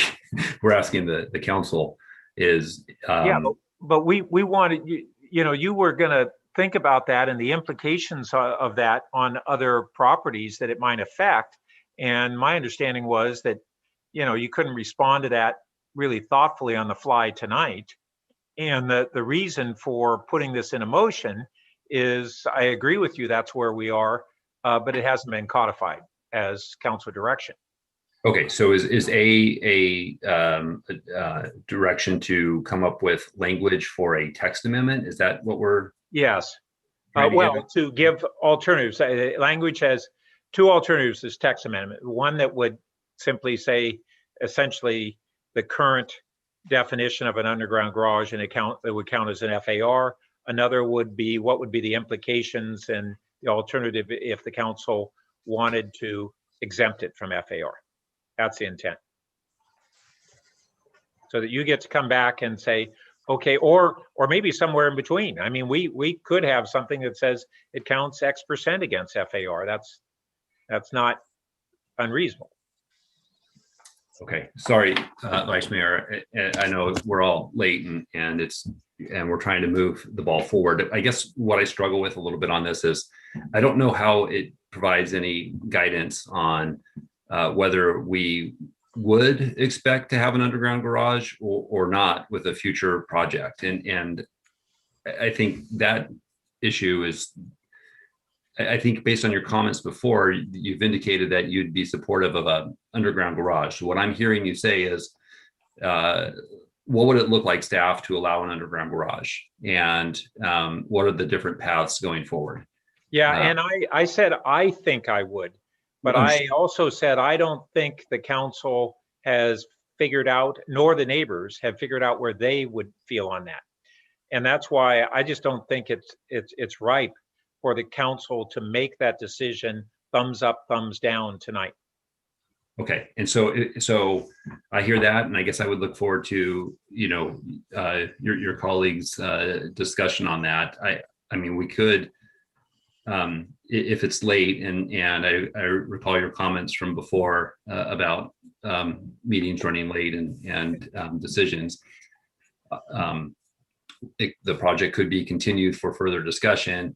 I just feel like I don't know how much more information I can come back with to. Well, one of the big things I thought you mentioned earlier was Councilmember Philseth asked, well, what other properties would this affect, and what would be the implications of the zone change beyond this site? And I think that's one of the things that the council needs to understand before we just make a text change, intending it to be for this site.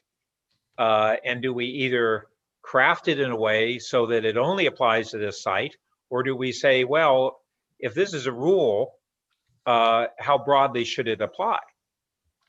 Right. And so if council gave us that direction, we would go and draft that language. If the council wanted to narrowly craft, if council directed staff to narrowly craft a text amendment that would allow for a subterranean garage at Castilleja, we would look at ways to do that. We would probably look at size of parcels. We'd look at intended uses. We might look at locations of streets. There may be some other factors that we would consider to narrowly craft a set of regulations. If it was the intent to apply it more broadly, we would loosen up some of those standards. So I guess what I'm saying is, if we got the council direction to do something, we can go study that and come up with some language, and we can tell you what that would mean. But I'm also hearing that you're not ready for that. Crafting it as narrowly as you described would not really be spot zoning. So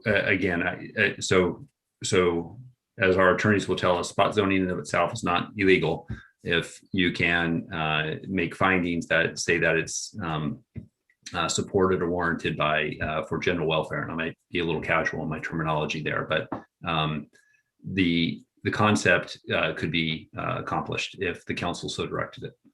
So Vice Mayor, I'm not hearing a second, and I am wondering. Sorry, I apologize. Since it is kind of late, I wondered if council would be interested in moving on and maybe discussing enrollment or the variance. You could give some feedback on that. I do feel like we're going to end up continuing this item. I see a nodding head. I don't know how the rest of you feel. I'm good either way. I thought that there was an interest in trying to get some direction out of this one portion, and that was my effort. I think, yeah, I appreciate it. And I think I agree with you that I'm not sure we're coalesced. I think maybe if we talk about some of these other issues, it might help us and we could come back. I'm game to withdraw the motion then if no one else wants to go forward with it at this time. Well, I'm willing to second the motion and put it up for a vote, because I do think it would be helpful to be able to have some direction moving forward. Because it does seem like we have agreed on at least the first part of this motion, and I would like to see. I think one of the problems with this discussion is we're getting a sense of where we're going, but now not having a better understanding of what the various alternatives could be is making this conversation difficult to have. Yep. So did you second the motion? Yes. Okay. Councilmember Cormack, do you want to speak to the motion or the process? I do. Councilmember Stone, have you completed speaking to your second? Just to be clear. Okay, great. Thanks. Okay. I'm fine with A. Let me ask staff, is B, the first part of B, does that not sort of imply that the applicant would have to redesign the project?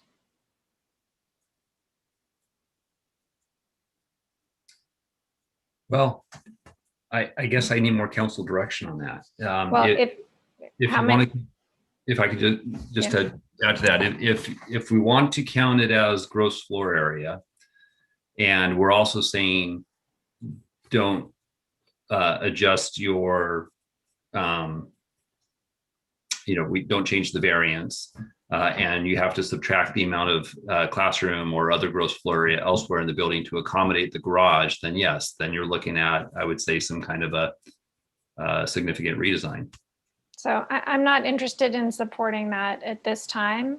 And then I don't think the second part of B is clear. I think the second part of B that I had talked about earlier was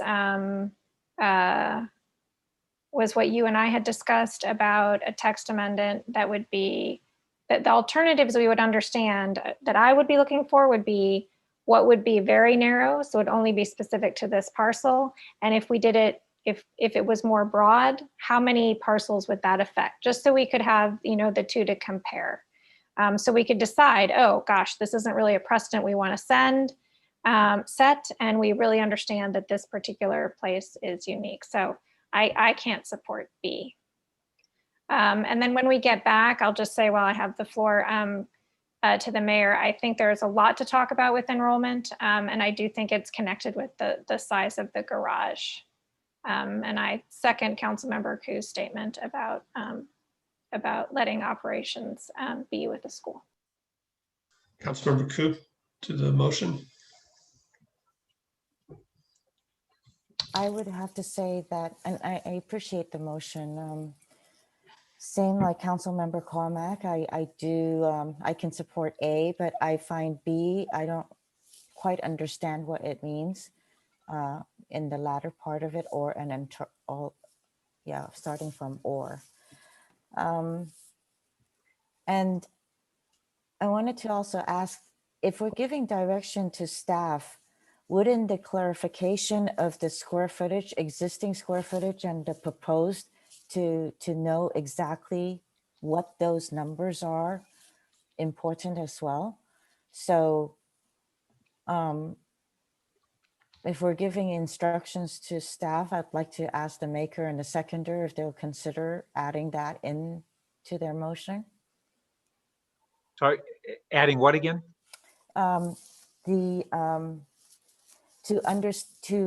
To have staff provide to a code inspector the existing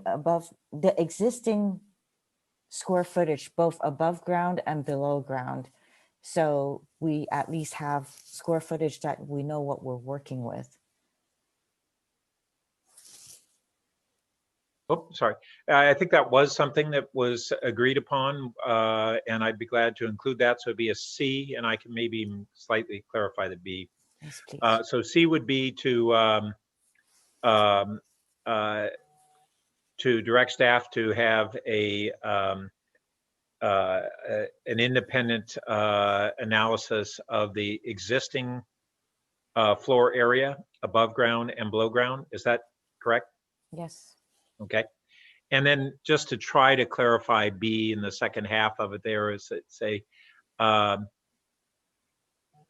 alternative of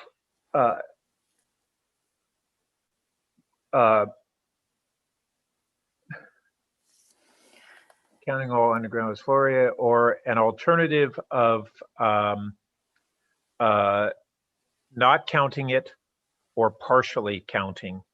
Not counting floor area or partially counting floor area. And then maybe a period after, delete doing so in some form. And then the next sentence would be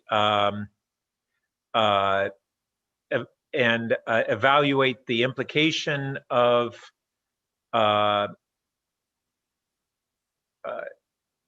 the text change on other properties in R1 zones. And Jonathan, essentially, there's fewer implications if he's able to do what he thinks he can, which is to craft it in a way that is pretty restrictive around this property.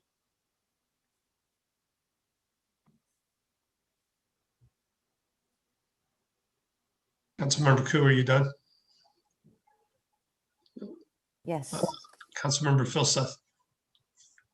Well, I'm pretty much in concurrence with Councilmember Cormack on this one. I understand number A, right? number B is, I think the reason we're struggling with this is that, doing number A, I'm not sure how much that moves us forward, right? I mean, I think the real decision here is, are we going to approve a garage or not? Okay. And, I think what I take from number A is, if we're going to approve a garage, then we need a text amendment. And, we're asking Jonathan what the text amendment's going to do. And Jonathan's telling us, tell us what you want in the text amendment. So what you want it to do, right? So I'm not sure how much this moves it forward. I agree with C. I think we should do that. But A and B, again, I'm not sure how much value that adds right now. I think we're skirting around the real decision, which is, are we going to approve a garage or not? Thanks. Councilmember Tanaka.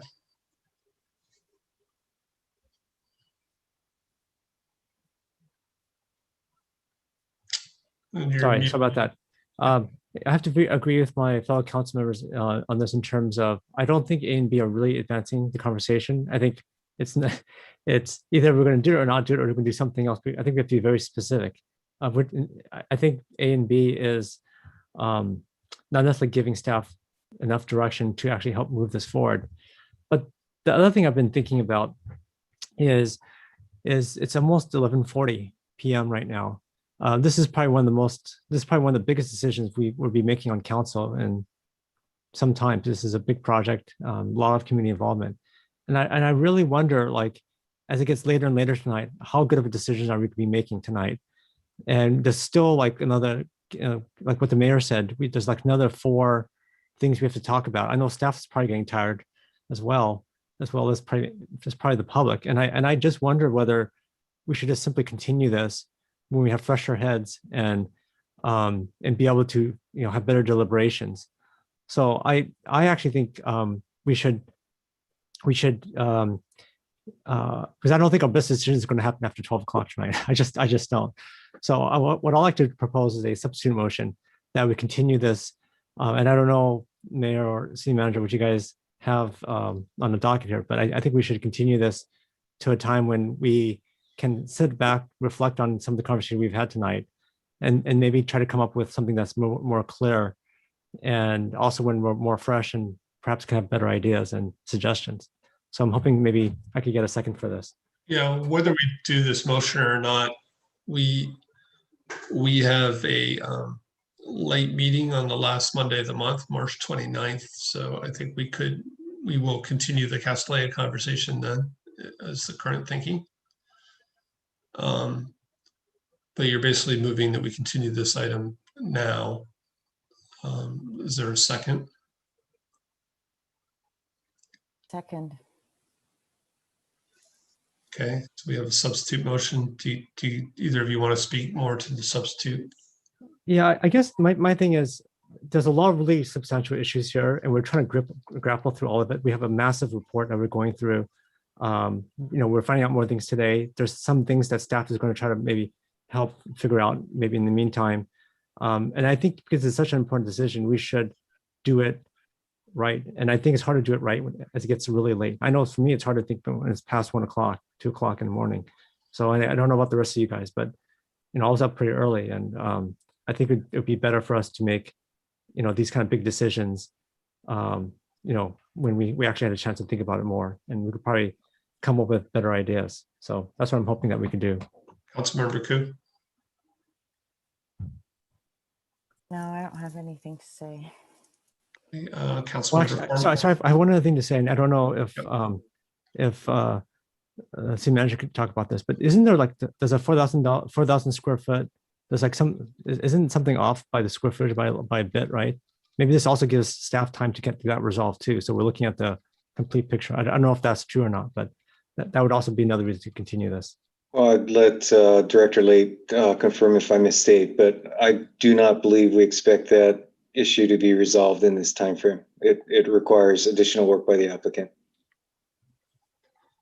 Councilmember Cormack, do you want to speak to this? Yes, I'll be voting against it, not because I'm not tired, but because I think it's important for us to discuss enrollment, which is really the pivotal part of this whole project. And I'd like to get some answers from the applicant on that. So I'll be voting against this. Councilmember Filseth. Well, I think Councilmember Cormack just answered the question I was going to ask, which is, what do you want to accomplish? That should we still try to get some stuff done tonight before we adjourn? And Vice Mayor Burt. Yeah, it doesn't look like there's the votes for the motion, but just to clarify, it's not, the intent of the motion is not to make a definitive decision tonight on the text change, other than that we're in agreement that the underground parking facility should be classified as an underground garage. And then the question is, can we get information, alternatives back from staff that will let us, when we resume this discussion, have a couple of alternatives to sink our teeth into. And that's what the outcome of B would be. It's not deciding what we're going to do. It's asking staff to return with a couple of alternatives and the ramifications of those, along with C, which is what I don't know that they'd be able to do that in time, but it would help inform some of the other issues as well. So the intent is to tee things up for a more productive next meeting. That's what this motion's about. So hearing everybody speak, I'm not going to support the substitute motion right now.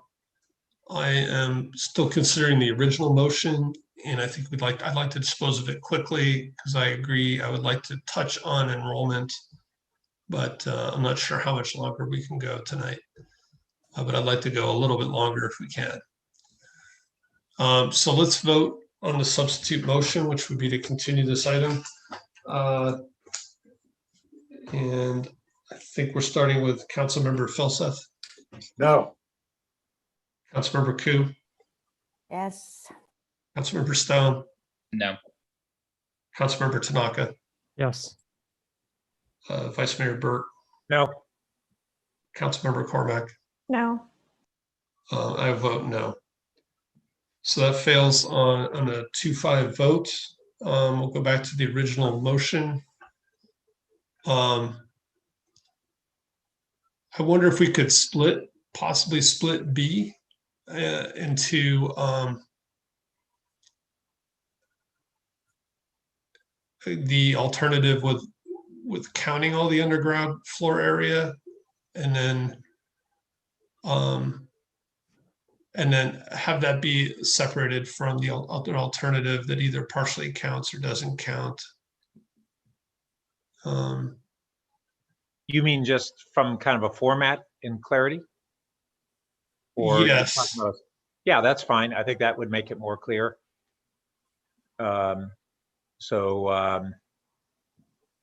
After so B would be, return with an alternative counting all the underground garages floor area, and then C would be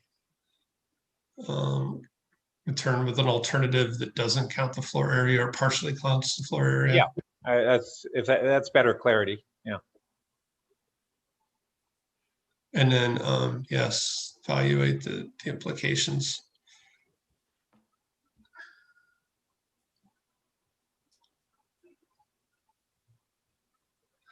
So the one thing we could do is we could split the vote, but that would be I'd rather not at this hour. Yeah. Okay, Councilmember. So again, I would support this if we can dispose of this quickly and then potentially have even an initial kind of estimation from staff when we continue the item. I don't know how realistic that is. Councilmember Cormack. I'm still trying to understand B, and I just want to come back to Director Late. If we count all the underground garages floor area, in your professional opinion, does that require a redesign of the project? It depends. Well, if you want that floor area to count toward the project, and we don't want to allow a single square foot more than exists today, then absolutely yes. It requires either a smaller garage, an elimination of the garage, or a smaller campus building, classroom building. So I guess I'm sorry, it is late. So I wonder if the maker, are you trying to get at the implications of this? Because I feel like B says, bring me back a project that meets all the requirements when we count the garage's floor area. If what you're really trying to get at is help us understand the implications of B and C. I think the implications of B to me are fairly clear. It's the implications of D. So I actually think that C should be B1 and D should be B2. Otherwise it just doesn't, or yeah. Because they're the two alternatives under B. So yeah, I think that the implication of the of counting the I'm sorry, I'm just have to not counting the floor area or partially counting it. The part that I'm hung up on, Vice Mayor Burt, is the word alternative. It sounds to me like you're asking for a project. If you're just asking for help us understand what it will look like, what changes might have to be made. It's an alternative text change is what I meant there. Okay. So if we reword that, that's fine.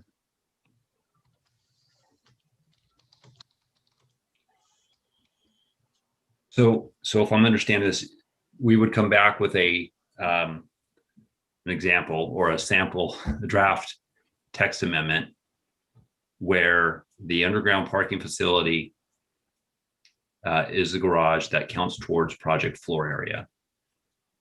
And the expected result of that would be, would be either the applicant would shrink the It's garage. up to the applicant, basically. I mean, if the council wants to go that direction, and then it drives what the applicant would want to do with that. Okay, I guess where I'm struggling is, so I can give you a text amendment that accomplishes what you want to accomplish. And I guess what we still don't know at the end of that next, between now and that next meeting is whether the council wants a subterranean garage at the property or not. That's right. And we would decide that at the next meeting. I don't think we're ready to decide that tonight. Okay. And so what you're saying is give us a couple examples of what this garage might look like and what's the implication, what this text amendment might look like and what's the implications of that. Yeah, if we count it as floor area and if we don't. Okay, and if we count, okay, I got it. All right, so we come back to the next meeting. I give you a rough sort of draft text ordinance amendment language that says the garage is a garage and it counts towards floor area, and here are the likely results. Project gets redesigned, the garage gets eliminated or reduced, and they still meet their threshold. Here's a text amendment that it calls it a garage, but it doesn't count toward floor area, and you're basically where the project is now. Yeah, so here's the other thing that I'm struggling with. Since we closed the public hearing, I think we're interested in hearing from both Castilleja on their response to this and from neighbors. So do we want to, when this returns to us, do we want to know what they think of these options, and how would we do that? Before we get there, Vice Mayor, if I could just reclaim the floor and then I will relinquish it. Okay. I thought the idea of doing this was sending this to the PTC, right? Who's charged with doing this kind of work for us, not and letting staff send this to the PTC. So not bring it back to council for. You thought that? I didn't. So. I think that's what Director Late had suggested earlier. Oh, I didn't hear that. And either way, that's not the motion. So yeah, it was in the staff. I'm done. Yeah. So that what Council Member Cormack is referring to was included in the staff report as if we wanted to draft some language that it would go to the Planning Commission, because that's the agency that makes recommendations to the council on text amendments. And so to your point, Vice Mayor, about the public, I agree that if we come up with some new language, we do want to re-engage in public comment. That's what we did at the Planning and Transportation Commission. My concern is that the council hasn't gotten through a lot of the other key issues, and I want us to do that before we open it back up again. Good point. Okay, so I'm going to suggest we vote on this motion. Then we each do kind of a lightning round of major questions or comments, and like maybe 5 minutes each, and then we continue the item. So that's my proposal. So let's vote on this motion. Vice Mayor Burt? Yes. Councilmember Cormack? No. I will vote yes. Councilmember Filseth? No. Councilmember Koo? Yes. Councilmember Stone? Yes. And Councilmember Tanaka? No. All right, so I think that passed on a 4-3 vote with Councilmembers Cormack, Filseth, and Tanaka against.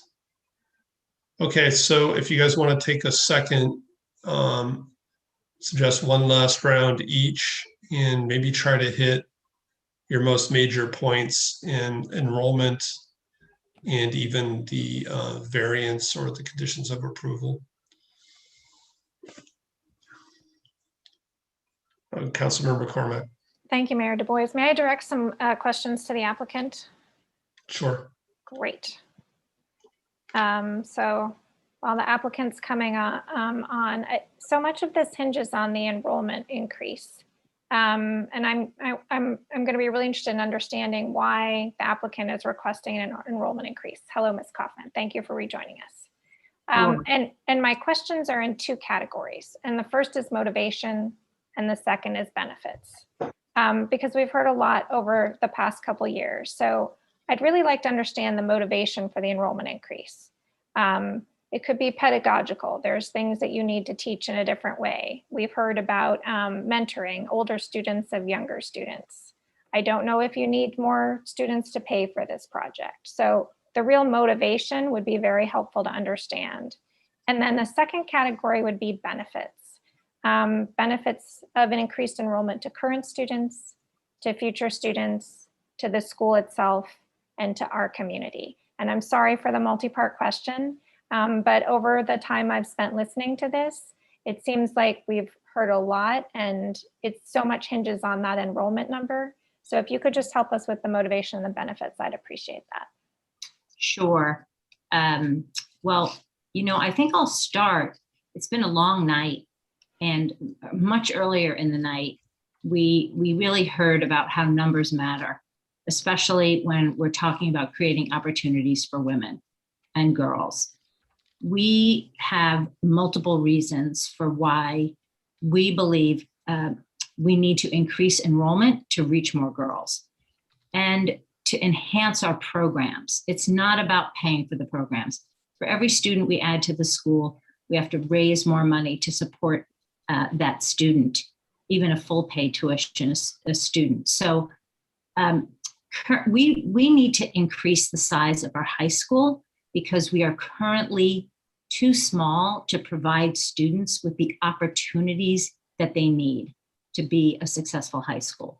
We have computer science programs, engineering programs, environmental sustainability, artificial intelligence.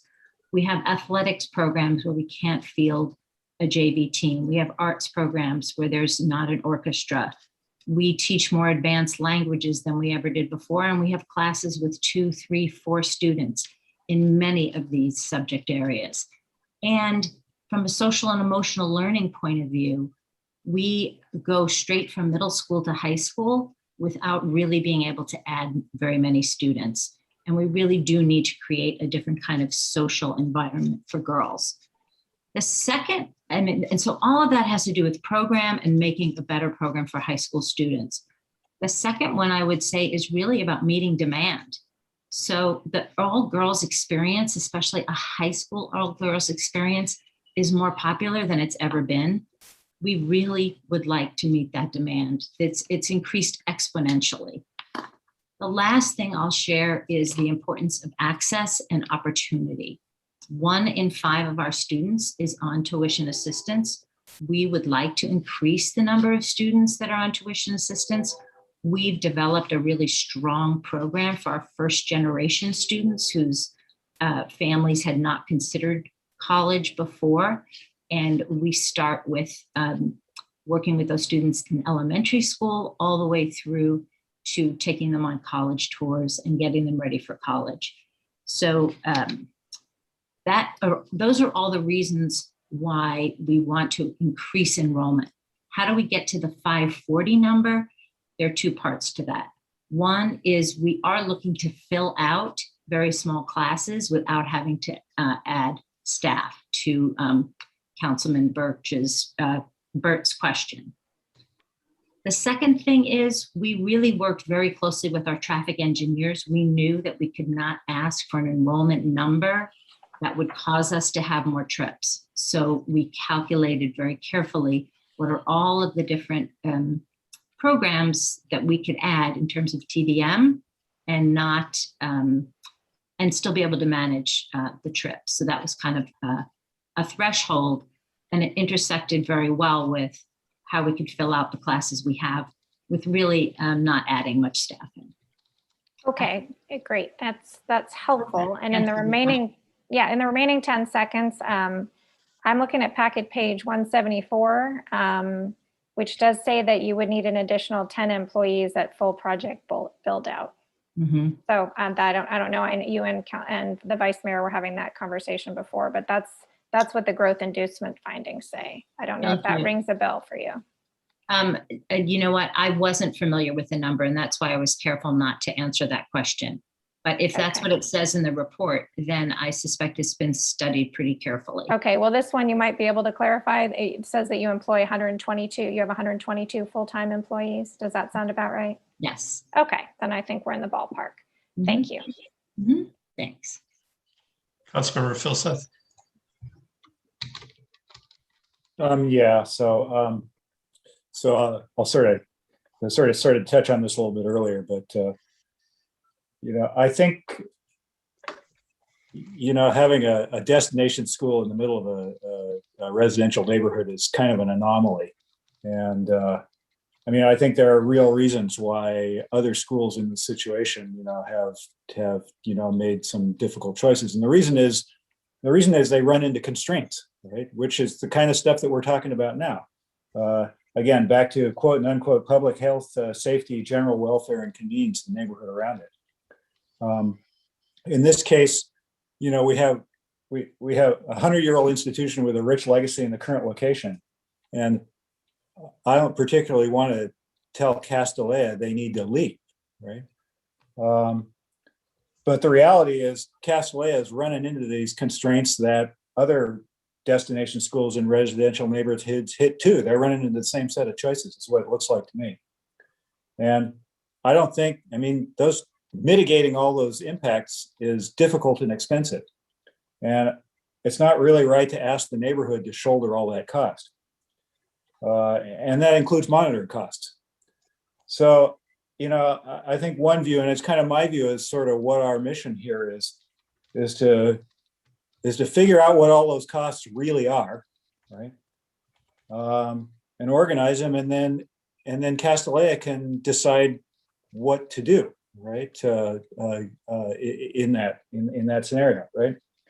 But other schools have faced these choices, and they've made decisions on, sort of sweeping decisions on this kind of stuff because those impacts and costs are significant. But that's what they are. And so this is where we find ourselves, and that's what we got to sort through. Going forward, I think again, back to public health, safety, general welfare, and convenience of the surrounding neighborhood in the city. I think the dominant part of that is going to be traffic, noise, and trees, and to some extent aesthetics. And so what I'm really hoping that we'll get a lot of focus on the next session is the no new trips. I think that's going to be fiendishly hard to monitor and measure accurately, but it's pretty central.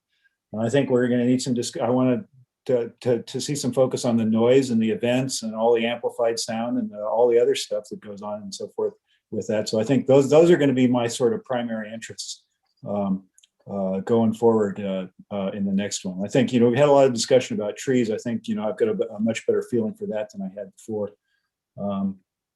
So that's going to be that's sort of where my mental hope that we get to in some detail. It seems to me technically what we're being asked to do is consider a CUP and a variance, and I can sort of see my way to the part one of the CUP and whichever part is the one about not public health and general welfare on the CUP, and also the other parts of the variance. But the public health, safety, general welfare, and convenience parts, I think, is that's the big hurdle for me, and I really want to see how we're going to address those things if we are even consider moving forward. Okay, thanks. Councilmember Stone. Thank you, Mr. Mayor. Ms. Kaufman can come back up. Have a few more questions for you. Sorry to keep you here so late. Let me see. So you mentioned you were answering Ms. Councilmember Cormack's questions, and you said 1 in 5 students are on tuition assistance, but that's not really clear what the percentage of the total student body is actually low income. And so if you could kind of break that down a little more, and if you don't have the answers right now, that's fine. If you could send that along to staff and to council over the next couple of weeks. But that's an area where I'm really interested in and seeing where we can tie a closer public benefit maybe to increasing the percentage of students at the school who are truly low income. Right. So thanks for the question. We do have quite a few students of the 20+% that are on tuition assistance. We have quite a few who are on full assistance. I don't know the exact number. Probably I could get that for you. I mean, I've got people who are listening to, get you the exact number of how many you would consider like free and reduced lunch category. I can get that for you. That would be great. Thank you. And if you could just also get the information to us as well, further breaking down the requirements for tuition assistance and what does that mean? And I think that information would be helpful to be able to see. But definitely the data related to like the free and reduced lunch type of students would be is what I'm really looking for. You bet. And then another one, and this is kind of tied to enrollment. I guess it's tied to a lot of different things. I understand we're a little unclear about how many more staff you would truly need, but let's just go with the assumption if you didn't need more staff and the TDM is going to require no net new trips, is the only reason then why you're asking for additional parking spaces is because the code requires it, or is there another reson for that? Because it just doesn't seem like then we would need to be adding, if we're not adding more cars, I don't really understand the need for then more parking spaces. Right. So great question. The origin of the parking garage was to get cars off of our side of the street. When we got our last CUP, the parking requirements were different. To meet the current parking requirements to park our project, we need more parking spaces than what we currently have. So whether or not the parking garage is not so much a factor of, we want to grow the school, so we need a parking garage. It was, we're going to remodel the school for the next century. Let's move parking underground since that's been such a big issue for our neighbors. Okay. So you're saying currently the overflow is going into more the residential streets. It's going on our side of the street for sure. We park, and the idea would be that we would have the underground garage. I mean, we wouldn't be able to control visitor parking to the school, but we wouldn't allow student parking. And part of that we'd be able to accommodate because we would be adding a lot more shuttles. Okay. And I know I saw it somewhere in here kind of mentioning that you would be having staff or volunteers kind of tracking to see where students and staff are parking. Trying to understand how that would look kind of in real time and in real life. Like how would you be able to distinguish between that's a staff car or a student car and that's just a resident's car? Have we gotten that far into the plans or? Well, if you ever came by Castilleja during drop off or pickup, you'd see that we have lots and lots and lots of monitors out on the streets. And so we're watching every single person who's parking. It's true that we wouldn't necessarily see someone parking 5 or 6 blocks away, but anybody near the school, any of the neighbors that are really impacted, those are the streets that we look at. Okay, wonderful. Thanks so much for your time and advocacy on this issue. I'm sure it must be tough to sit through this all night, but I appreciate it. Yeah, there's been many times I would have liked to speak, but I'm grateful for any chance that I've had to be asked a question. So thank you. Absolutely, and I'm sure I speak on behalf of all of us that we do truly value the school and the mission that and the education that you offer to our young women. So thank you very much. Thank you. Vice Mayor Burt.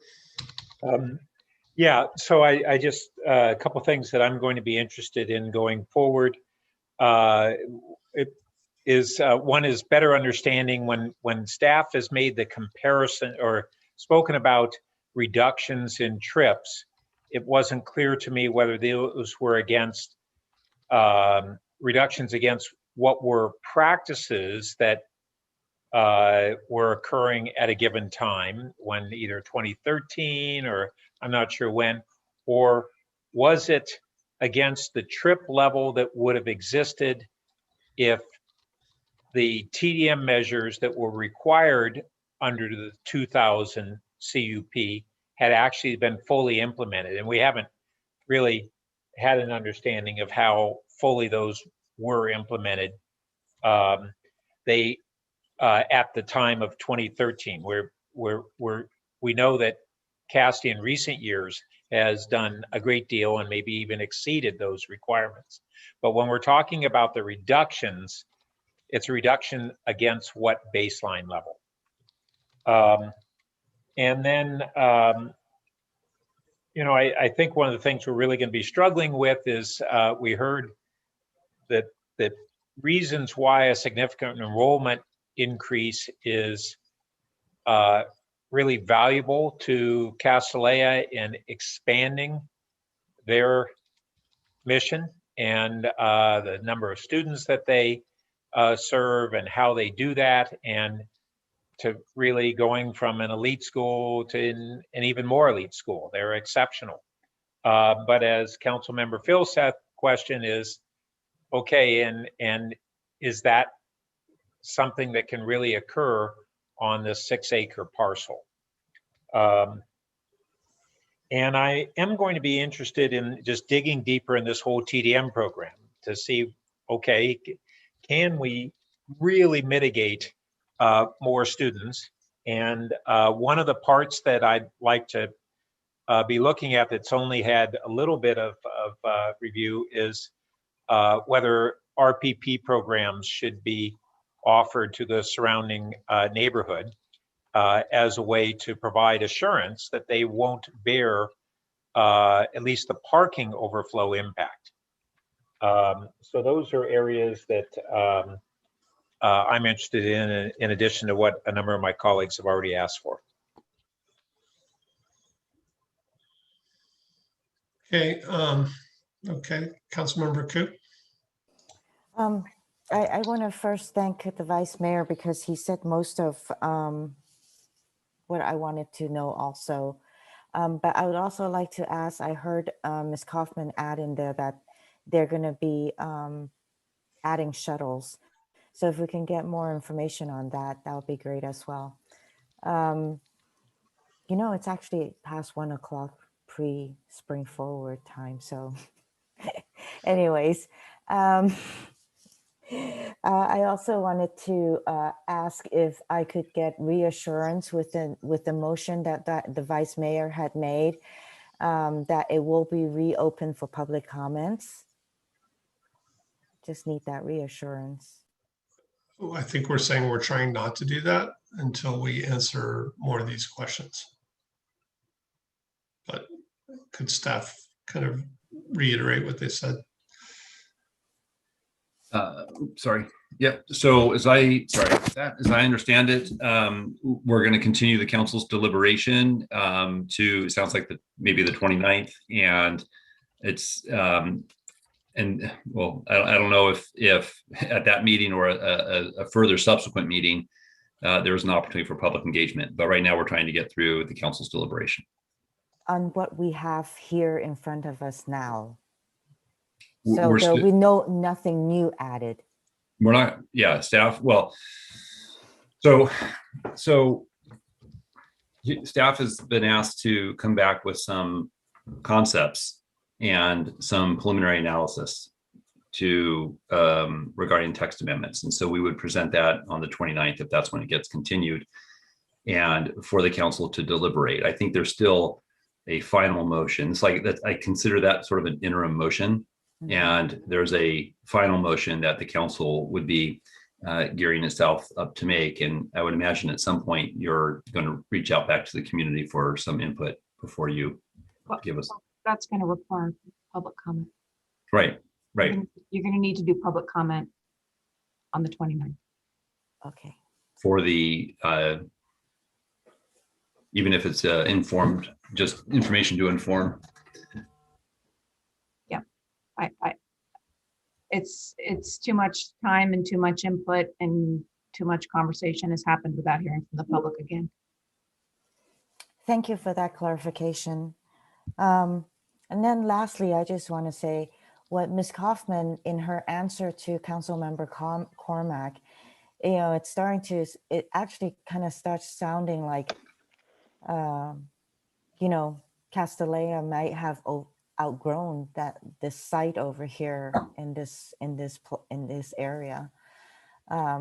So, that is a thought, where does it go from there? And I think that, again, us as council members and as the city, we have discretionary oversight over what should be at this site. Enrollment, parking, all of that. So I look forward for all the new information. Thank you. So I'll just make some quick comments and kind of things I hope we get to in the next meeting. I do want to say, I think it's a shame this hasn't come to council either through a study session or some of these key questions before this point. It's a lot to handle all at once. I'm really interested, and thanks to Councilmember Stone, he started to ask some of these questions, and getting a breakdown of the parking requirements by staff, teachers, students. Now I'm hearing we're adding 10 employees, and I'm still having a hard time understanding the need for the garage. And I'd like to really understand that parking need and see if there's a way we could reduce the parking requirement with insistence on a TDM, perhaps offsite parking. And, I think the benefits of avoiding kind of this massive construction of the garage, risking a lot of trees, would make it worth it. And, we have an example of the Nobu Hotel as an example of a project with very little parking. In terms of enrollment, the school density, it's something I think we should talk about a little bit. If staff could provide a comparison of some of the CUP conditions, looking at similar private schools in the area, the number of students, the acreage, the events, hours, I think that would be very useful. I have to say at this point, having read everything, I am leaning somewhat towards what some of the PTC members proposed, of being able to prove the ability to hit some of these TDM targets before approving larger enrollments. So kind of taking it in steps. And when we get to the variance, you know, it's an exceptionally large request for a variance. I'm not convinced that it's a unique situation. I mean, our zoning code, you know, larger lots have lower FAR ratios than small lots. And that's something we built into our code. And I didn't really see any showing that Castilleja would suffer substantial hardship without the variance. So again, trying to cover a lot of ground, a few comments, but those are some of the big areas for me. Okay, Councilmember Tanaka, do you want to make any final comments, questions? No, mainly I think we should adjourn, but it's late, but that's it. Okay, so we will continue this item to March 29th. I will warn the public that we will probably have a very short time per speaker. So condense your comments down. So move on to any council member comments and announcements. I have just a few. So the Cities Association passed a resolution against Asian hate crimes. And there was a protest this weekend. Also, I've established mayor office hours on Fridays, 10:30 to noon. And I've also formed the ad hoc Harbor League Council group to meet with school board members. It's going to be Councilmember Koo, Councilmember Cormack, and myself. Does anybody else have any comments? I think everybody's tired. All right. With that, meeting's adjourned. Thank you for a good conversation tonight. Okay.